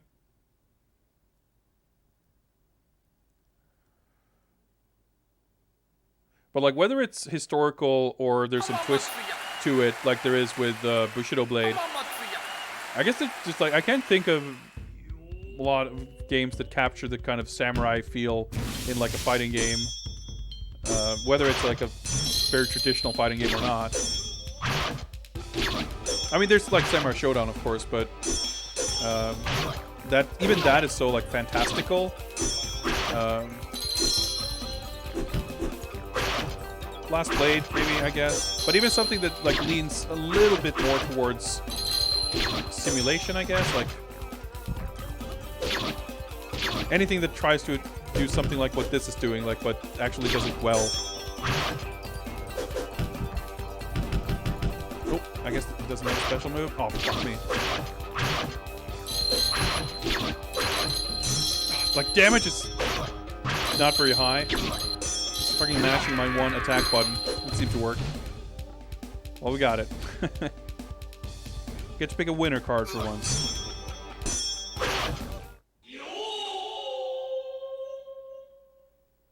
I got some good Kabuki sounds, at least.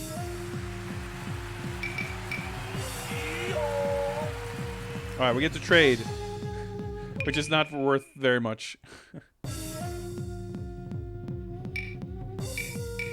Guess we'll trade these guys. Sure. Like, the other character I had didn't seem to do much for me, but at least it creates some variety. I don't want to... I already had 2 Shirokos. I don't need a third.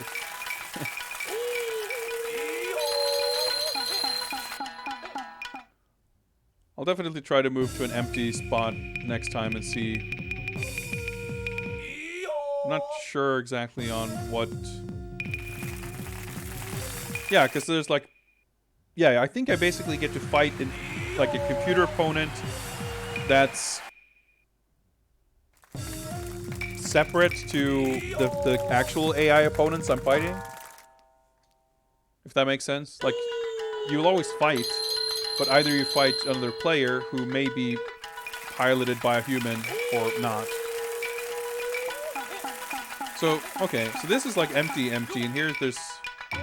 So I see, yeah, this is like the computer player's characters. And here there's art characters, but here there's not.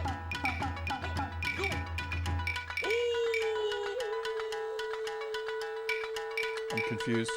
I guess, yeah, traveling price doubles with every spot. Okay, so player 4, he went to another square box like this and fought. So maybe if I go to a round empty spot, there's nothing's gonna happen? Or do I still have to fight? I guess I have to fight. Well, at least we get to see another character, assuming he picks Goro. Yeah.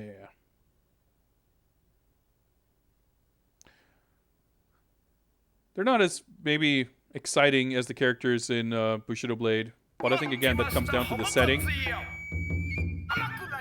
As far as, like, a roster of Kabuki characters or whatever, with this like specific setting. They're not bad. They're kind of neat. I should probably look in the manual how you do throws, by the way. That would be good to know. You know what? That's it. I'm gonna look it up.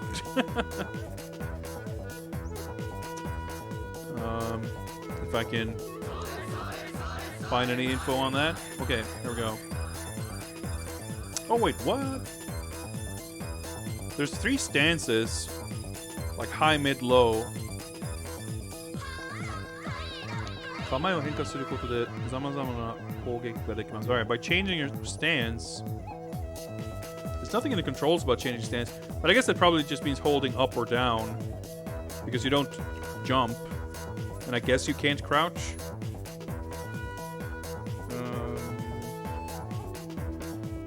It doesn't really explain it, but oh well. Nage, that's what we want. Okay, press A plus X to throw. Okay. Yeah, it just says press A to attack. Attacks will change depending on your stance. I don't know if there's another... No, okay. No, as far as... the stance thing just says there are 3 stances. It doesn't tell you how to access them, which is terrific.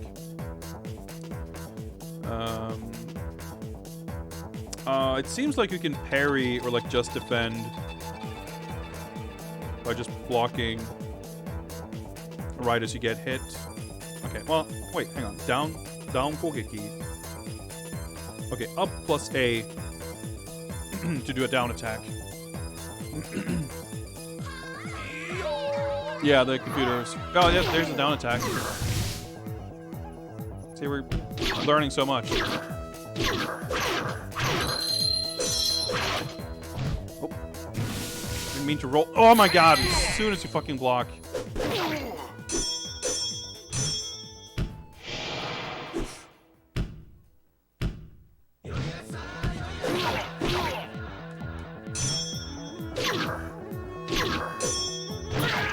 It's not really worth trying to do the throw because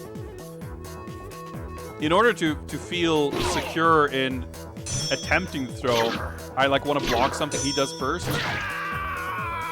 But if I press block, he throws me. I guess there's no whiff animation on the throws because I tried. I mean, even before I looked in the manual, I just assumed that block and attack would be throw. So I tried it, but to no avail. All right, I get to trade 3 characters. Okay, I guess I hopefully don't need to trade 3.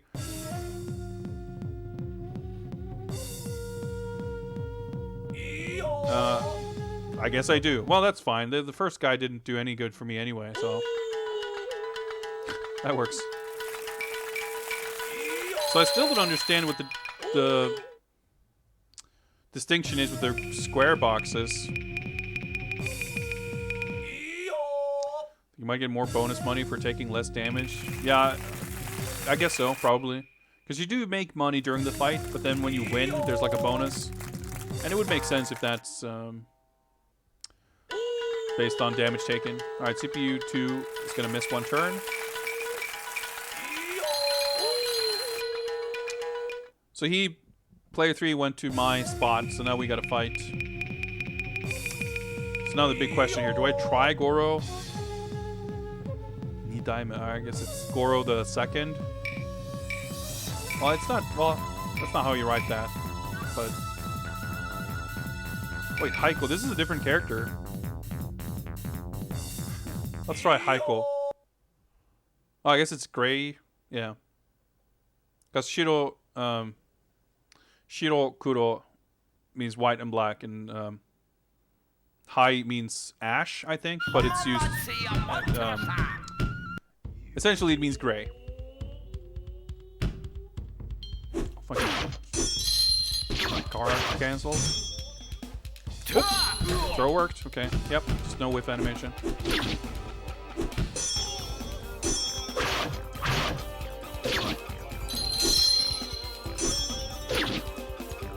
That's my high attack.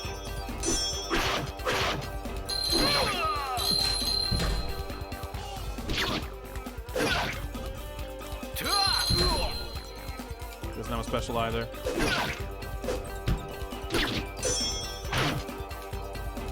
Oh, he threw me. It's not fair. Oh! Starting to feel like fucking battle crowed. Yeah, so like these guys aren't like real characters, I don't think. Like they don't have special moves. They like I guess every player starts with 3 of these guys.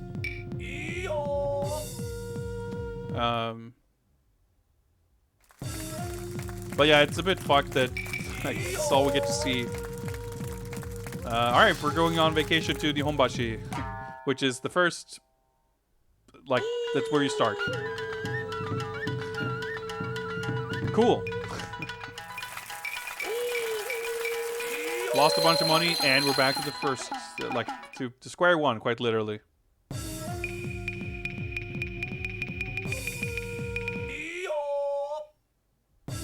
I was just about to say, well, at least we get to see a character, but nope, right. We just have to sit through this shit. We don't actually get to see the fights. So I wonder, well, like after you pick all the winner or loser cards, I wonder what happens, but presumably it just like starts over. Well, I guess I don't want to fucking lose all my money, so... This whole thing just feels tedious. It doesn't really feel like you're making much progress. I mean, technically, I just am not making any progress, seeing as I'm just getting thrown back, but... It's a very peculiar... It's just funny. I don't know when this game came out, but it's probably... Yeah, 2002. I was going to say, I think it's pretty early. Well, I mean, the Xbox wasn't around for that many years before the 360. And this was published... forget. Published by Genki, but I think maybe Microsoft had some involvement. But... Because they definitely... Microsoft... were really invested in making shit happen for the Xbox in Japan for a while.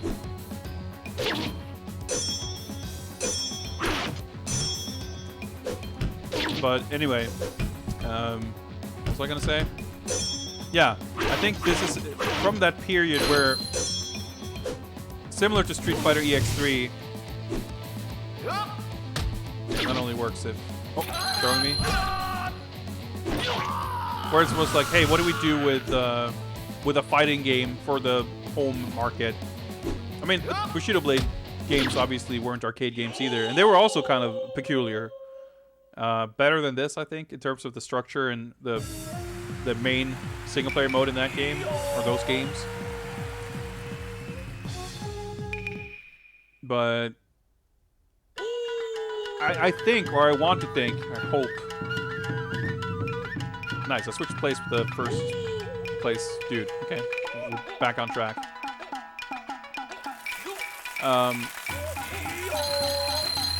I mean, I guess we're not completely out of the woods. What I was going to say is, I feel like we're at a point where fighting games, they might have weird stuff or additional modes and different quirks on, like, trying to figure out a good way to do single-player stuff.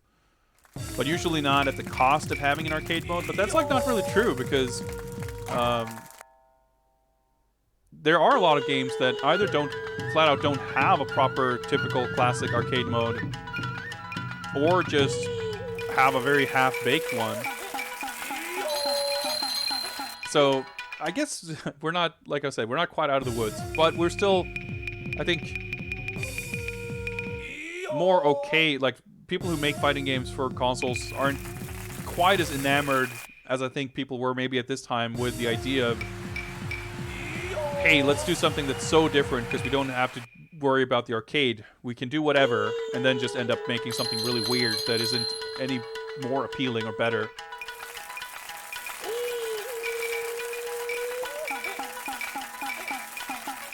Oh, yeah. Well, let's... Shimada, I guess?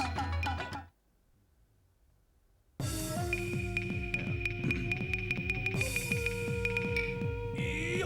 Well, Kuroko did well last time, so let's go with him again, I guess.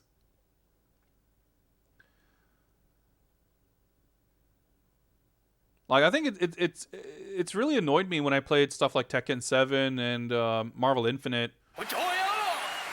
Like, Marvel is a great example because you could compare Marvel 3 and Marvel Infinite and how they handled, like, single-player stuff. Like, Marvel 3 has a fun, normal arcade mode with individual character endings, which is, like, fun, and those endings are cool. And it also has the Heroes and Heralds mode, which is like a goofy single-player mode where you like collect cards and get status effects. And I've been thinking about that lately, kind of wanting to mess around with that because it's been a million years since I played Marvel, and I don't even particularly love that game. But let's just say Marvel Infinite made me very nostalgic for Marvel 3.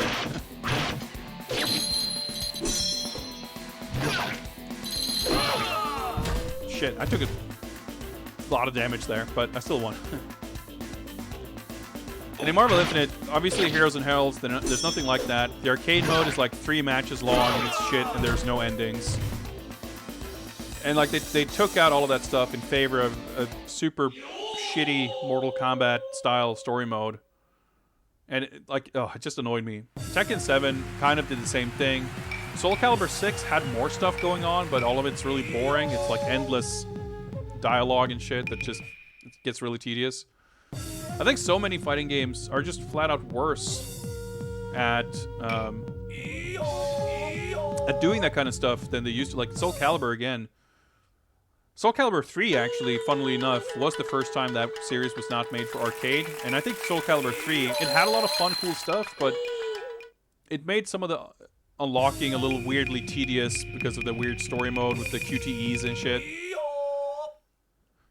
But generally, going back to like the home versions of Soul Calibur 1 and 2 and the Edgemaster mode and that kind of stuff, like I've always felt like that was more fun and interesting than the equivalent stuff they try to do in 6, where it's just all fucking dialogue forever. Yeah, 3 had like the strategy thing that would corrupt your memory card. That's kind of what I remember of that.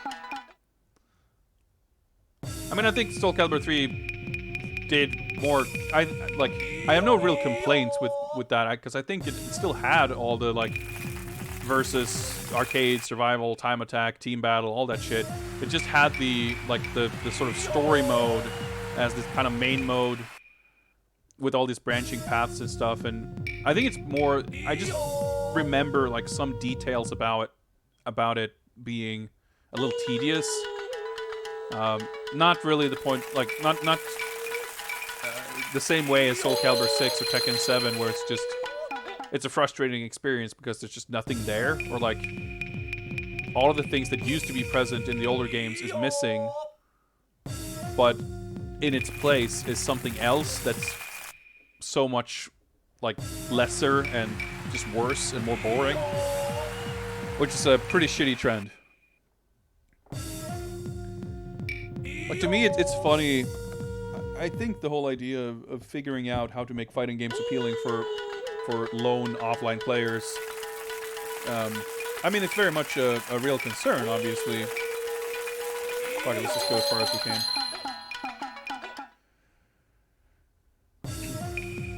But it feels, in a way, like people are just kind of overthinking it.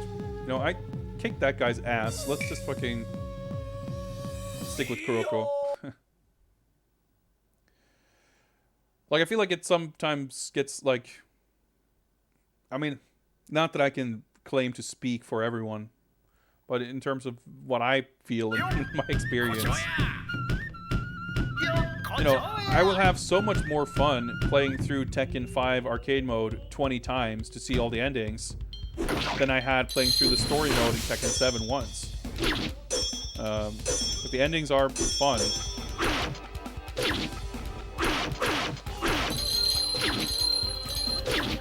And same thing with Marvel Infinite. Like, that story mode is just like, you know, I think NetherRealm are like the only fighting game developers who've done that kind of story mode even remotely well.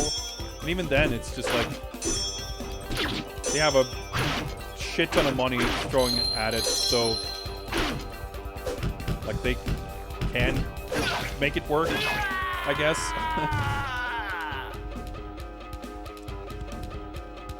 And it's like, it doesn't seem like a worthwhile gamble, especially if it has to, like, I don't take issue with Street Fighter V or Tekken 7 or Marvel Infinite trying to go that route. I think it's neat, but it sucks ass that that is at the cost of, like, even shit like Street Fighter 2. Like, when they did Arcade Edition of Street Fighter V, they finally added, like, endings. And I think, actually, everything they did with Street Fighter V arcade stuff, like, was... Alright, I have to... Well... do this, I guess. I think what they added and changed with the survival mode and the arcade mode stuff in Arcade Edition was actually a huge improvement to the game. I actually have had a lot of fun playing that game. Like, unlocking those artworks and endings legitimately is a carrot that will make me play that game. And I enjoy that. Like, I enjoy having that. And I think it's... I feel like there's a very strong consensus, or at least perception from developers and publishers that, like, well, we can't do this shit like we used to do it 20 years ago. That's the old way, and people are gonna feel like it's old, so let's not do that. And, like, I don't think that's true to begin with. But I also think it's kind of an asinine stance to take when you have nothing sensible to replace it with. The confetti death spray. Yeah, it's pretty cool. I guess it's like flower petals. Super Smash Brothers also comes to mind. Yeah, I'm not big on Smash Brothers. I actually do own both Smash 4 and Smash Ultimate, but I haven't really played either much. I found the story mode thing in Smash Ultimate to be super grindy and tedious and not fun. I didn't like the way unlocks work. I think I unlocked maybe 1 or 2 characters before I, like, stopped playing it. I definitely got the feel that Ultimate had... and I'm not sure if this is the point they're trying to make. I'm too ignorant to know that offhand, but I got the feeling that Smash used to have more goofy side modes and things to do, like the destroying the targets and the home run, whatever. I think 4 had some kind of like gumball machine minigame thing to get unlocks and shit. Whereas it feels like Ultimate had the board game, what's it called? Light, whatever. I forget. The story mode, basically. Like, it has that, but there's, like, and nothing else, it seems. Let's see if we can fight this guy and get some other characters or something. I mean, far be it for me just to go yell at Nintendo and say, hey, you should do this. Like, make these changes to your insanely successful game. Because I think you should. Like, whatever. And there is a lot to the game. I mean, even, obviously, Tekken 7, I don't think that's a bad game. The core Tekken in Tekken 7 is probably the best Tekken's ever been.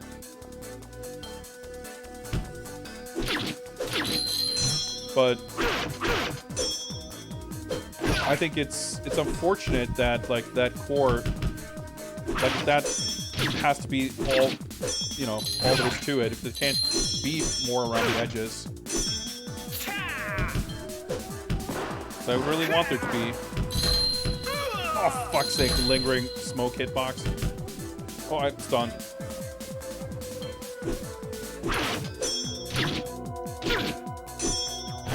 I don't really understand how, like, blocking works in this.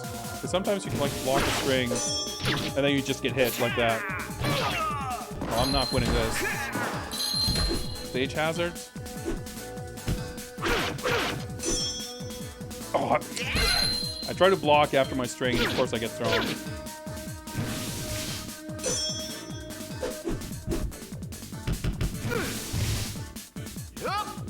No, timer. Yeah, of course. World of Light. Yeah, that's what it's called.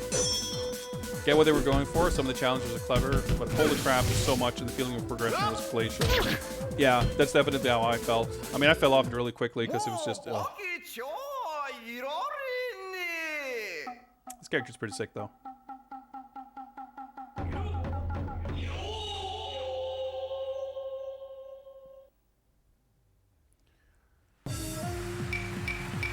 And I think that's the like feeling like you can just gonna steal my character that I mean it's fine.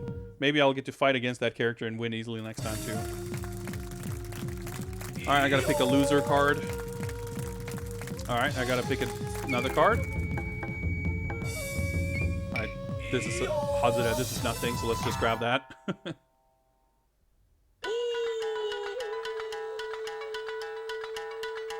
I feel like we're moving pretty far ahead there, so maybe if we get going just a little bit longer here, we might maybe see some kind of end to this.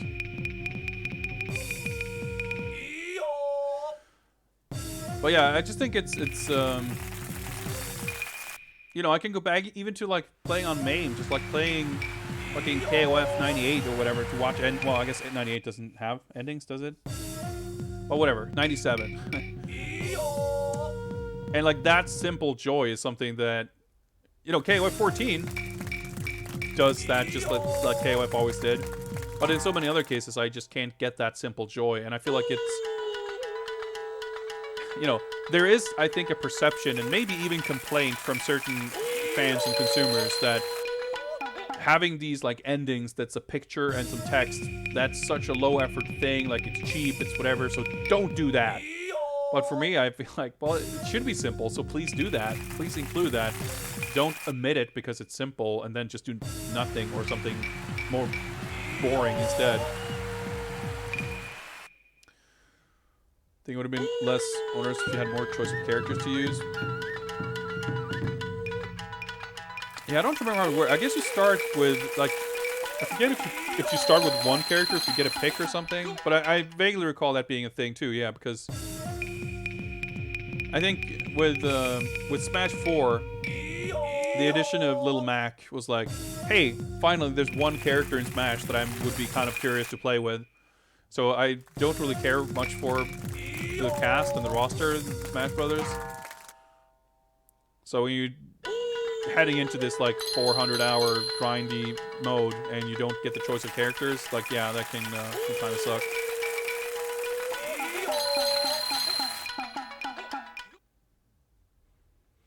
Yeah, 98 had like some kind of like, but I guess it's just not the best example for endings in KOF. That's more my point. I started with Kirby, pick up someone else, yeah. I don't remember at all who I would have played with. Oh, hey, it's this guy. See if you can destroy him this time too.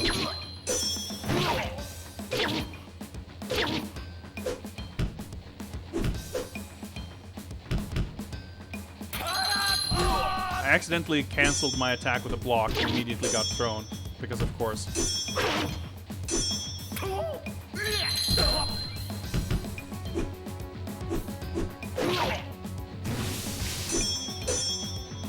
Oh, I guess it's fucking Battle Code. You just gotta block. Hold up and down while blocking. Block the right height. Oh. That special move's a little faster than the other ones. I think that was a high. I'm not sure if the attacks are like color coded or something. I don't think so.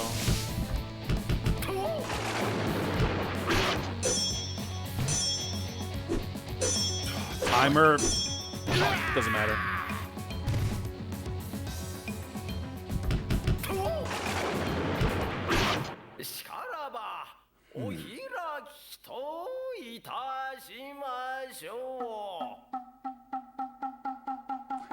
I've just gotten so far that I'm like, I really want to see if I can see this through, but I also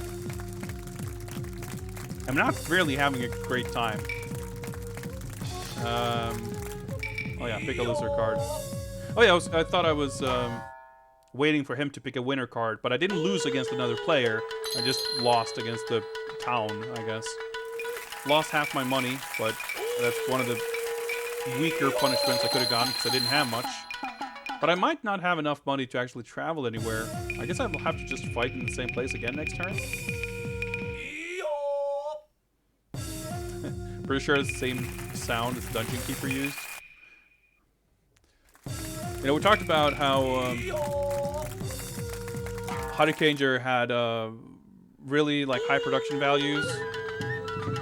I can't say the same for this game. This liberal use of stock sound would not surprise me. God, it's just like so samey. It's just like everything is just the same every single damn fight.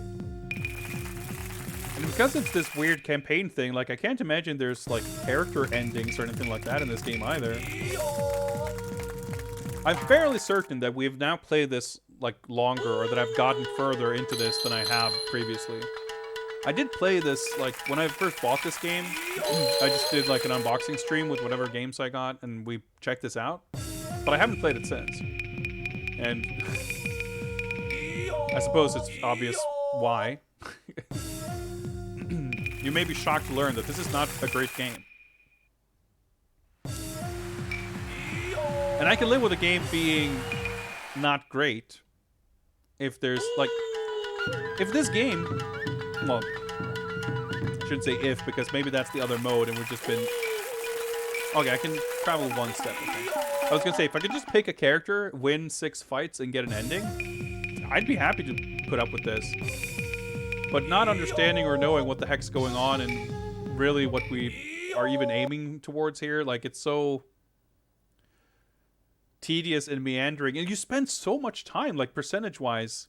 If you're playing with 4 people, maybe it's more like, I think this is a cool idea for a like if you think of this as a 4-player mode, I wouldn't, you know, I could see playing a mode like this with 4 people in a fighting game being pretty fun. But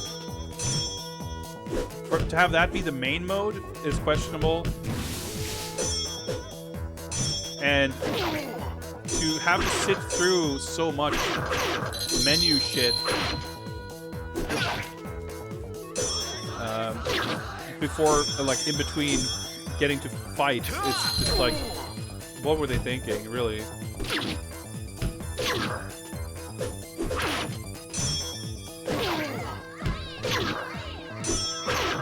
Alright, looking pretty good here.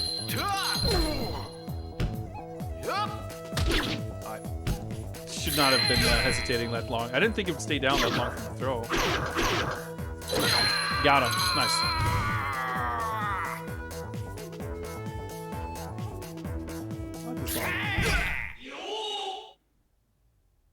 I should fucking check. Yeah, like 39.45. Alright, we get a trade.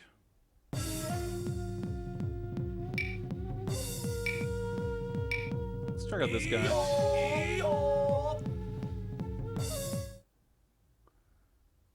So at 39.45, the match was over. So I'm curious what the timer is going to be at before I get to play again.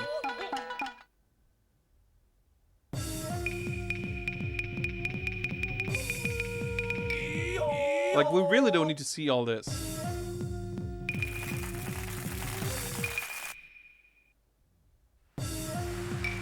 We really don't need to see all. I mean, even I guess for the game, like, for the progression, you need to know, like, or they at least have to actually pick cards and do things. But they could, like, simulate this and just give you, like, a nice summary on the map screen of what's going on. Okay, that's like 1 minute to wait for one turn.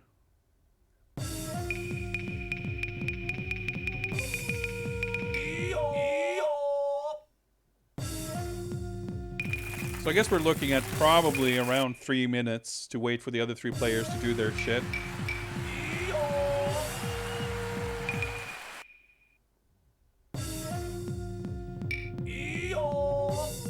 Assuming none of them don't challenge me, which I guess would let me play sooner.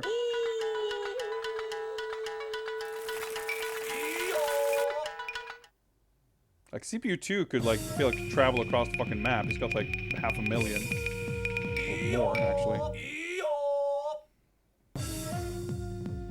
Alright, we're getting close to 2 minutes here before being able to, like, press a single button. Could have gone to the bathroom while waiting for this. Okay, only one more player.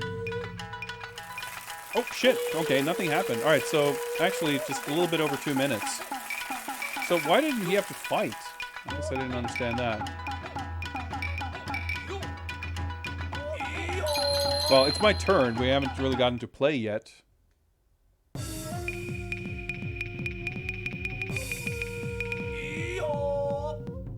Let's try this guy, I guess. So I guess we're at just over 2.5 minutes. 2:45, basically.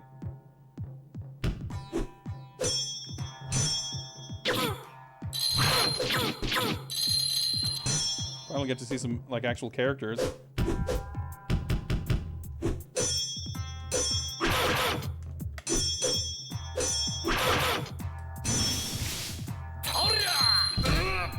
How did the million happen? Yeah, he won. It was like a card that was like, get 500,000 or whatever. I did one of those launchers in like the first match, but I've never had it happen again. Alright, what's my special move? Oh, cool. That was my special move. I just got hit out of it. Cool. That was that. Alright, so that was 40 seconds of gameplay.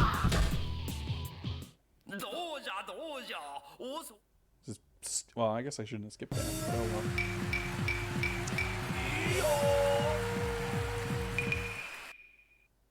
And he's gonna steal my character. Of course.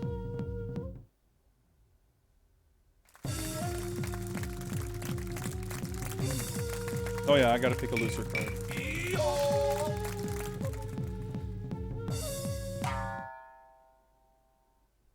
I need to lose some spaces on the board or something? I don't know. Well, if we're lucky here...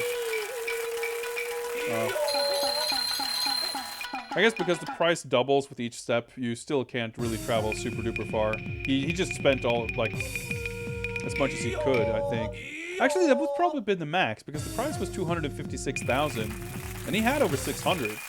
So that must just be a hard limit, that you can't move more than that. Oh yeah, see, so winner there just got 500,000. And I think actually he was, yeah, it's the same dude, by the way. He was maxed out at all 9s before. Yeah, there's a lot I don't understand, really. And it's like, whatever, I can just take it with a shrug. I just want to see if player 4 is going to reach that final spot on the map, and if so... Like, unfortunately, I would wish that it was me, partially because it's nice to win, but mostly because if there is some kind of an ending, something or other, I can only assume that you have to be the winner to actually get there. But I have a feeling that whether a human player or a CPU player reaches the end first, assuming that that's even the goal, however this is wrapping up, I have a feeling that it's not going to be particularly exciting. But we're 45 minutes deep. I think we should try to see this through. Alright, baby steps.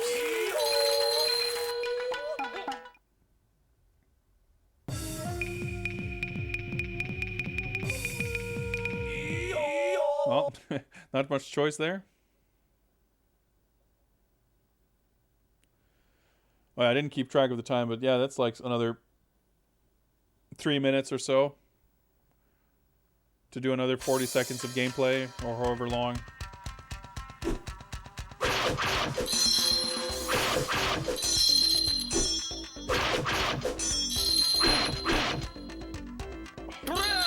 As soon as I fucking block.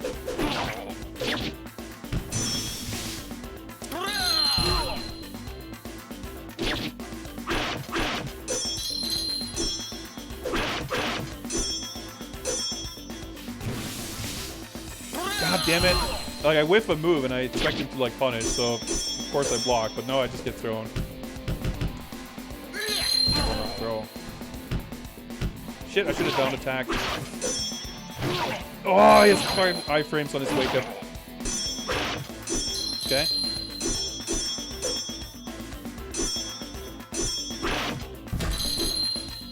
Oh, fucking hell.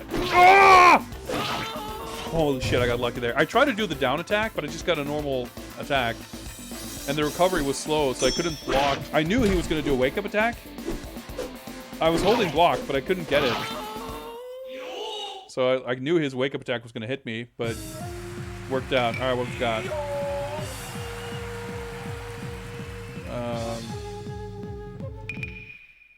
Money number 2. Did it double my money? I think so. And I had fucking nothing, so it didn't really do much. At least I didn't fucking lose. I barely got any money for the fight, either.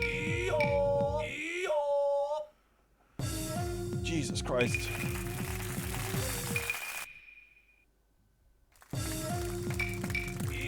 Feels kind of half-baked, I think is a very fair way to sum up this game. I'll just admire the manual and artwork and shit. I do kind of like the cover art. It's got this kind of wood carving sort of feel to it. We've got some cool characters here on the back of the box. And actually the manual too has like the curtain on the back. I sound super sarcastic, but I do think this stuff is neat.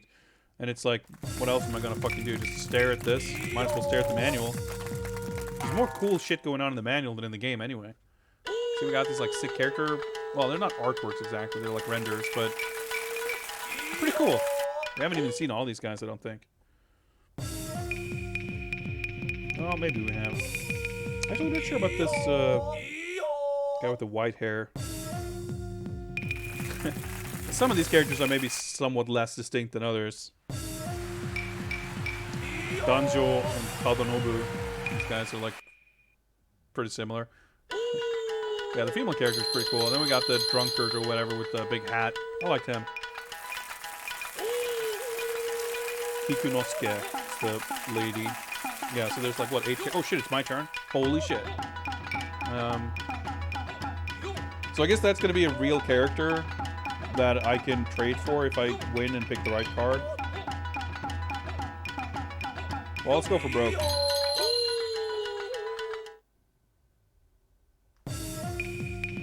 So either I win here and that's going to be good, I guess. Or I'm going to lose to this guy, which will help him win faster. And frankly, I'm perfectly fine with either. Like the portraits. Yeah, it's pretty cool. Like, every character has... There's like this traditional version, like, drawing of each character that they're used for those portraits.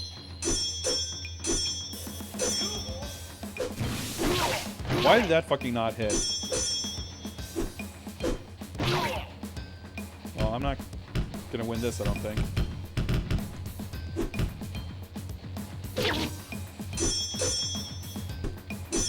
Time, like, I don't have enough time to win at this point.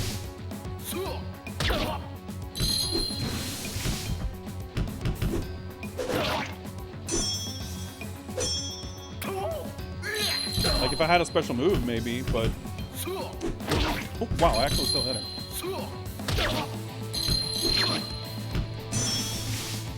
But yeah, look at the time, like, it's tight.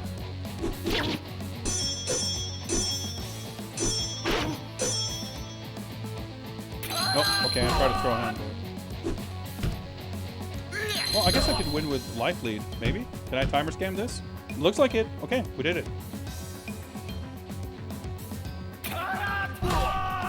Pretty sure Mario Party is more balanced than this card system. You're probably not wrong. Alright, we got a good card. What do we got? We switch... Wait, what? Okay, winner and loser switches place? Okay, yeah, so he gets to pick the winner card, and I get to pick the loser card. Awesome.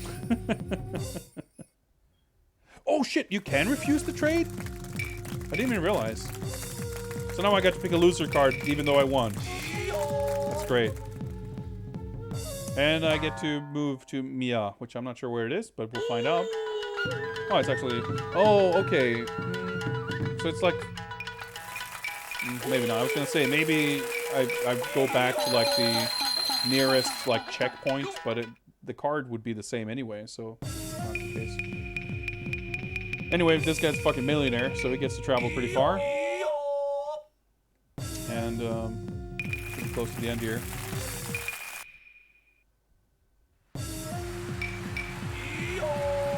I guess CPU 2, the fucking rich dude, is gonna...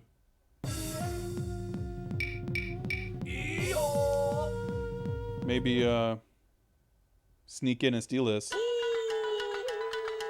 But yeah, I am fascinated with the idea of making a mode like this in, like, a actual fighting game. Like, I think it's interesting to, like, as far as adding more modes and stuff to fighting games, what you can do with it. Like, I'm usually not a huge fan of, like, Tekken Bowl and Tekken Force and that kind of thing. Like, you can do something fun with it. I think the Conquest mode in MK Armageddon was actually pretty cool. But I think there's also a lot of examples of that kind of thing not working super duper well. Oh, you actually could go 512. Alright, interesting. But you can't do double that because you can't even have that much money.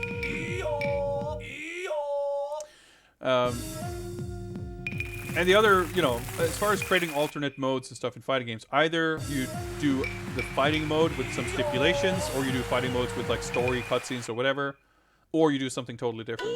I think doing more modes where you do the fighting, like, where the fighting is the fighting, but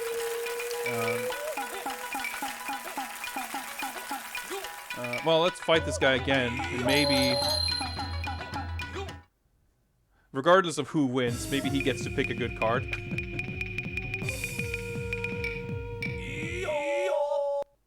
But I think that there's a lot of fun ideas you could do. Like, I think it's, again, the problem with this is just that this is, like, presented as the main mode. As an alternate mode in a game that's actually fun, I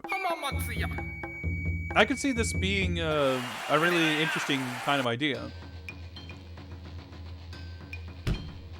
And I think it's just, like, finding the right balance between, like, how much, like, how to incorporate the fighting and how it works and all that. Like, again, Mortal Kombat, of course, experimented a lot with, like, different modes and bonus shit. And I think I'm reminded of, like, Deception that had chess combat and puzzle combat, which I think both were, like, fine ideas. But ultimately, they both have some pretty significant flaws. The chess combat is like you have a board and you have pieces.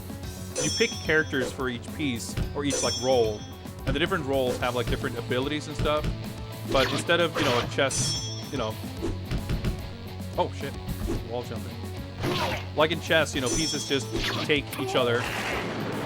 But in that game, you know, you initiate a fight and you have to fight each other. So it's kind of weirdly, you know, the strategy layer is only so deep because if you win the fight, you win the fight.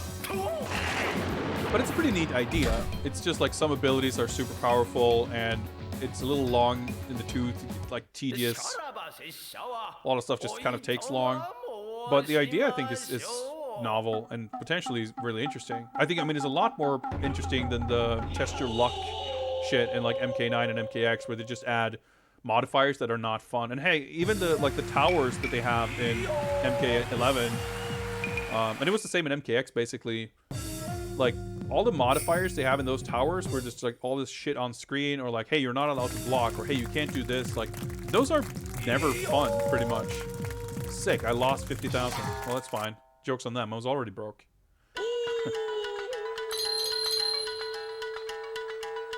And puzzle combat was also, like, it's just a Puzzle Fighter clone, but it's super tedious. Like, every match in puzzle combat takes, like, 2 years, and it's just, like, super tedious.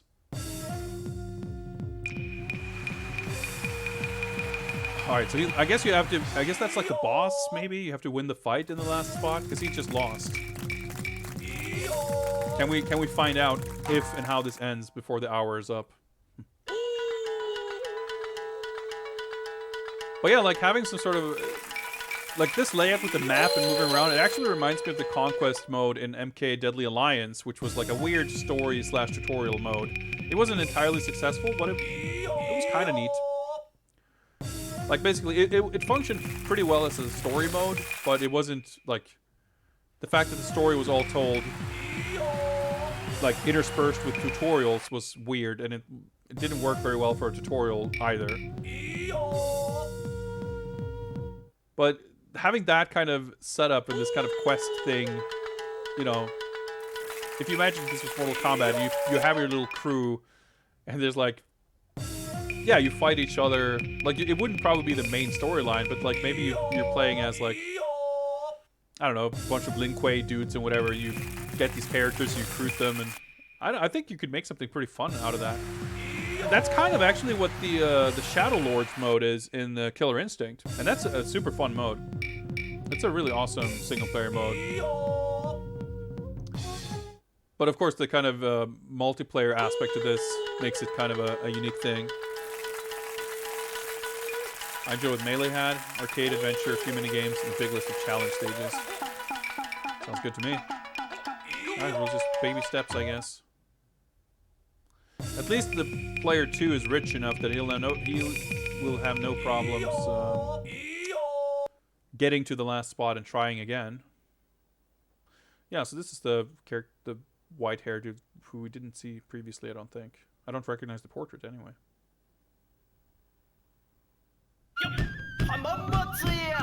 But the thing is too, like, I think for anything like that, it's you gotta find something about it that's compelling and find the balance between like gameplay and tedium and nonsense. Like, again, Soul Calibur 6 has got something that's like not too dissimilar. You move around on a map and there's like different missions and stuff, but there's just way too much downtime in between missions. Like a lot of tedious, boring dialogue to sit through. And compared to the Edgemaster stuff in older games, the different fights themselves are just like not that interesting. They're not very interesting sort of, what's the word? Modifiers or like stipulations. Well, that's probably a super of some sort. Holding block, but he might just be invisible. He got life back. He is getting life back. Okay, he's just invisible. Oh, okay, he just stays invisible and keeps getting life back. That's a pretty good special move.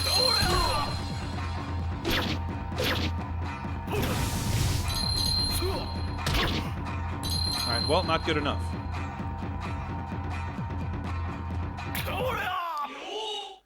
Alright, and we're gonna win, or do we win a loss this time too?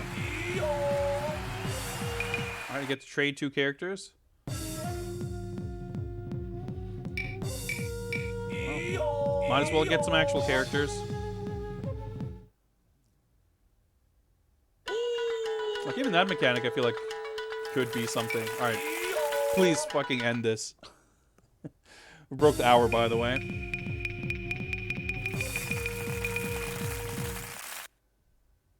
Because those characters on the player 2 side there, Kagekyo, yeah, I don't think they're even in the manual. I guess that's the dude on the cover.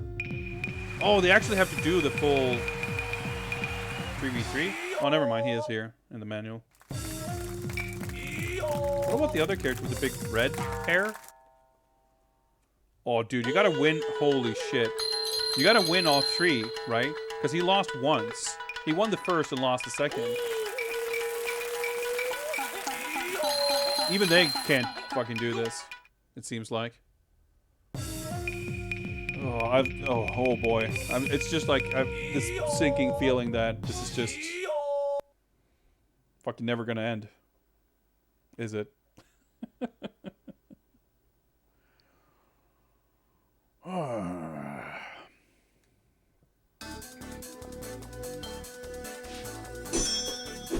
Kind of cool music. Also, wasn't she dressed in red before? Different color palette.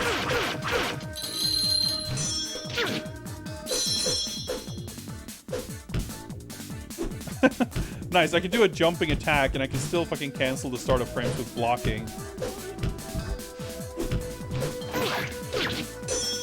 Both characters just twirling around. Dude, it's so weird. When I turn around, he takes a big step back. It's pretty awkward.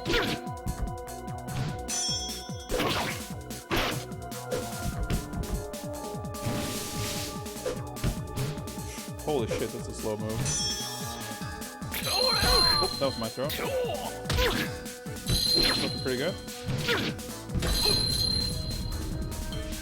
Alright, let's... Wait, I don't get life back?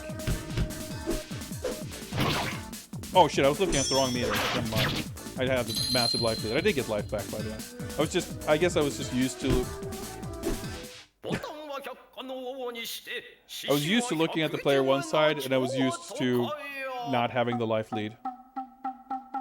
Oh, now it's alpha sorting issues, making his head look completely hollow. Alright, cool.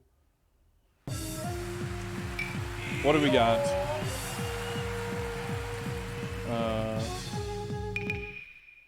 I'm changing positions with the player in first place. Okay.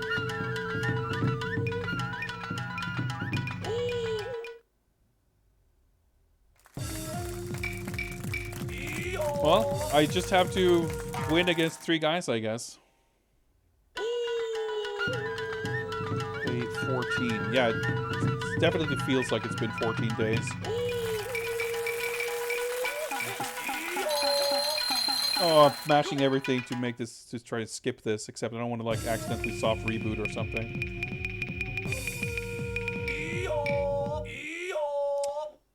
So how's everyone's Friday going?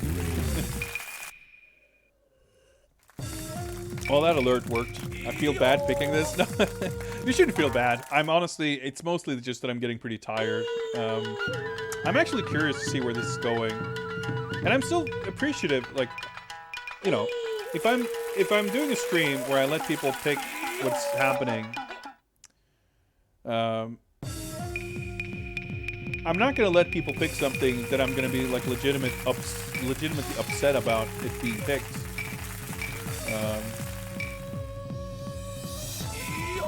I'm gonna, if I let people pick something, it's because I'm totally okay with doing it. And without exception, these streams have always been exciting because stuff ends up being picked that I would not have thought about playing, you know. And even if it's like a bad game, or even if I'm even having a bad time, like it's still, I'm still excited to get to play something that I wouldn't play otherwise. And I'm always down to form a more informed opinion on something anyway. Damage. Oh, nice. And, you know, I have the fullest intention of getting through the list eventually. So, at the very least, playing this now means we don't have to play it some other time.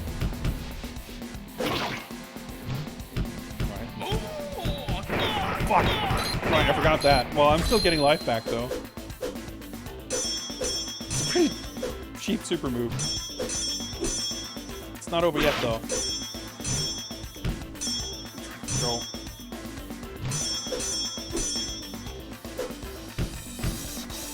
Okay, we did it. We're, 1 match down, 2 to go, I guess.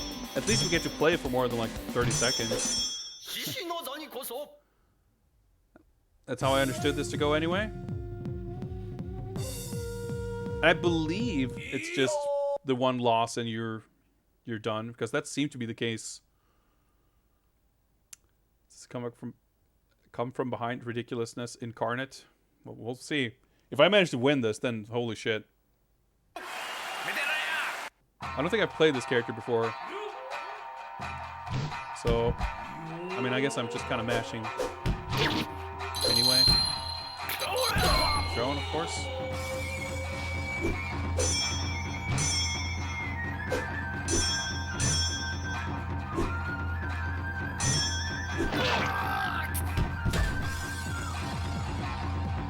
No wake-up attack? Well, I can't shoot.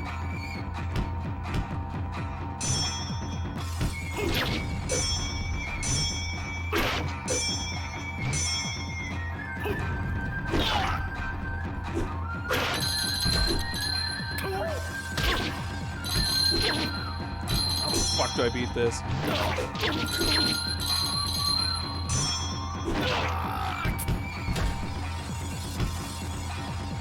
I guess, yeah, Wukong and Sakon. Yeah, okay, so he just, fuck's sake, like,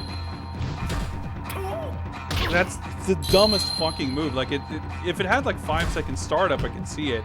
If they get knocked out of it when you hit them, maybe.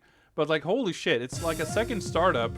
You just regain health, become invisible, and just like, even if I attack, I mean, time was an issue too, but like, even attacking the character, I would struggle to be able to deal damage as quickly as they're getting life back.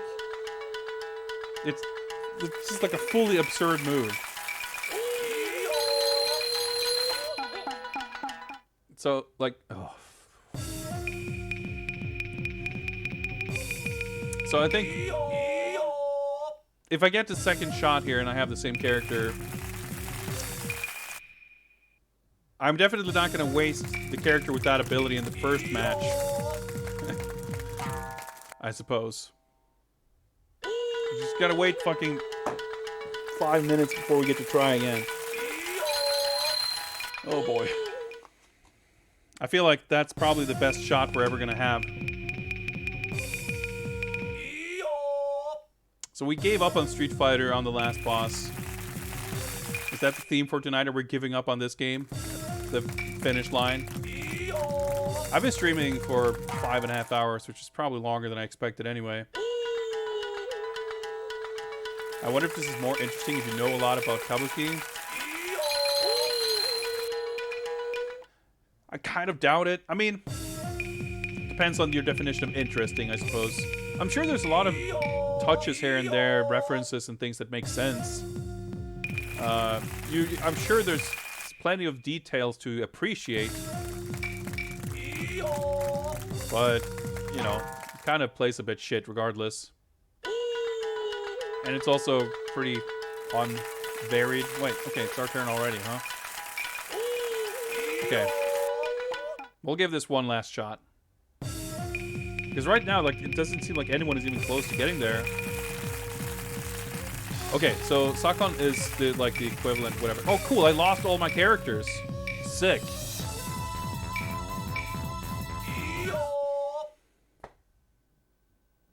I guess if you lose this match, you lose your characters, so you have to go pick and find new characters. I mean, Shiroko is still probably the character I've had the most success with anyway, but that's kind of some bullshit. So that's like the launcher. It's probably my best bet to like deal combo damage. Nope, fuck, it's too late.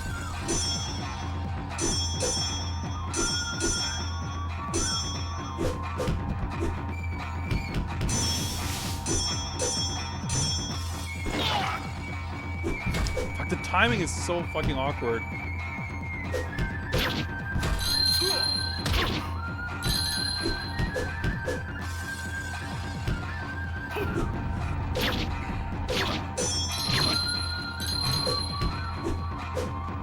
It's so fucking ridiculous. Like, I tried to hit him out of it, but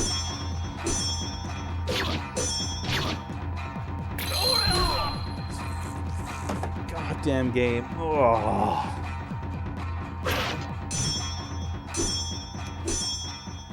Yeah, I'm sure the characters are all like not, you know, just completely made up. I'm sure they're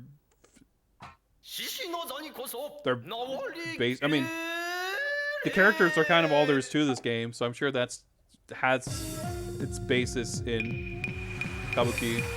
I'm sure the entire premise for this mode is something that it makes sense. I'm sure it's not just whatever, let's travel across a map for the sake of it. But I know absolutely fuck all about Kabuki, so. Oh, I can't, like, okay, I have to wait until my next turn before I can pause and presumably exit this. But hey, he actually made it back here, so maybe this guy will actually win. He lost all of his characters too, though, so.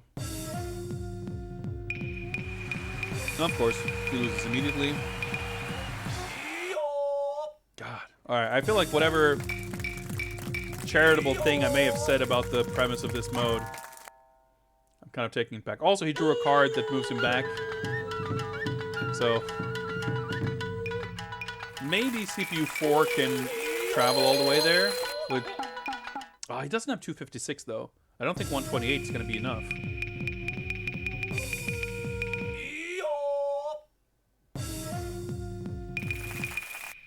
Well, the first one is free. Well, let's see. Loser card. Changes with the 4th place. Yeah, okay. Oh no, he can make it. Oh, it's just 64. Okay.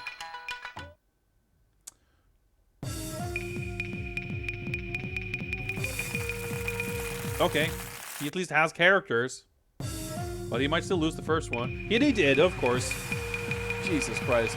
This goddamn game. This goddamn mode. Alright, is it our turn? Oh, cool. He loses. He gets passed over next turn.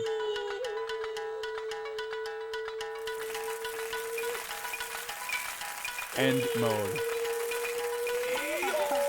Fucking please. God damn, I can't believe us. Alright. I don't know what we're saving, but so let's see what this is.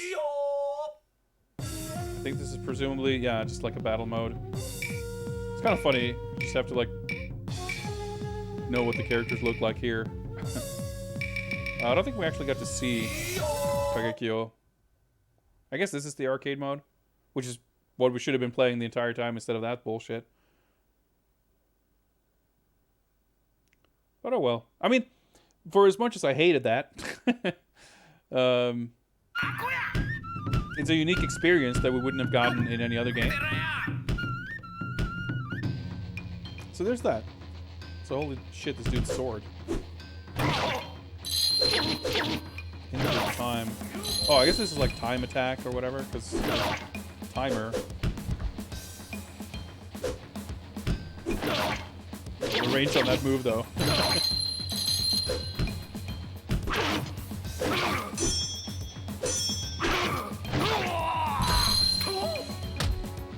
Oh, I'm dizzy. There we go. Recovered. Oh, the turning around is so fucking slow. I'm trying to get in position to do a throw, but oh well.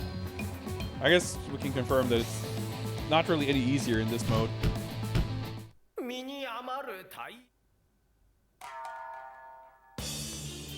Okay. Clear time ranking, okay. So I guess, well, it doesn't necessarily say that you win at 12 wins, because you can rank in with 4 wins. Okay, so number 10, that must be that when I played this mode before, this is that I actually had a score. Money ranking. Okay, yeah, it's the second time playing this. I actually made the top high score. Yeah, so there isn't really an arcade mode or anything like that. Well, this is Zan Kabuki. We have again, I can happily say that we have at least, you know, we've played it, so we can check it off the list. I wasn't planning for this to be my last game of the night, but holy shit, I'm really spent. I do not have it in me to play something more after this, I don't think. But honestly, I am delighted to have gotten a chance to revisit this and check it out again. I can feel even more confident in my, you know, my stance on this game as not particularly good or fun. Maybe interesting, like, but even that's a stretch. I guess this is in this mode. Well, whatever.